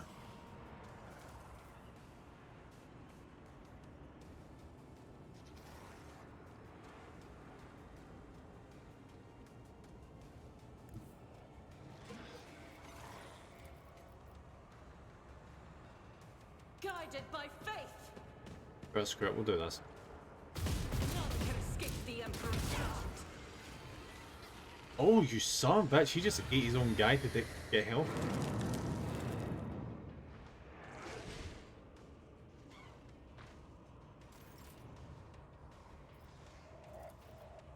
What the fuck is that?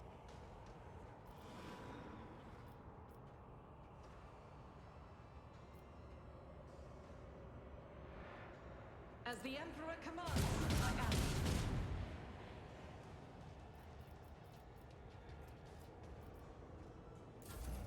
I serve the ruinous powers.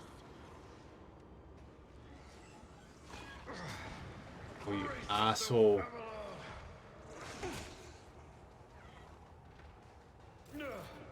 My ears are ringing.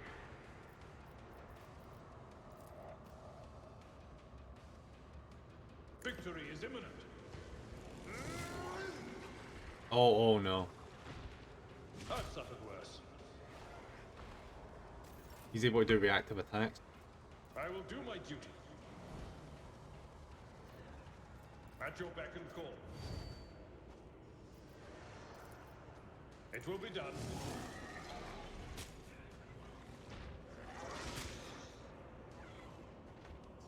That is one thing you really don't want from a boss. Out of my way!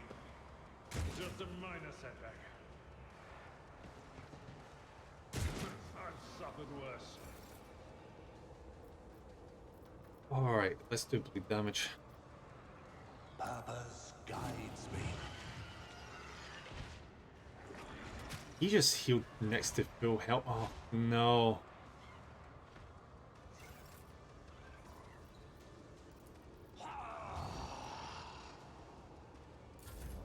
We need to get these additional fuckers.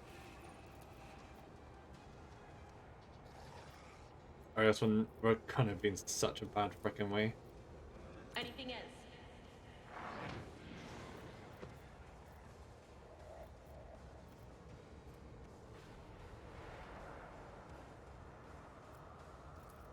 On it.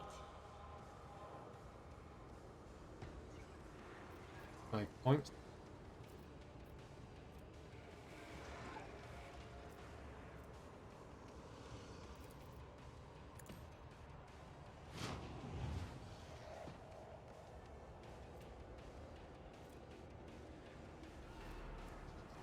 Bleeding, exposed weakness.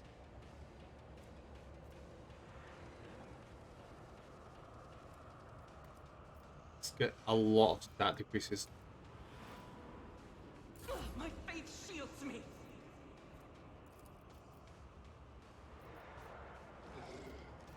Can I, by some miracle... It's not well, is it?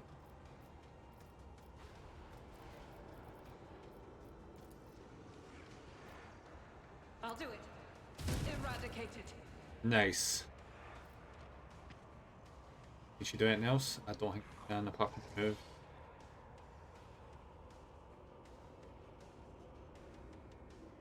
Can she move? No, she can't. Okay. I'm enraged. Oh, good, he parried. I'm gonna need time to heal next turn. Brace yourself, Abelard. Or right now, actually. Field medicine at its finest. Indeed. At your beck and call. We can do this, we just need to take out this last guy. He is by far the pro. Why have we got -6 fucking movement points? I will triumph. The ruin beckons.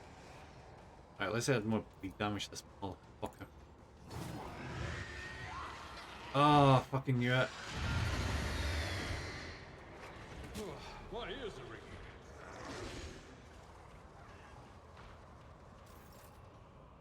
Alright, we get bleed damage now. Awesome.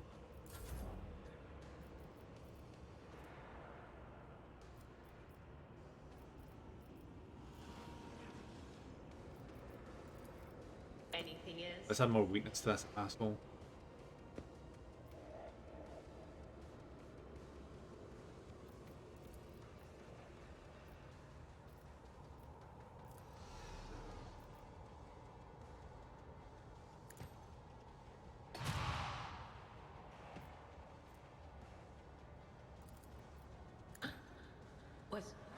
Was that you? Or Pain cleanses the body. Oh, she's standing boxing, doesn't she? I was wondering why she was taking so much damage.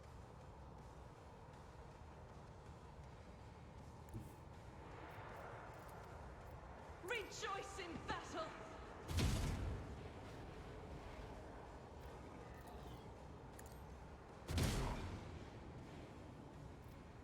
Heal yourself right Blessed now. be the hand of the healer.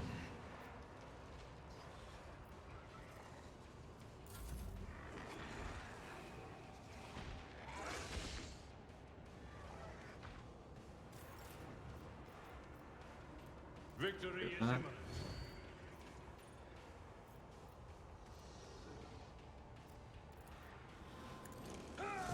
We can do this. Just need hope.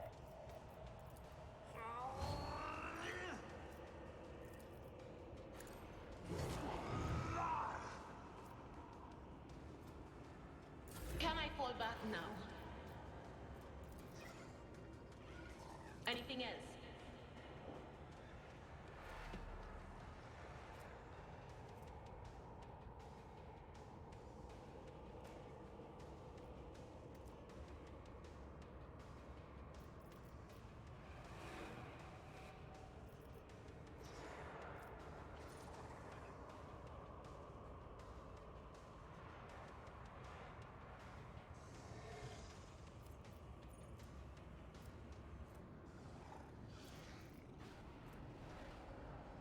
That's the pure effect.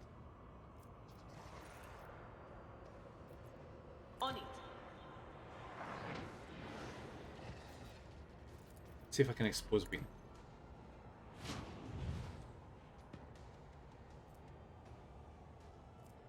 Yes, there we go. It's nothing. Doubt is for the weak. Reload. See, the thing is, though, she is really good against multiple enemies. She's not so good. It's the freaking big ass boss.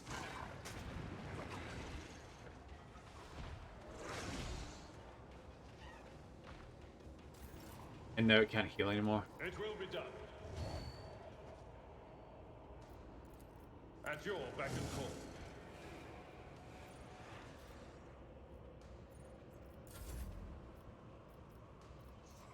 one step closer. There's some more poison, bleeding damage for you, you asshole.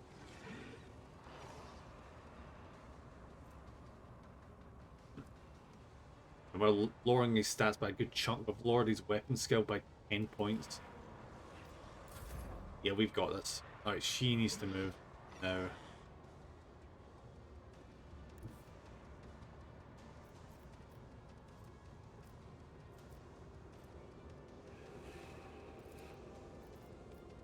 They who discern the future own the battlefield.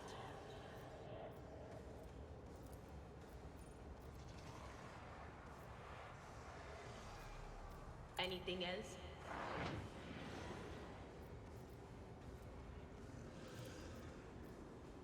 What of yours? Oh shit, I think she just got overloaded. Yeah.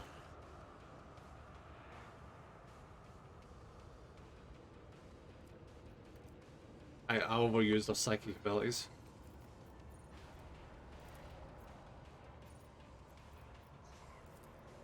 Faith without deeds is worthless. I'll do it.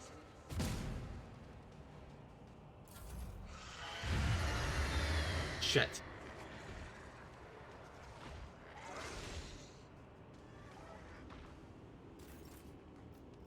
Indeed. I will do my duty. Go on, one more hit. Purpose. Yes! Oh, that was actually pretty freaking tough. Jesus.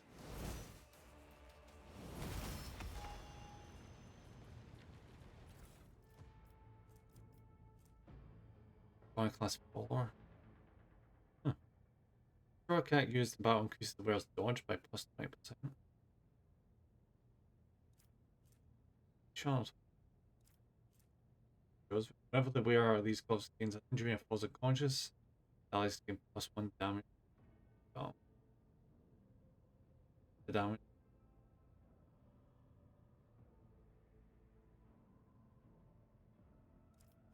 I don't know if I should wear that. Fuck, I'll wear it.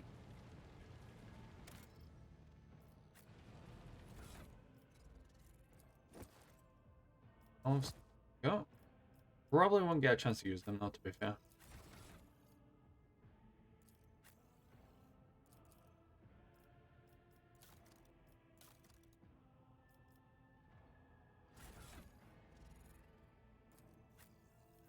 We can use that. Yeah. Where's the dodge? Right.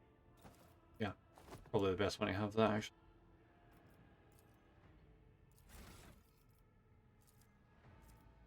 Oh, we get 2 more things. Okay, awesome. Skin, damage deflection, no we're not doing that. What's a star?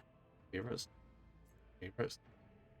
The additional +4 damage to enemies and no allies. The warrior has less than 50 wounds again. I feel like I should get that.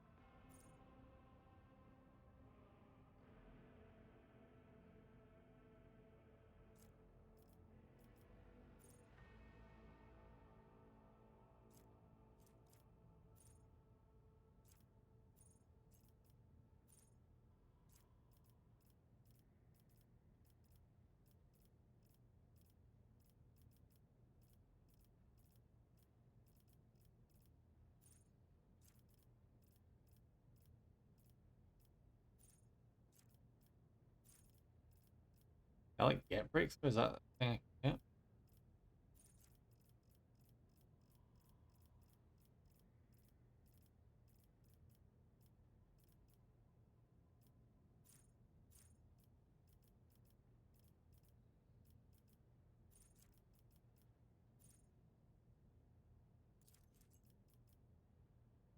Can't actually see what breaks does.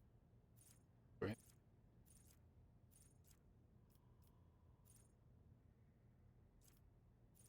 Where's melee attack?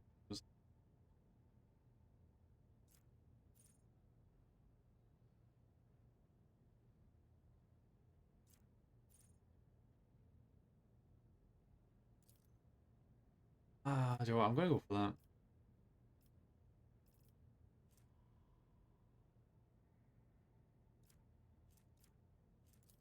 Go for a weapon skill.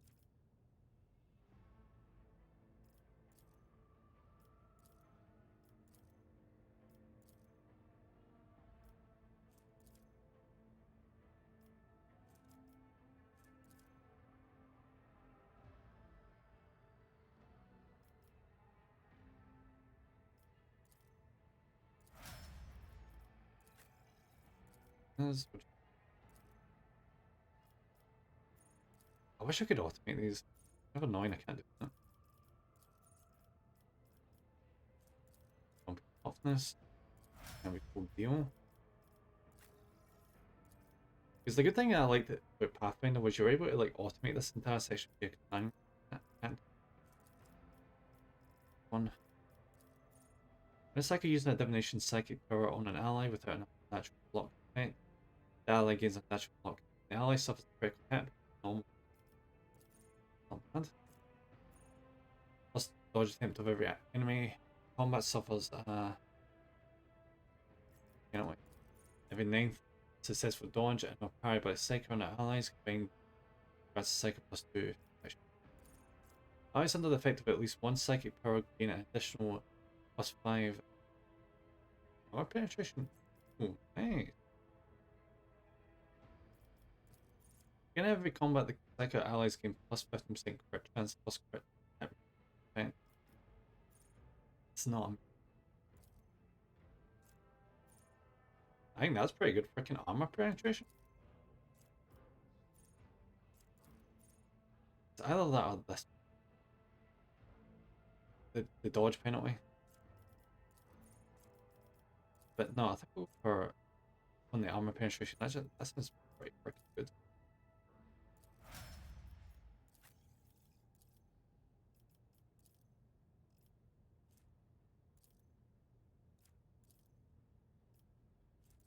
Agility. Radar for each reduce that. Our efficiency is increased by 10. Damage to 2 different enemies, the soldier gains plus more damage on the attack.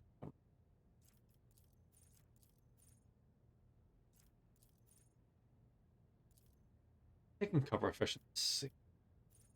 Maybe not. I've not really had problems with. I know we're still at the start of the game, but still. She's not going to use that much. How often is she going to have adjacent allies? I don't feel like Rack and Ruin makes sense. It was damage to 3 different enemies, soldier gains 10+2. Yes. Ballistic. More damage. Yeah, I'm going to Rack and Ruin.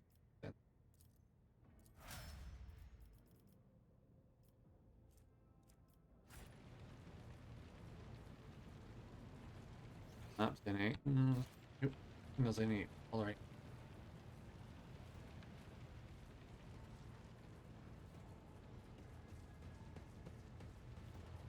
Alright, there's a member of Bridge Crew here. Yep, we won. Race. Embrace true power. Have a little look around first. Was some cultists, so maybe I was like 50 grab. I guess not. Let's seize the opportunity.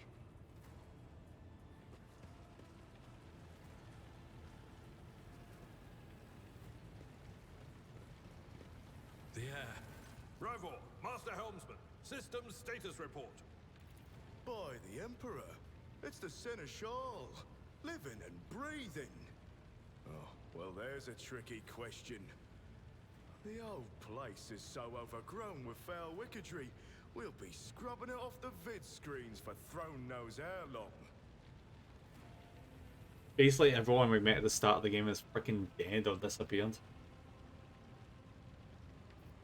How did you people survive in here? Must have been Providence. It better have been the Emperor's, not someone else's.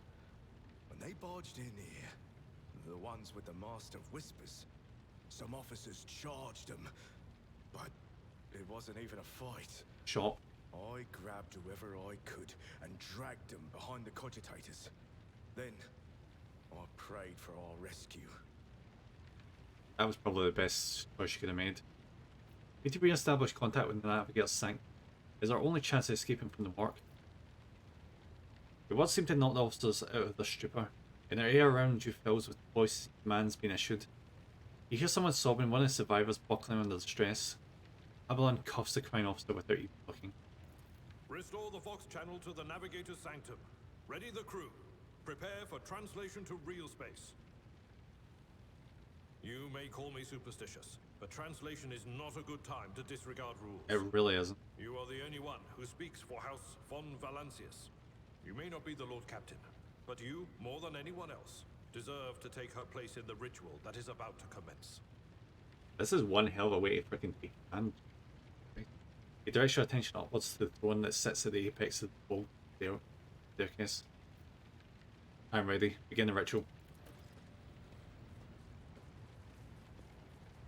We're gonna need to clean this place up so much.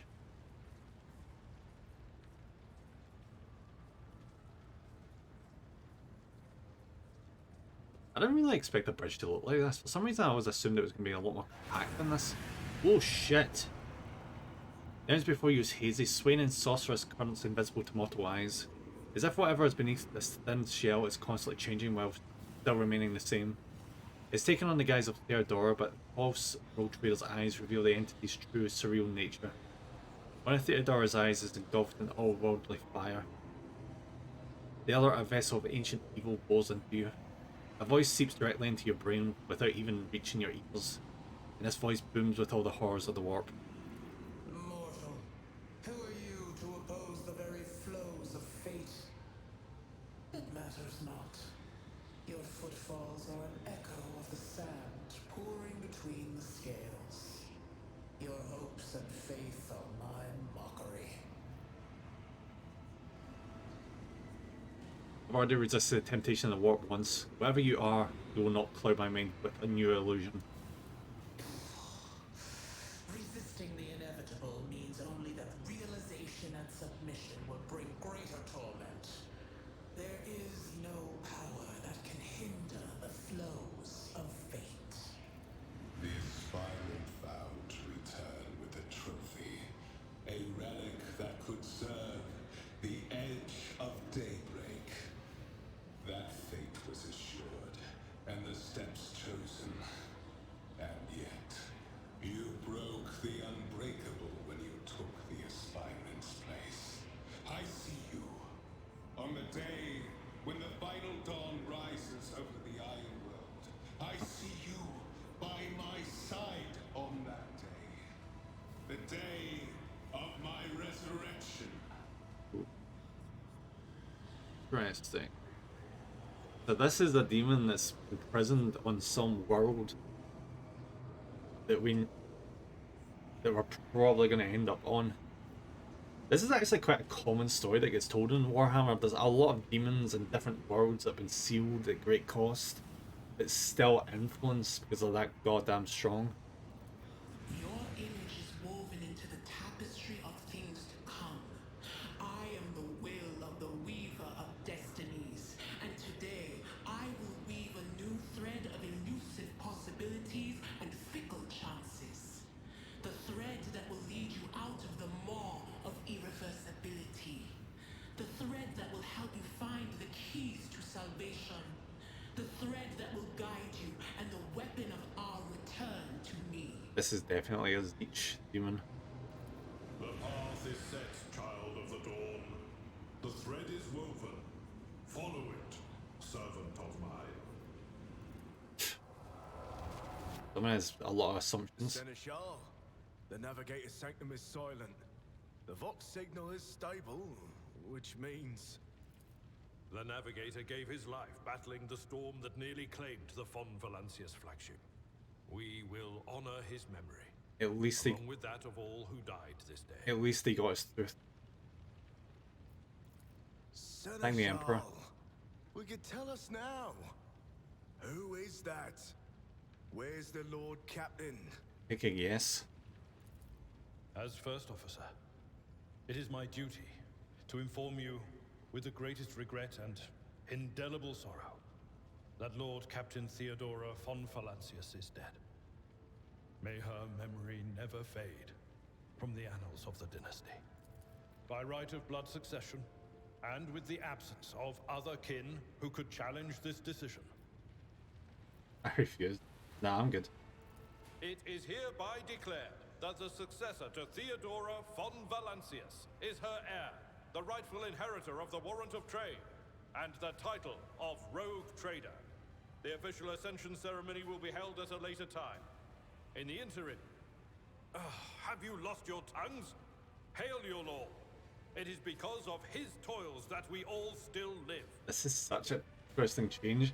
Because we were supposed to just shadow the current Rogue Trader and just learn it and become like a possible replacement.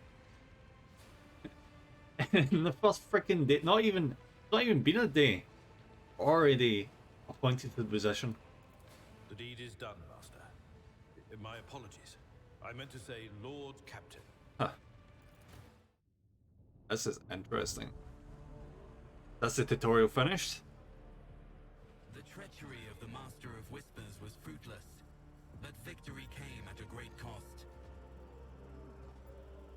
Lord Captain Theodora von Valancius perished along with her heir, Edelthrad, and thousands of crew members.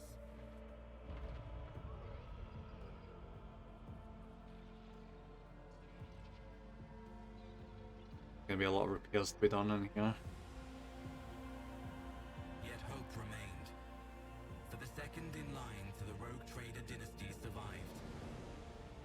To hang the ancestral banners once again, and exact vengeance on the enemies of House von Valancius and humanity. Damn right.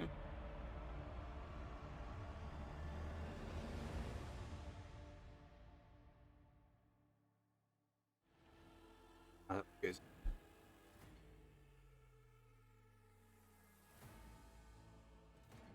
You know what? We're probably gonna save after this and call it. It's that's been a long intro. Right, 1 hour was just character creation, but still. It's a good start though. I can't wait to see an actual planet. Deep Shadow's awareness can be seen on Aberlin's face. Though the old officer's eyes are keen, they rake over you from head to toe. He frowns, mutters something, then nods to himself. Ah, here we go. Here's the point where we lose all voice acting. Oh, this is gonna be fun. And when I say that, I mean my voice is gonna die a death. Well then, your lordship. You had us worried for a few hours there. Aberlin offers a thin smile. But after witnessing your fearlessly rush into the fray. Was this? Do you slowly to your... Yeah, I remember that. On deck, the only thing that surprised me is how long you stayed on your feet. Your strength only left you once the fighting was all over. Such fortitude is most admirable in a Lord Captain. You must now hold your first officer's briefing, your new role as Lord Captain. For many of those who are about to join us in the bridge, this will also be their first briefing. We sustained massive losses amongst senior and middle ranking officers. Some posts have been filled by the deputy's deputy, while others go unfilled entirely, and now the deck plans are deciding who will take over leaderless crews. Oh. I wish to be a Rogue Trader. How did we come to lose so many officers? We know how we lost so many officers. It appears the heretics were deliberately targeting the vessel's command. They knew exactly whom they were looking for, and where they could be found, which is unsurprising given that their informant on board was our own Master of Whispers. What is it on the agenda for this meeting? Reports on the condition of the ship and crew. The Lord Captain is not usually drawn away from her important affairs to attend such routine briefings, but this is a unique situation. I'm still receiving updates from across the ship, and they are not encouraging. Getting this bird to fly could take a gargantuan effort. Even so, as far as you personally negotiating with the authorities of the system we're currently in, so prepare to hear a bevy of complaints and excuses, your lordship. Take this opportunity to get a good look at the officers who work 6 decks away from the bridge, and they in turn will have the honour of beholding the visage of the Lord Captain. These ships are so freaking big that the people working in the engines might as well be a country away. It's ridiculous how freaking huge these ships are.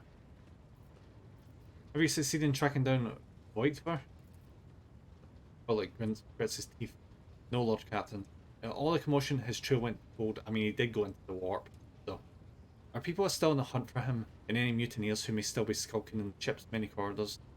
But frankly, I would not be surprised to hear that we are now one shot short. I'm afraid that it will be some time before he answers for all that he has brought. I'm ready to start the briefing. Summon the officer. With a gesture, Abelard relayed the order to the adjutants at the far end of the magnificent chamber. Alright, let's see where this is going to go. Oh, there's a tech priest.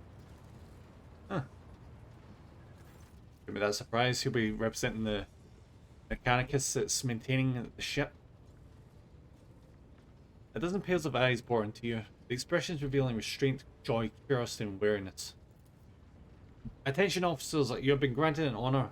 Lord Captain Nemra von Valencia will personally conduct today's briefing. A most gracious Lord Captain is ready to hear your reports. I am not yawning, screw you, game. Perhaps you would introduce those present, Aberland?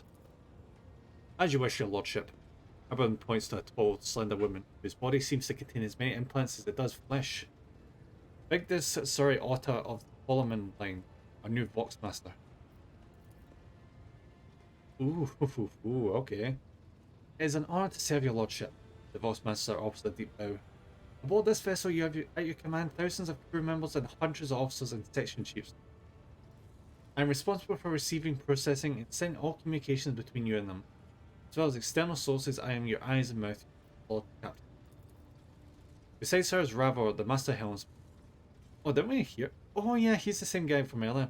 He sails a ship along the course set by the Lord Captain, and monitors the void around us, to ensure we do not stray into an asteroid field or pirate trap. The bearded man with pale, almost transparent skin, large dark circles under his eyes, and a dour expression that seems hardwired into his face, gives a sullen nod. Hail, Lord Captain. This here ship's as good as home to me, so rest assured she's in safe hands. I'll die before I let her come to any grief. And lastly, our high factor totem, Janris Danrock, who oversees supplies, procurement, and the general material well-being of the ship. Jesus, look at this guy. Dressed in an embroidered jacket, the heavyset man with odd hair offers an obsequious smile and bows. It is an honour, your lordship. You may trust me with all matters concerning your comfort. Everything will be done to the highest standard. In the second row, we have the 3 officers charged with overseeing the ship's vital functions. The Master of Ordnance is responsible for the artillery aboard, the Infernus Master, whose crew work to prevent any extinguished fires on the ship, and lastly the Drives Master, servant of the Omnisire. The Omnisire is what the Adeptus Mechanicus see the Emperor as. They're basically a cult who worships machines. So, the 3 officers salute you. The Infernus Master does so with confidence, but the Master of Ordnance betrays nervousness. I don't want someone that's in charge of Ordnance being nervous, but fine. The Drives Master offers a salute resembling a dance, involving the complicated manipulation of all the tech priest academtrites.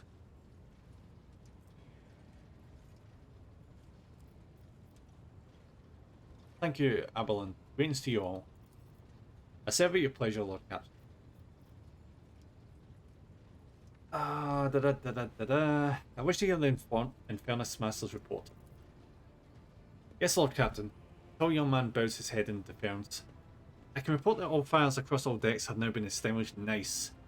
The preliminary damage assessment in terms of material losses and crew casualties has been completed. The results have been submitted to the Seneschal and the High Factorum. The post passed to him after the previous Infernus Master and his next 3 deputies expired in the line of duty. Aberland remarks in a low voice, pitched for your ears only. I mean, that's understandable. The lad is managing well so far. He can take the heat, so to speak. High Factotum, what have you to report? We are toiling day and night to compile a full account of the loss. The task will require next to no involvement from your lordship. I will personally ensure that all damaged components are given to the tech priest's hands for attention, and that all lost supplies are replaced. There is only one resource that I can replenish single-handedly, and that is people. sense. We have lost more than 2,000 crew members. Jesus. And unfortunately, this number is not confined to the scum and the lower decks, which are easily replaced, but also included the trained professionals. We'll be able to make up for our losses on the nearest planet, Rykid Minoris. However, the planet, the whole system in fact, belongs to the Winterscale Rogue Trader Dynasty. Oh, so this is separate from our one, okay. This is going to cause friction. Good. We cannot simply begin recruiting on the planet without first coming to understand with the governor. In that respect, I'm powerless. Negotiations at this level are a matter for the Rogue Trader, which, yeah. Especially true given Caligus Winterscale's penchant for attacking first and asking questions later. And the kind of thick-skulled thugs he usually installs as governors in his planets. Oh, goody. Guys, Master, I'll hear from you now. Voice distorted by a Vox translator emerged from under the tech priest's scarlet hood. Lord Captain. I can't. I'm not gonna need it. I need some sort of voice modulator of my own to do a tech priest voice. I'm not gonna do it. I wish I could though. That'd be freaking epic. Lord Captain, those that set upon this noble void ship destroyed the repositories of hundreds of machine spirits. Yep. The Great Warp engine trusted into my charges unharmed. Thank the Omnissiah, but its spirit mourns its dead brethren. We have not yet identified a prayer protocol capable of assuaging its sorrow and anger. With great sorrow, I must also report that the Agency of Prime Overseer, spiritual authority of all tech priests on board, fell in battle. That sucks. The Magus was betrayed by the little flesh that remained part of him. Most terrible loss. There was no one among my comrades aboard whose expertise and comprehension of sacred protocols equal that of the fallen Magus. I mean, he was a Magus. That makes sense. I require a placement as soon as possible. I mean, how are we going to do that? Get them from Mars? Would someone care to translate the esteemed Drives Master response? Nah, I get what they're saying. I see, thank you. Tech priest bows her head. I'm not going to be disrespectful to the people that are just struggling to keep this thing going. That's just dumb. Master Helmsman, deliver your stats report. Right you are, Lord Cap. To cut a long story short, the outlook is bleak. Ships sound more or less, but without our Ingeseer, Prime, and Navigator, who fell in battle, we have no way out of the system. Exactly. The fact we even got out of the warp was a miracle. If we tried to set so much as a toe inside the warp, I don't know what will happen. We'll be screwed, that's what will happen. Our warp drive will be torn to pieces, or all of us melted into the bulkheads. Your Lordship, if you will allow me to interject. When we arrived in this system, my crew followed standard protocols and conducted an account of all available communication channels in the region. One of them was a Navis Nobilite station, ancient organization of noble mutant families whose genes allowed them to safely guide warp-capable void ships to the... Oh, okay. The station maintains complex Vox silence, but even its presence here inspires hope. To have located the Navigator in the very same system is an incredible stroke of luck. A true blessing from the God Emperor. If I were you, I'd grab this chance with both hands, or else you'll soon be eyeing up asteroids to use as your next residence. It's slightly less threatening, my voice is dying. Jesus. We can go round and round the system till our heads are swimming. As long as the Prometheum supplies last, which is basically fuel.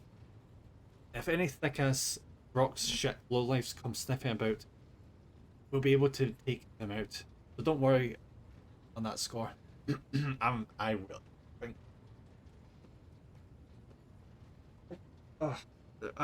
I wish that we get more voice acting for this game. Oh, this is gonna get paper going. I just know it. Master Ordnance, do you have anything to report? Master Ordnance gives you a gloomy look. No, my job's simple. Maintain the arsenal on fire where I'm told. But just ask anyone. Get no able crew, no Lord Captain. Master Ordnance, you forget yourself. I knew that was gonna happen. Master Ordnance chokes back the words he was obviously about to blurt out without thinking. He casts another look at you before lowering his gaze. I apologise profusely, Lord Captain. Pardon the fool. The ship is in ruins, every other officer is dead, and the Lord Captain is no longer with us. Fear has taken hold of me. He looks up at you, I've heard of you. Oh yes. Your fame has reached even us as far as the expanse. I can't be showing myself up in front of an illustrious person such as yourself. Okay. He adjusts his uniform and stands ramrod straight. Master Ordnance can report that the rest of the arsenal has been saved. Batteries in good order. We are ready to fight, if that is the Lord Captain's will. Yep. To summarize, we have sustained serious losses in crew members. We require a new Engineer Prime Navigator. Is that all that is preventing us from continuing the voyage? Precisely, Lord Captain. But bear in mind that this will not be the end of our trials. The ship's systems must be properly inspected for major damage, which can only be carried out at Footfall Station. Let's avoid port on the edge of the corner of this advance. Okay. Home to the only dockyard in the sector. We will never reach Footfall without first solving these three immediate problems. What can you tell me about the system in which we currently find ourselves? I cede to the Voxmaster on this point, Mistress Tollerman. We are in the Rykad star system, and our voyage here was undertaken on the orders of your lordship's predecessor. There are 3 inhabited bodies in this system. Our attempts to send Vox messages have produced confounding results. Not good. The Navis Nobilite station has not simply failed to answer. It seems to have been maintaining total Vox silence. However, we did receive a distress signal from the prison planetoid in the system. And Rykad Minorus itself is also not responding to our hail. But what is most alarming is that our augurs have intercepted signals from the surface. They seem to indicate ongoing hostilities on the planet. Oh, good. So they're basically... there's conflict in the system. Right now, awesome. The situation is not very encouraging. But without a navigator, tech priest, and new crew members, we won't be able to travel anywhere. Therefore, we must go to the planet Navis Nobilite Station and find out what in the void is going on. Thank you for your report, dismissed. The assembled officers salute you at one. Oh, I'm dying. Can we actually move on from the dialogue for 5 seconds? I don't know if I don't think I can save here, and I probably shouldn't save at this point because it's... oh, you know, we're right in the middle of something. Your lordship, there's one other thing. A confidential matter of the utmost importance. Lady Theodore, oh, the body. Your eternally esteemed predecessor brought the ship here, this system, for a reason. He was given a secret commission. You perhaps are wondering who has the authority to commission a rogue trader to do anything? The Inquisition. I shall tell you. The Lord Inquisitor, the hand of the Emperor, the chief architect of this will, the Cornus expands. Okay. I came across a strange handwritten letter on Theodore's desk. I was sent XC. You're referring to the contents of this note, I presume? Yes, quite XC. Xavier Alcazar. Lady Theodore was to seek out the Lord Inquisitor's right hand man. One Heinrich van Kallarx. Interrogator, as you understand. All knows that he's somewhere in the system, but we must find him and offer him whatever assistance he requires. And then deliver him to Footfall. I always wondered, like, how did rogue traders interact with Inquisitors? And like, who had the most authority? Because I think rogue traders are basically given free reign to just navigate. But so are Inquisitors. Inquisitors can basically demand a planet gets destroyed. They have so much power. I guess it makes sense that the rogue traders would take orders from the Inquisitor, because the Inquisitors just a bit up.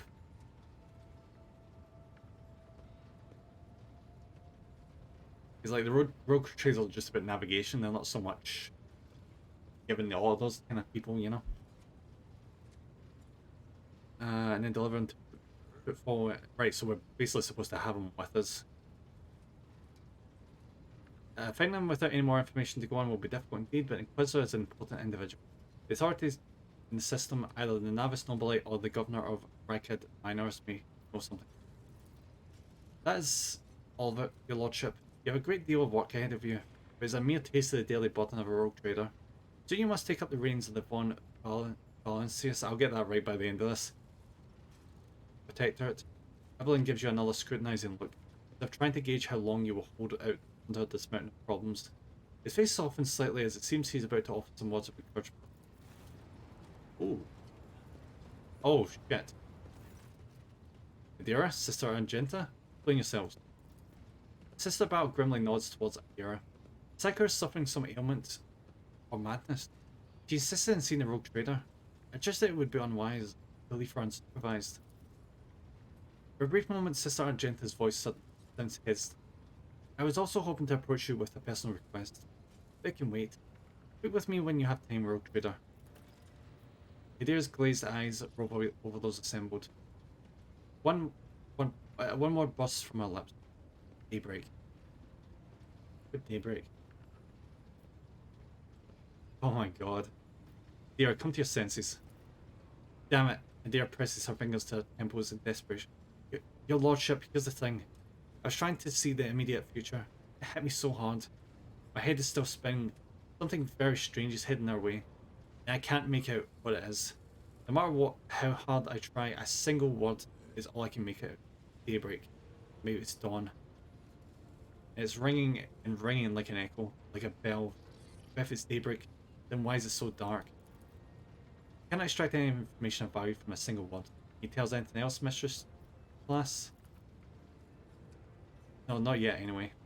The voices are going berserk, all shouting at once. Can't make sense of any of it.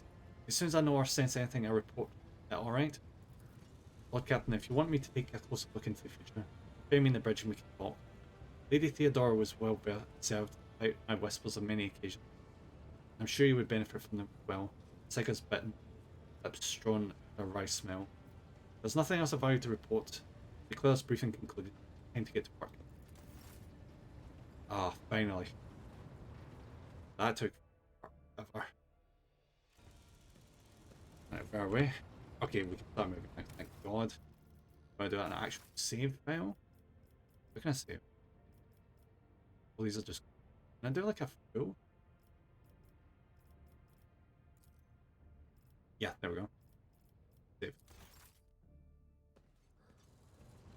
Awesome. Okay. Yeah.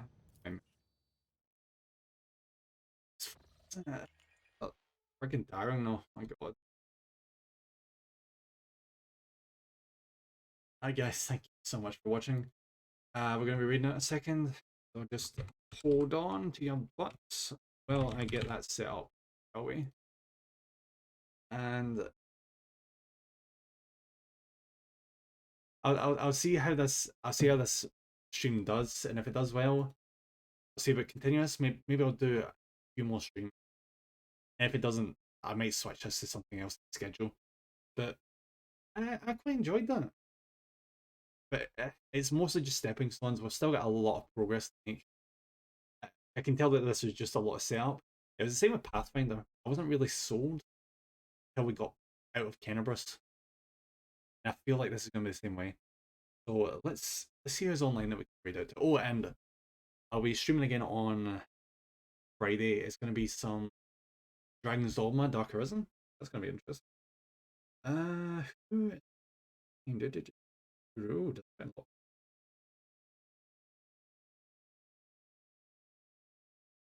You know what? I'm gonna read someone that's also really into Warhammer. Because I'm actually playing Helldivers right now. So we're gonna read over them. Apologies.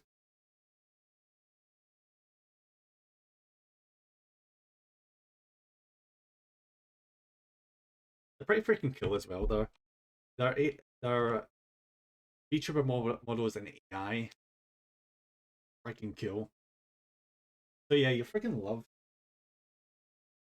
Oh God, you freaking love them. They're freaking awesome. So just a second.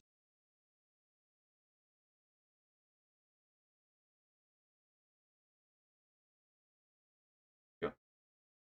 Chat. In case you get left behind, make sure to use that link.